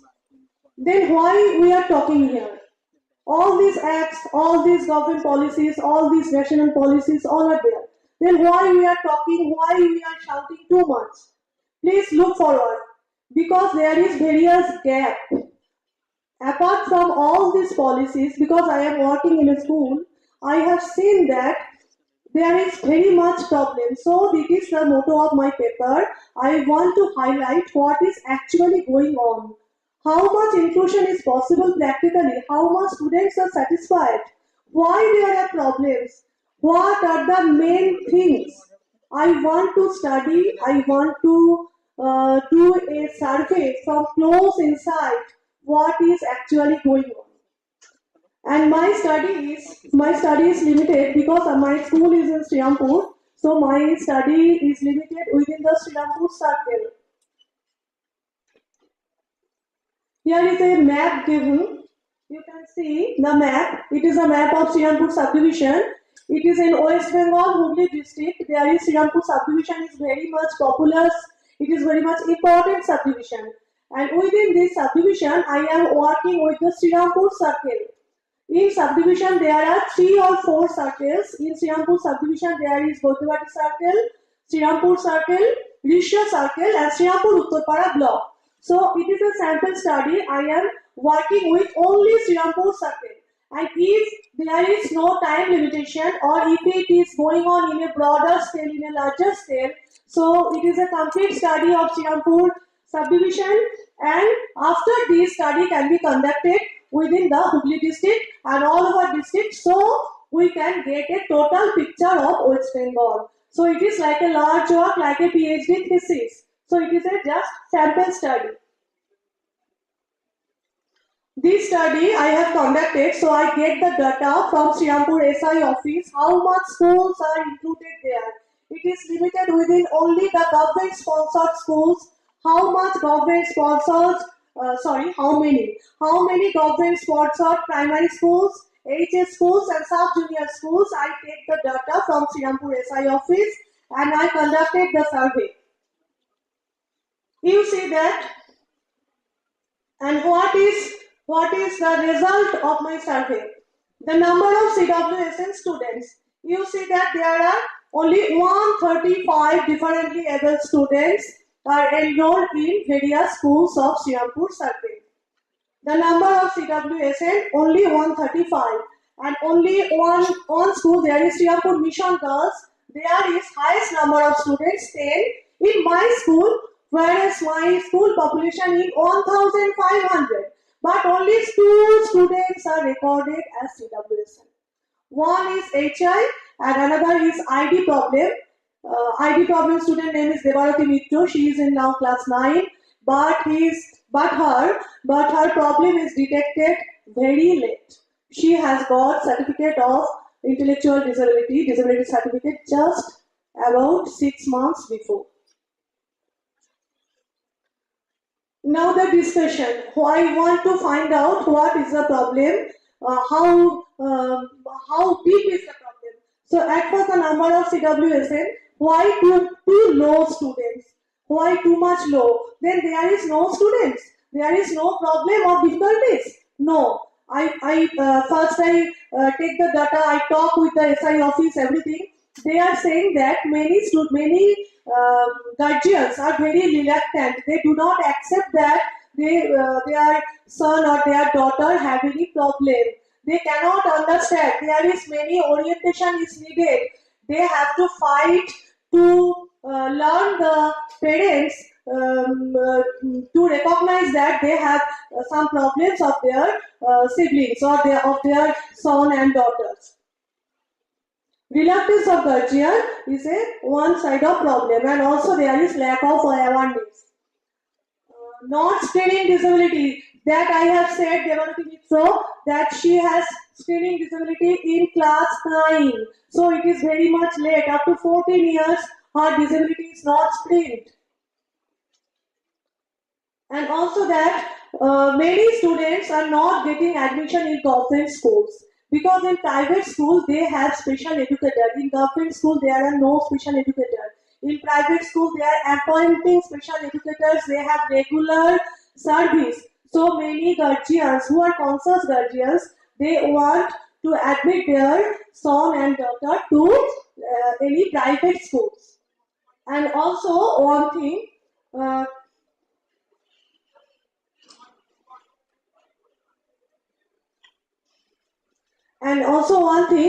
that there is, after Right to Education Act, all of you know 2009 Right to Education Act is adopted all over India.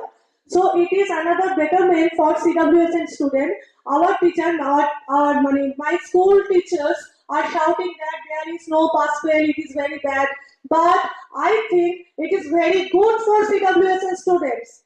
My study opens that in past years, many CWSN students are losing their studies after their primary education. But now, up to class 8, we are not losing them. Up to class 8, they can do their education and they have 8-pass certificate. So if we are going towards, we have to some changes in our curriculum, we have to some changes in our behavior. At first, there are many laws. Then why I am writing this paper? I am writing this paper because we have no consciousness, and that consciousness is very much absent in teachers also. They are not ready to accept any student to some flexible materials, because for any ID student, it is a matter of joke that she can do every theorem, she can do every factorized math to pass class 10 exam. It is not possible. So if we are too much rigid about that, then how that student can pass the class 10 exam? So at my study, after my study, I have seen that also there is some problems in school also. In many schools, there is no CWSN friendly infrastructure also. There is no ramp. If what can I say, any leg problem like that, we have to manage class in ground floor. So there is no ramp. For all schools are not CWSN friendly, and there is also no toilets also. In many schools, only 1 or 2 schools is CWSN friendly toilet. So infrastructure problem is also there. But at first, we have our environment should be friendly for CWSN students. We have to accept it. We have given one shirt or one skirt for all students. Then how it is fit for all?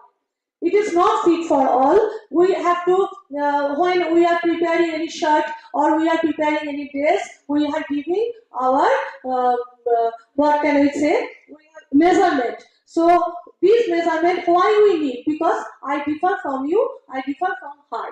So I have to accept, we have to accept at first their difference, their problems, and then we can success inclusive education. Thank you.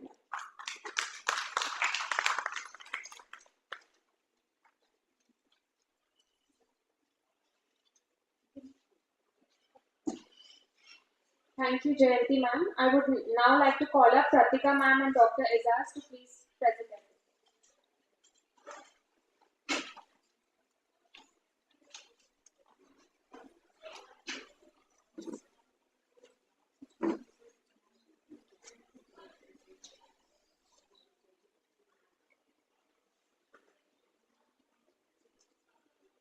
Hello. Yeah.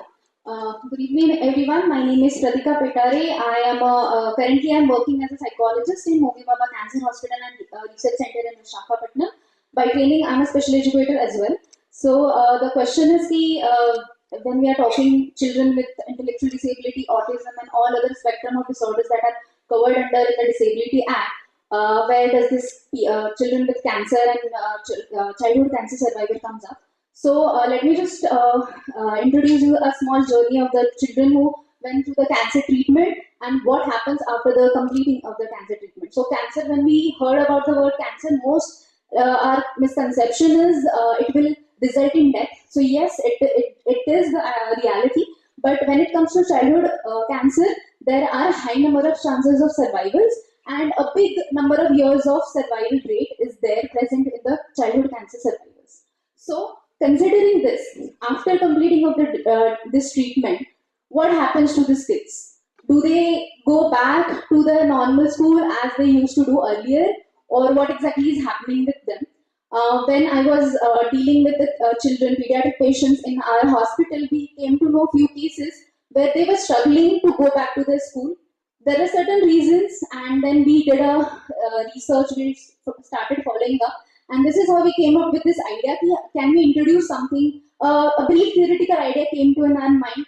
We thought, let us just introduce here, take the feedback from the expert, whether we can, how we can practically implement it and have a standardized protocol across the India or across the globe also, because the research, the findings were quite surprising for me when I started doing the research on this. So introduction, as we know, cancer is basically an unusual growth of any cells of any part of the body. From the films and basic knowledge, we know few cancers, but believe me, whatever the organ you have, the cancer is going to be there, and it can happen from a child who is 2-month-old to an 81-year-old person. Okay, focusing on a specific group target, our children population, that is from 5 years to 18 years. There are around 45,000 new cases are diagnosed every year only in India.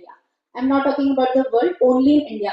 And what sort of treatment they go through? So there are roughly, you guys have idea of chemotherapy, radiation therapy, and surgery. Along with that, these are the primary therapies. Along with that, other therapies that include psychological counseling, physiotherapy, occupational therapists are also involved, speech therapists are also involved, and nutrition therapists. Okay, so these are the common cancer types which are found. There are other types, but these are the most common ones. The ALL, that is the cancer of your blood cancer, what we know. This is the most common cancer type, 40 to 50% of all cancer patients. Then the cancer of the central nervous system, retinoblastoma, that is the cancer of your near your eye region. Then neuroblastoma and malignant bone cancers, basically. If you see the survival rates, if you see the numbers are pretty promising, okay? But be cautious, these numbers are of 5 years of survival. That is, after completion of the treatment, how many of the children were able to survive for the 5 years after completing of the treatment. It's a good number, and in recently there are 2 research published who had a 30 years of follow-up, and these children showed a really good survival rate. So that's a promising data. Promising data for the survival in terms of health, but physical health, yes, is taken care of. What happens to psychological health? What happens to their psychosocial development? And for this particular reason, we came here. What happens? So these are the challenges, some of the challenges that patients go through even after completing the treatment. With the physical level pain, if there is a bone and soft tissue, there is an amputation of hand or a leg. There might be a loss of vision or hearing impairment as well with these children. They can experience, if the radiation is there towards the brain or the ear area, they can experience a slower vision or hearing capacities as well. Their overall mobility speed can also go down. Impact on their blood vessels and the heart, how their heart is functioning. Psychologically, yes, lot of impact on their self-esteem, their with the physical disfigurement, there's a lot of self-doubt also happens. Low mood, up and downs of the moods and everything that keeps on happening. Cognitive difficulties in the memories, in the attention, executive functioning have been seen in a lot of patients, children who have ALL as well as CNS and neuroblastoma. These are the very cancers which are concerned to how your blood is functioning inside your brain and also the brain parts. educational challenges. So, a typical cancer treatment with a good survival rate lasts for 6 months to 2 years. In that range of time, the child can completely miss out a school, or they can intermittently go for a few days and then come back. Imagine what kind of a school environment or what kind of a attitude towards the school they will be having. When we visit our children in the hospital, they are usually there for 3 months back to back to receive their chemotherapies. And during this time, these children go through a hell lot of pain, a lot of sessions of vomiting, fever, and number of challenges they go through. And when they go back, they suffer with this dropout. I have missed so much in the school. Should I go back? Okay. And if I'm going back, is my cognitive abilities are there to help me out to focus on that? Okay. Yes. Then stigma. Yes. Lot of there is still people believe that with touch or the cancer runs in the family. With touch, people can have the cancers, and also the infrastructural barriers that are there. So the rationale is whether providing them with a good schooling or not an inclusive educational setup, a setup which can help them to continue with their education, whether it can improve the quality of life of the children, or what are the current facilities that are available. Also, whether how we can include the challenges faced by the children who are currently taking treatment for the cancer, also the survivors. Also, whether we can develop a protocol for a smooth transition from hospital to school. So, to understand this, when we started doing the research, we searched all the platforms that are there: Psychoinfosys, the Scopus, Google Search, research data policies, government policies which are made by government policies and NGOs, and newspaper article, anything that is the published data which can help us devise these particular protocol. Age group of the criteria was 7 to 16, and any document which was published from 2001 to 22 was included. English type article you have included. So the school entry program in India, yes, we have a lot of acts, a lot of government policies which support students with disabilities. However, in those acts, there is nothing specifically mentioned for children who are seeking treatment, long-term treatment, or anything for the chronic illness. Forget the cancer word is also not included. That is there, but there are policies for the long-term treatment. What should be your protocol, or what should be the support to be provided? That is something was missing that we have found. Also, there was no clear guidelines for the children with cancer and cancer survivors. In USA, yes, they have this acts of individual with disability education and empowerment. Again, they focused on the inclusion part, but again they missed out on the cancer rehabilitation of the cancer survivors. In UK, yes, the UK government has published a very thorough guideline to their local authorities how you should provide an individualized, very what we can say, one-to-one education, or create in community centers for these children so that they can resume to their schools in a very smoother way, or a very in a transition, and not like haphazardly.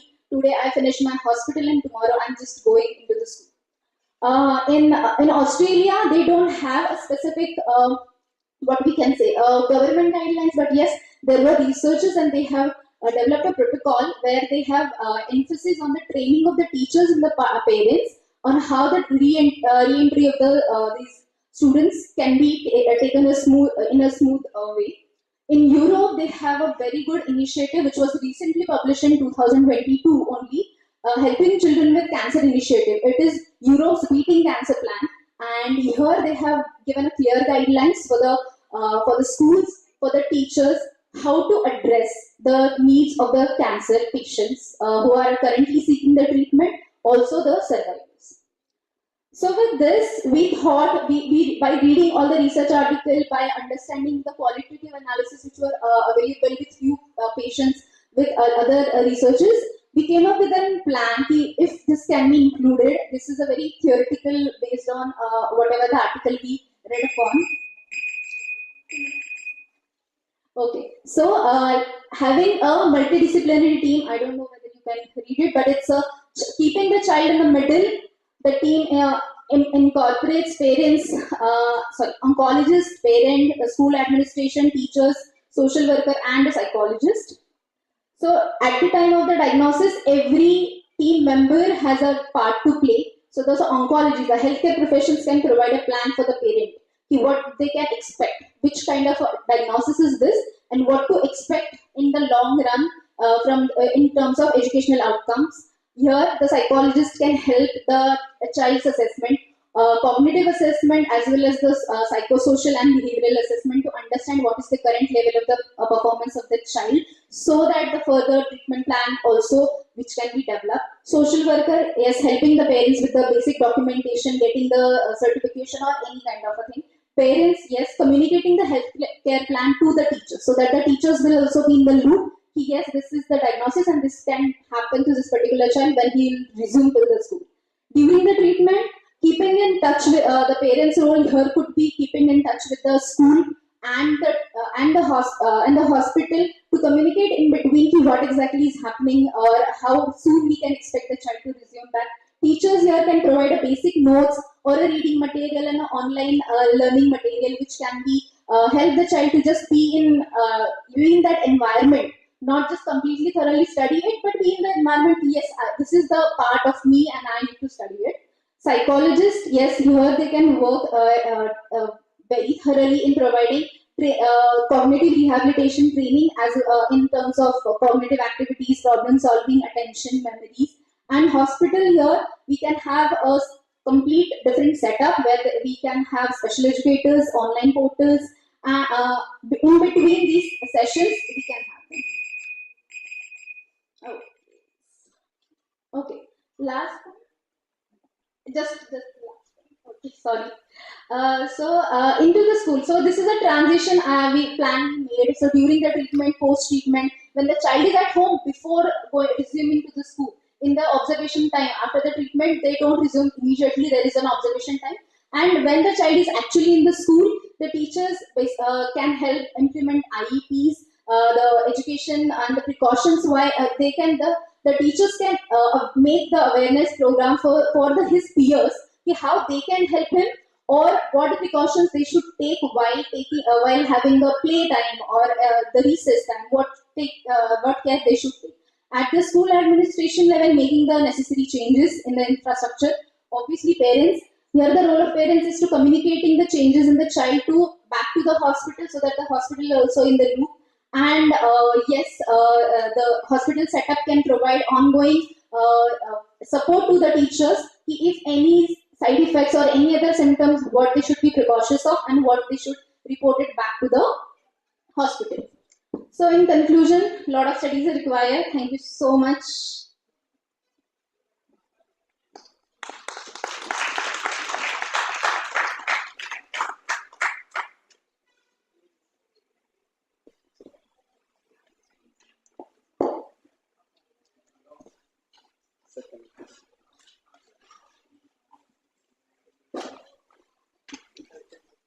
Thank you, Pratika ma'am. I would now like to call up Rajdeep sir to present his paper.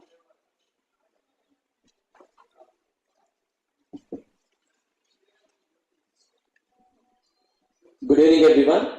First of all, let me thank Dr. Subha ma'am for enhancing our knowledge on inclusive education. And before I start the session, I would like to conduct an activity which takes less than 5 seconds. So kindly raise your right hand. That's great. Pat on yourself. That's great. Because everybody from the morning, you're enthusiastically learning everything. Well, I'm Rajdeep Narsingham, a special educator from Army Public School, Golconda. And I'm Dufaya Marika Joel, special educator from Army Public School, RT. Good evening, everybody. Today we are going to present paper on technology-enabled inclusive education, access and engagement in Army Public Schools. As you are aware, our inclusive Army Public Schools have branches throughout the country. And for your information, our Army Public Schools across the country are managed by Army Welfare Education Society. Since the past 2 years, AWES, that is Army Welfare Education Society, has deployed state-of-the-art technological tools to make learning environment inclusive. So this study was undertaken to shed light on the best practices such as utilization of web resources that can help CWSNs to optimize their learning. All of us can still remember and feel the shock brought on by the COVID-19 pandemic. It made our education system dysfunctional temporarily. So the study also aimed to identify and mitigate the challenges faced by providing technology-enabled inclusive education in Army public schools during the COVID-19 pandemic. We had undertaken an extensive review of literature on the efficacy and effects of technological tools in imparting inclusive education.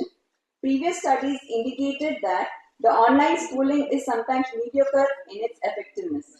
It also brings about additional challenges such as parental stress due to increased involvement in the child's learning process, lack of accessibility to the technology, and lack of preparation and support by the school, which could be a stumbling stone for imparting inclusive education.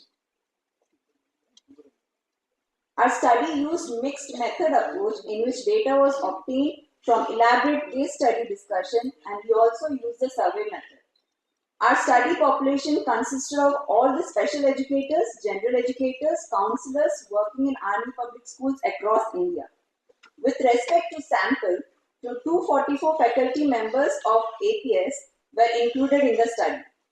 Upon obtaining their consent, 88 special educators were administered an online survey forms containing 8 questions on their experiences and challenges faced while imparting inclusive education.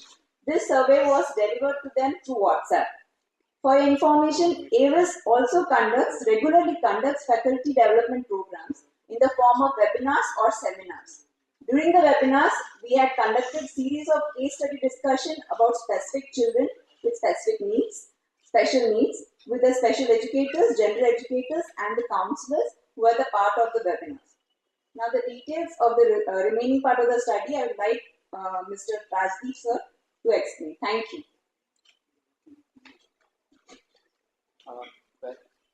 Well, so Rehan ma'am explained very well about this methods, how we have done our studies, like using the case study method, surveys, and even the various webinars. So now I would like to discuss a few points about the results. And the results analyzing the survey data is like 63% of the special educators from almost all the schools of Army public schools, like they have agreed that online education for the CWSN, yes, it is actually supported the diverse needs and all. And then 35% of the special educators, they felt that it is not. And then 2% actually felt that it is neutral.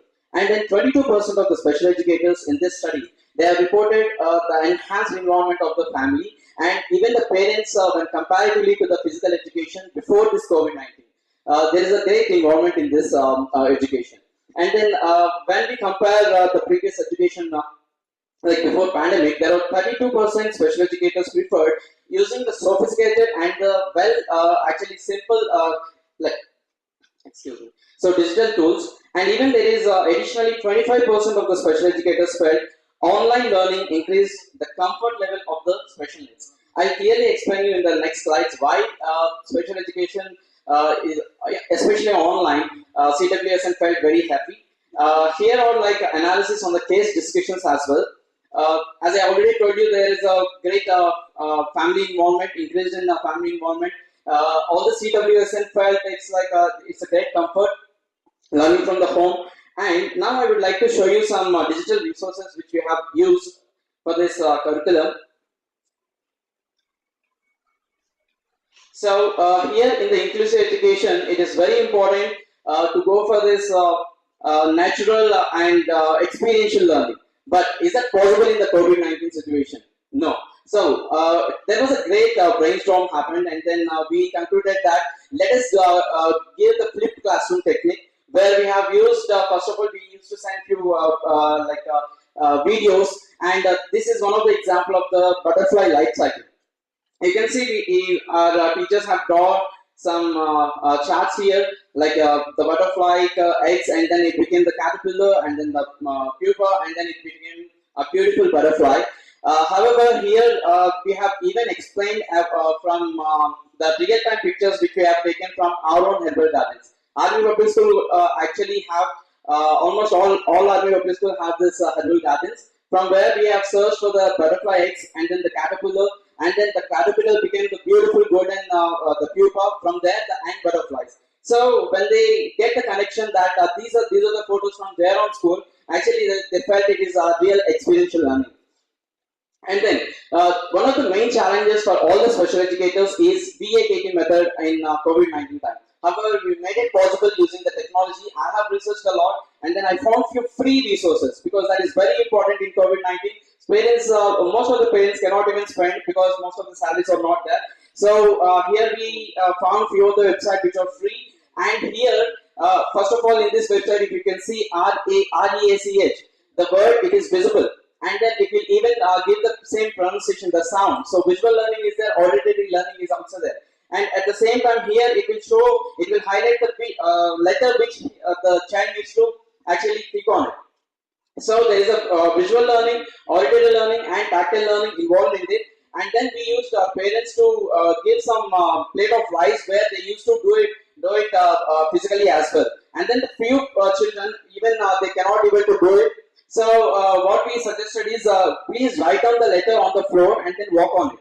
So even the kinesthetic method we have included in this. And here this is one of the interesting game which each and every child actually love to play. And before this physical online education, you can see whenever we ask a child to go for the test, they show disinterest. However, after this, they show a lot of interest. The reason is here this is the game where it will only produce the sound of the word, but they need to enter the correct word. Then only this dragon will show the complete island. It is basically a child needs to stand on that dragon, and he will ride in that island. So you can see actually the child's face is so happy here. So we can make it out. And here we have utilized a few more cognitive like apps and websites where this is one of the flashcard game where they need to click on the like words and then find out the same word from different sites so that it will increase the memory, enhance the memory. And this is one more interesting game, and I think we also like to play. There is a slide bar, and the ball need to hit so many bricks over there, right? And you'll get the points. However, all of a sudden it will pause the game and it will show some other word. And the child need to exactly recognize that word, and then he need to type the same. And he has a few more options like hint. So he can click on the hint and find out the word, and he can replay the sound of the word and he can type it correctly. In this way also he has learned a lot. And this is one of the free app Brain Trainer, where most of the cognitive skills are there, where all the CWSN can learn. So you can actually find it, and here you can find the activities like for the memory part, the focus part, attention part, and all. So this is the way we have conducted our online sessions, and most of the children have benefited for this. And what are the challenges we have found and how we have mitigated that? Here, if you can see, the provisions for the appropriate instructional material is not available at the starting. So that is one of the challenge. And then, however, I have researched and I found these materials. And throughout the India, we have actually had some webinars and then did that. Then social isolation is one of the main challenge, and then difficulty to correctly assess the children is also very important. So conclusion of this paper is like the importance of online education, especially in the COVID time, is really helpful for this CWSN. However, when we compare to this physical education, there is no like comparison. And when actually a special educator and the general educator, when they meet together and collaborate together and work with the child, then it is a great success. Thank you so much. If any questions, you can ask me.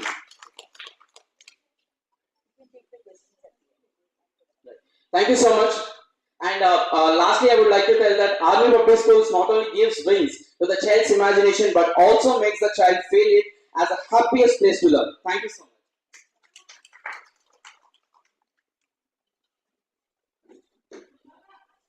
Thank you, Rajdeep sir, and thank you, Vipaya ma'am. I would now like to call up Shailaja ma'am to present her paper.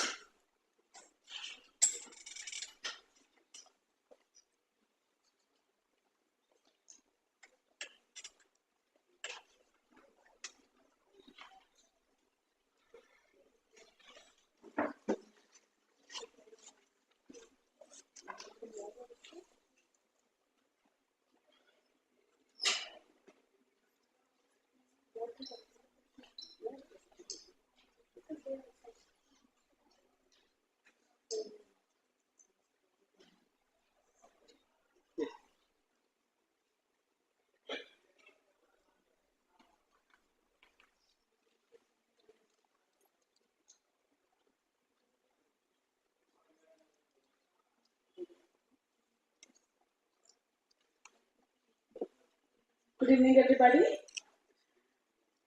I know I'm last, but I'm not least. So, thank you for patiently listening and encouraging everybody. And thank you, Subha ma'am, for being here, and you are a source of encouragement for us. So, without taking much due time, let me start. I'm a special educator by profession. I have completed my BA in 2006-2007 from NMH. That time it was NMH, now it is NIPE. And I had an opportunity to work in the United States as a special educator for 5 years. And after 5 years, I had come back. I had come back with a feeling that kept me thinking that how great our Indian parents are. Like there is a Turkish saying, you have to taste a bad apple to identify the good apple. Okay, so I had been to US and I had seen parents there are into their own lives. They are really bothered about the children, but where in India, when I was doing my BA, I used to see that parents are carrying the children to the classes, sitting there whole day for the children.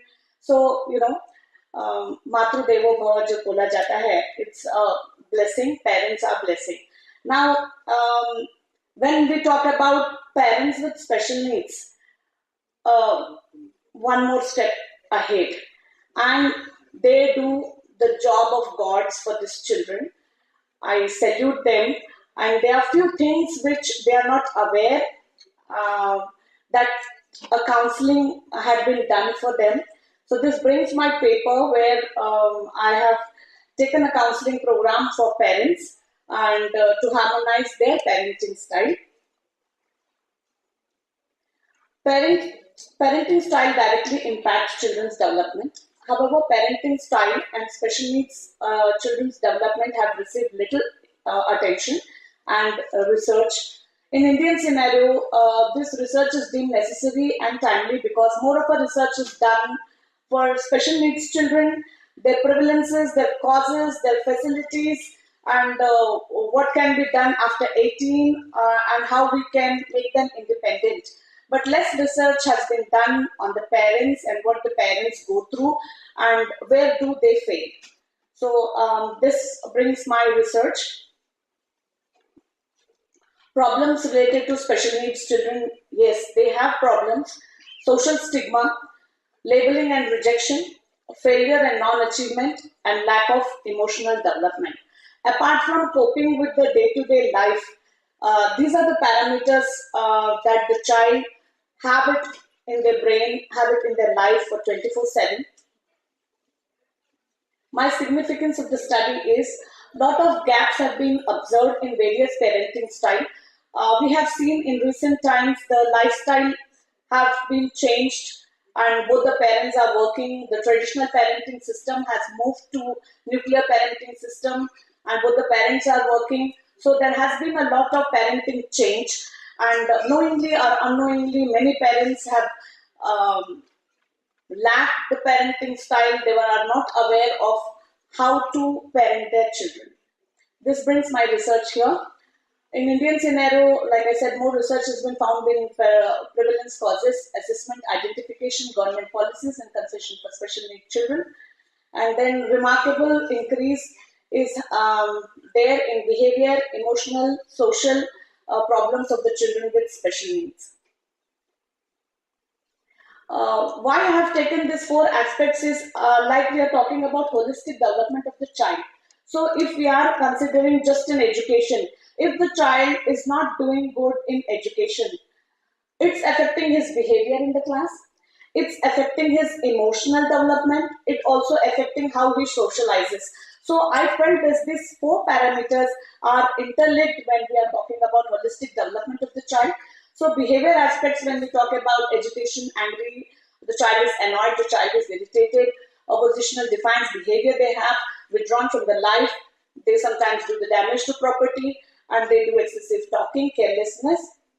Then emotional aspect, shock, denial or disbelief, confusion, anger, irritability, mood swings, anxiety, fear, guilt, shame, self-blame, withdrawal from others, feeling sad or hopeless, and binge eating.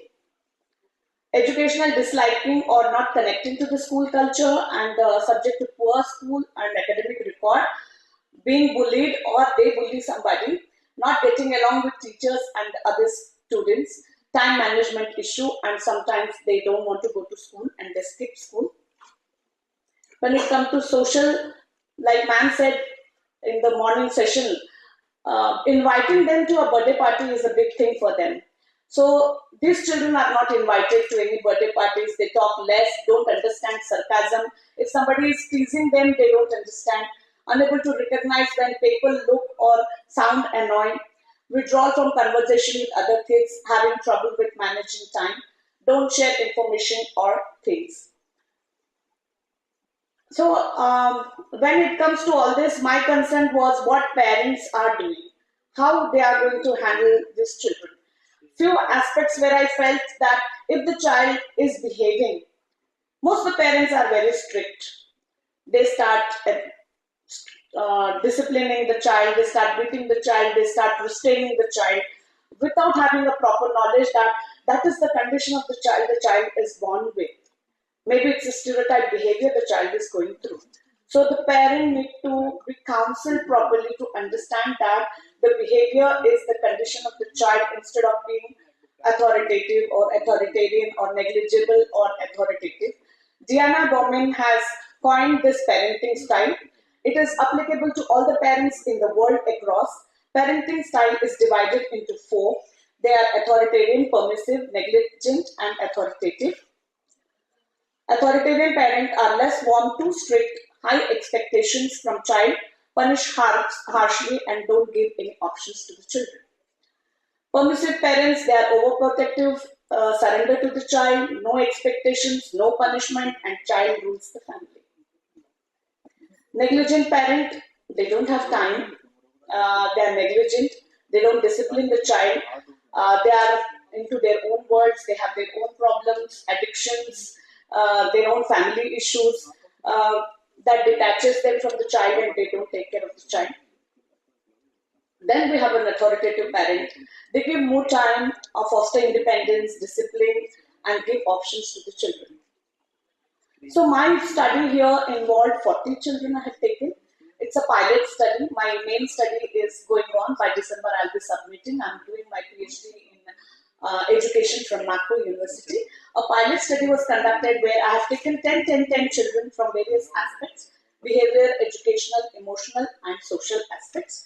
Of those 40 children, I have taken 67 parents, and the parents have been divided into authoritarian, permissive, authoritative, negligent. Then an intervention duration of 3 months, a counseling program was taken to understand if the child is behaving, what is the parenting role in that? How the child is behaving like that has a parenting role in it. And I had to counsel the parents. Initially, it took me a time for the parents to make them understand that child is behaving because of your behavior. It is linked with your behavior. You are acting like that and the child is reacting. ये ऐसा क्यों कर रहा है मुझे समझ में नहीं आ रहा है. So समझ में नहीं आ रहा है से मैं समझ चुका हूँ तब की journey was 3 months I had taken. Initially it was very hard for me because rapport building with the parents and then asking them to give time. The first and foremost they said हमारा नाम नहीं आएगा, हमारे बच्चे का नाम नहीं आएगा, आप कोई भी वीडियो नहीं लेंगे. I had to agree to all those terms and conditions. Then I could get. But later on, when they understood that yes, whatever I'm making sense, then they started calling me for the session. The later part was very easy for me. The first 2 months was hard.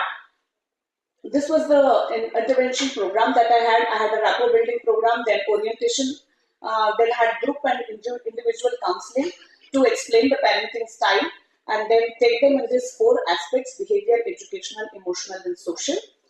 Then for behavior aspects, there were 18 parents, 10 fathers and 8 mothers, 15 sessions I had taken.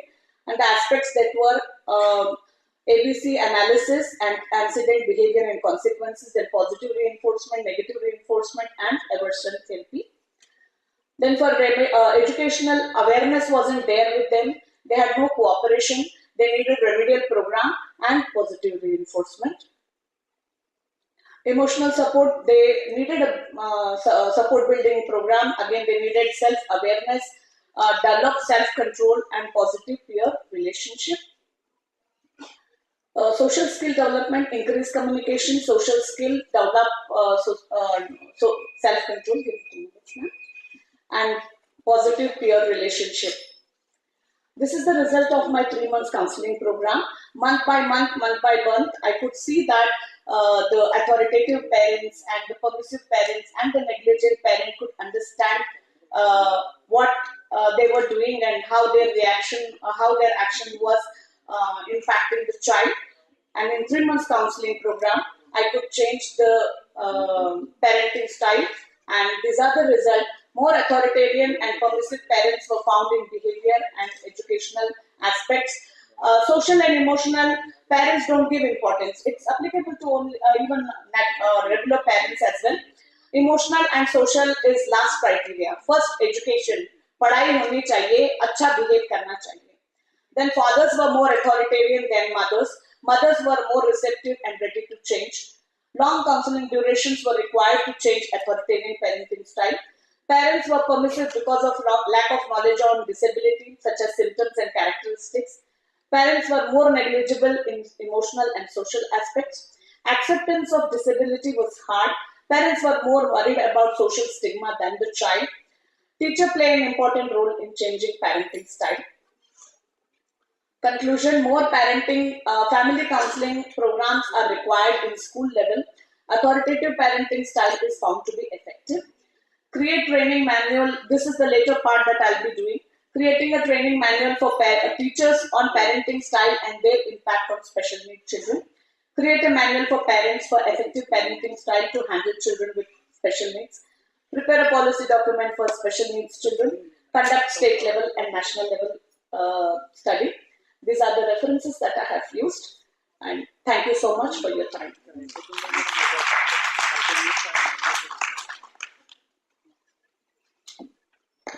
Thank you so much, ma'am. If anyone has any questions, they can please put it forward.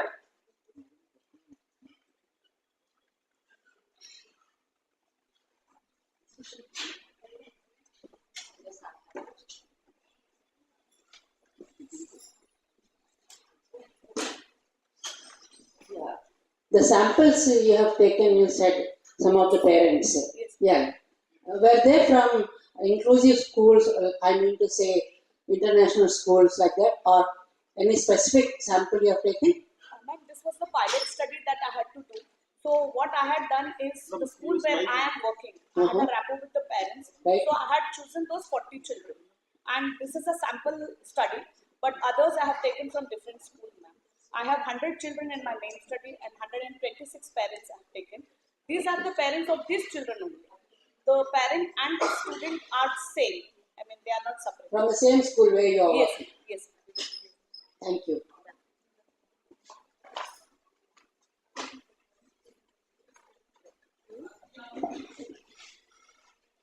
Any other questions? Should I make my concluding Yes, remarks? Okay. First of all, let me congratulate all the presenters. It's indeed been a wide variety of topics that I've had the pleasure of hearing.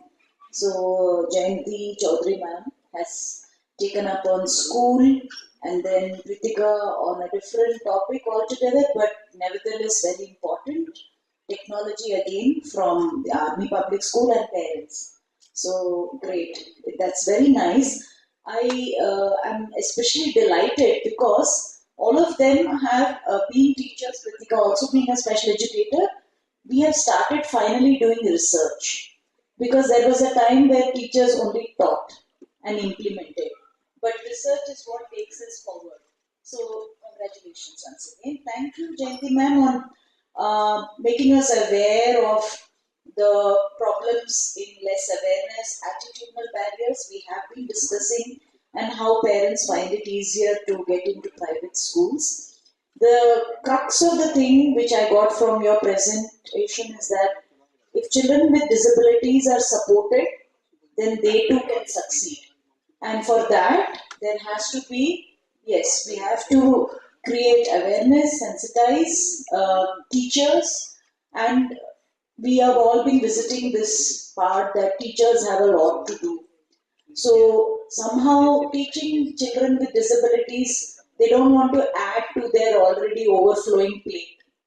But if we are assuring them that they don't have to do it alone, there is a team to do it, then obviously slowly we can. And doesn't matter if there are only 1 or 2 students in a school, slowly that 2 will become 8 and 8 will become 100. At least those schools, it's like we should not shy away from small changes. Any change, however small, will slowly multiply, and then over the years we find a huge impact. So congratulations on that study which you have taken up. Thank you, Pritika, for all that information regarding cancer. Very rightly said, that we tend to think only about the benchmark disabilities and forgetting that long-term illness, something like cancer, or even, many children undergo a lot of surgeries, corrective surgeries, and so many things. So, yes, epilepsy, yes, thank you. So, all of these things definitely has similar impact, and it is important that when we are trained in one category of disability, we utilize that knowledge to help others in similar situations. So, thank you for that information. I link it to the next presentation where they talked about technology. You also found out at the end that online sessions and technology were a huge help to children who are staying away from school. And we do not exist in pockets. School, home, hospital, therapy session, no. We all have to coordinate. So hospitals need to have this extension of having special educators, counselors, parents who can be counseled. Similarly, the school has also extended. The school has expanded to have all of these mental health professionals. There are doctors whom we need to take along, like children who have epilepsy and who are on medication, or even children who are on medication for ADHD. So no system is now segregated. We all need to collaborate. And obviously this is going to benefit children. Thank you, Rajdeep and Rifaya, for that beautiful presentation on technology. Absolutely right. There was a time when we were lamenting time and again, pandemic, COVID, online, children have been affected. I also believe, because when I was working with children during the online classes, it not only empowered us to use technology better, a lot of children with disabilities learn to use technology. Something as simple as your mobile phone. Children with intellectual disabilities, we empowered them to read time, to do calculation, to use GPS, location. Several children have been misplaced, those with autism. So we just told them how to use WhatsApp and switch on your location. So, simple things. You, of course, gave us a lot of insight in the classroom, but technology has actually improved our lives. It brings me back to the question which I asked in the morning. Shall we leave it behind or shall we take it forward? Because sometimes schools feel that technology is a bane, not a boon. That's not right. Any tool can be misused or can be utilized well.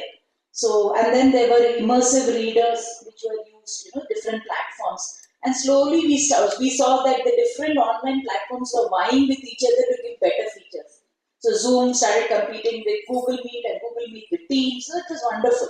Thank you for that presentation.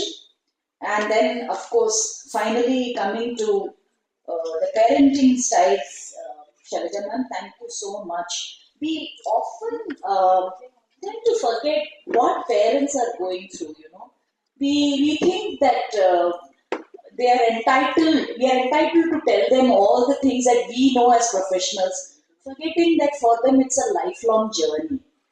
And thank you. You did tell us about different styles that they adopt. it is also linked to how they were parented, and they bring it into their own lives. Your study, of course, is not related, but I would like to ask a pertinent question to all the professionals, parents, teachers here. How much time do we give thinking about mental health of caregivers? It's a lifelong journey, demanding, challenging journey. And parents don't put themselves on the priority list at all. They are not even at the bottom. The list, they don't include their names. So as professionals, it's time when we are intervening with them, we also create spaces, we create sessions where we tell parents, please go and look after your own mental health, spend some time with your spouse. We will have some kind of intervention to look after your child with disability in your absence because they are concerned about the safety. Go watch a movie, go out, take a walk. Simple things that we all take for granted, they don't do it. And that automatically creeps into their parenting styles, you know. So there are many, many things that we can talk about parenting. Thank you for nudging us towards all that. So thank you once again, Niprit, for giving me this opportunity to chair this session. And I wish you all the best for the future endeavors.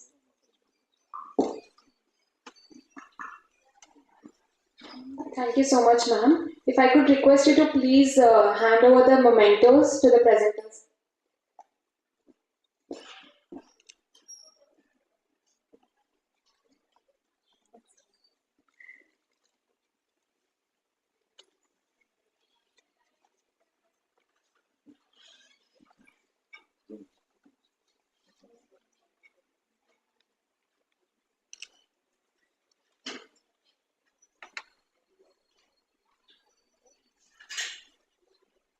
Rajdeep, sir.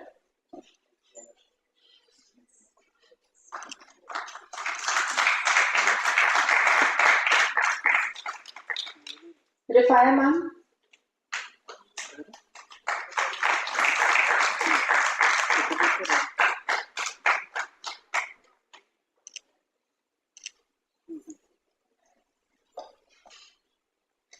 Jayanti, ma'am.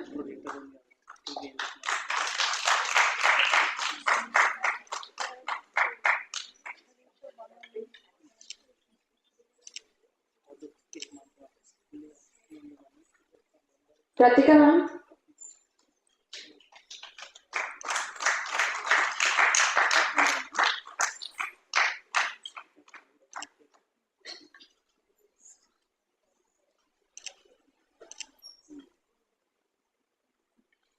And last but not the least, Shailaja, ma'am.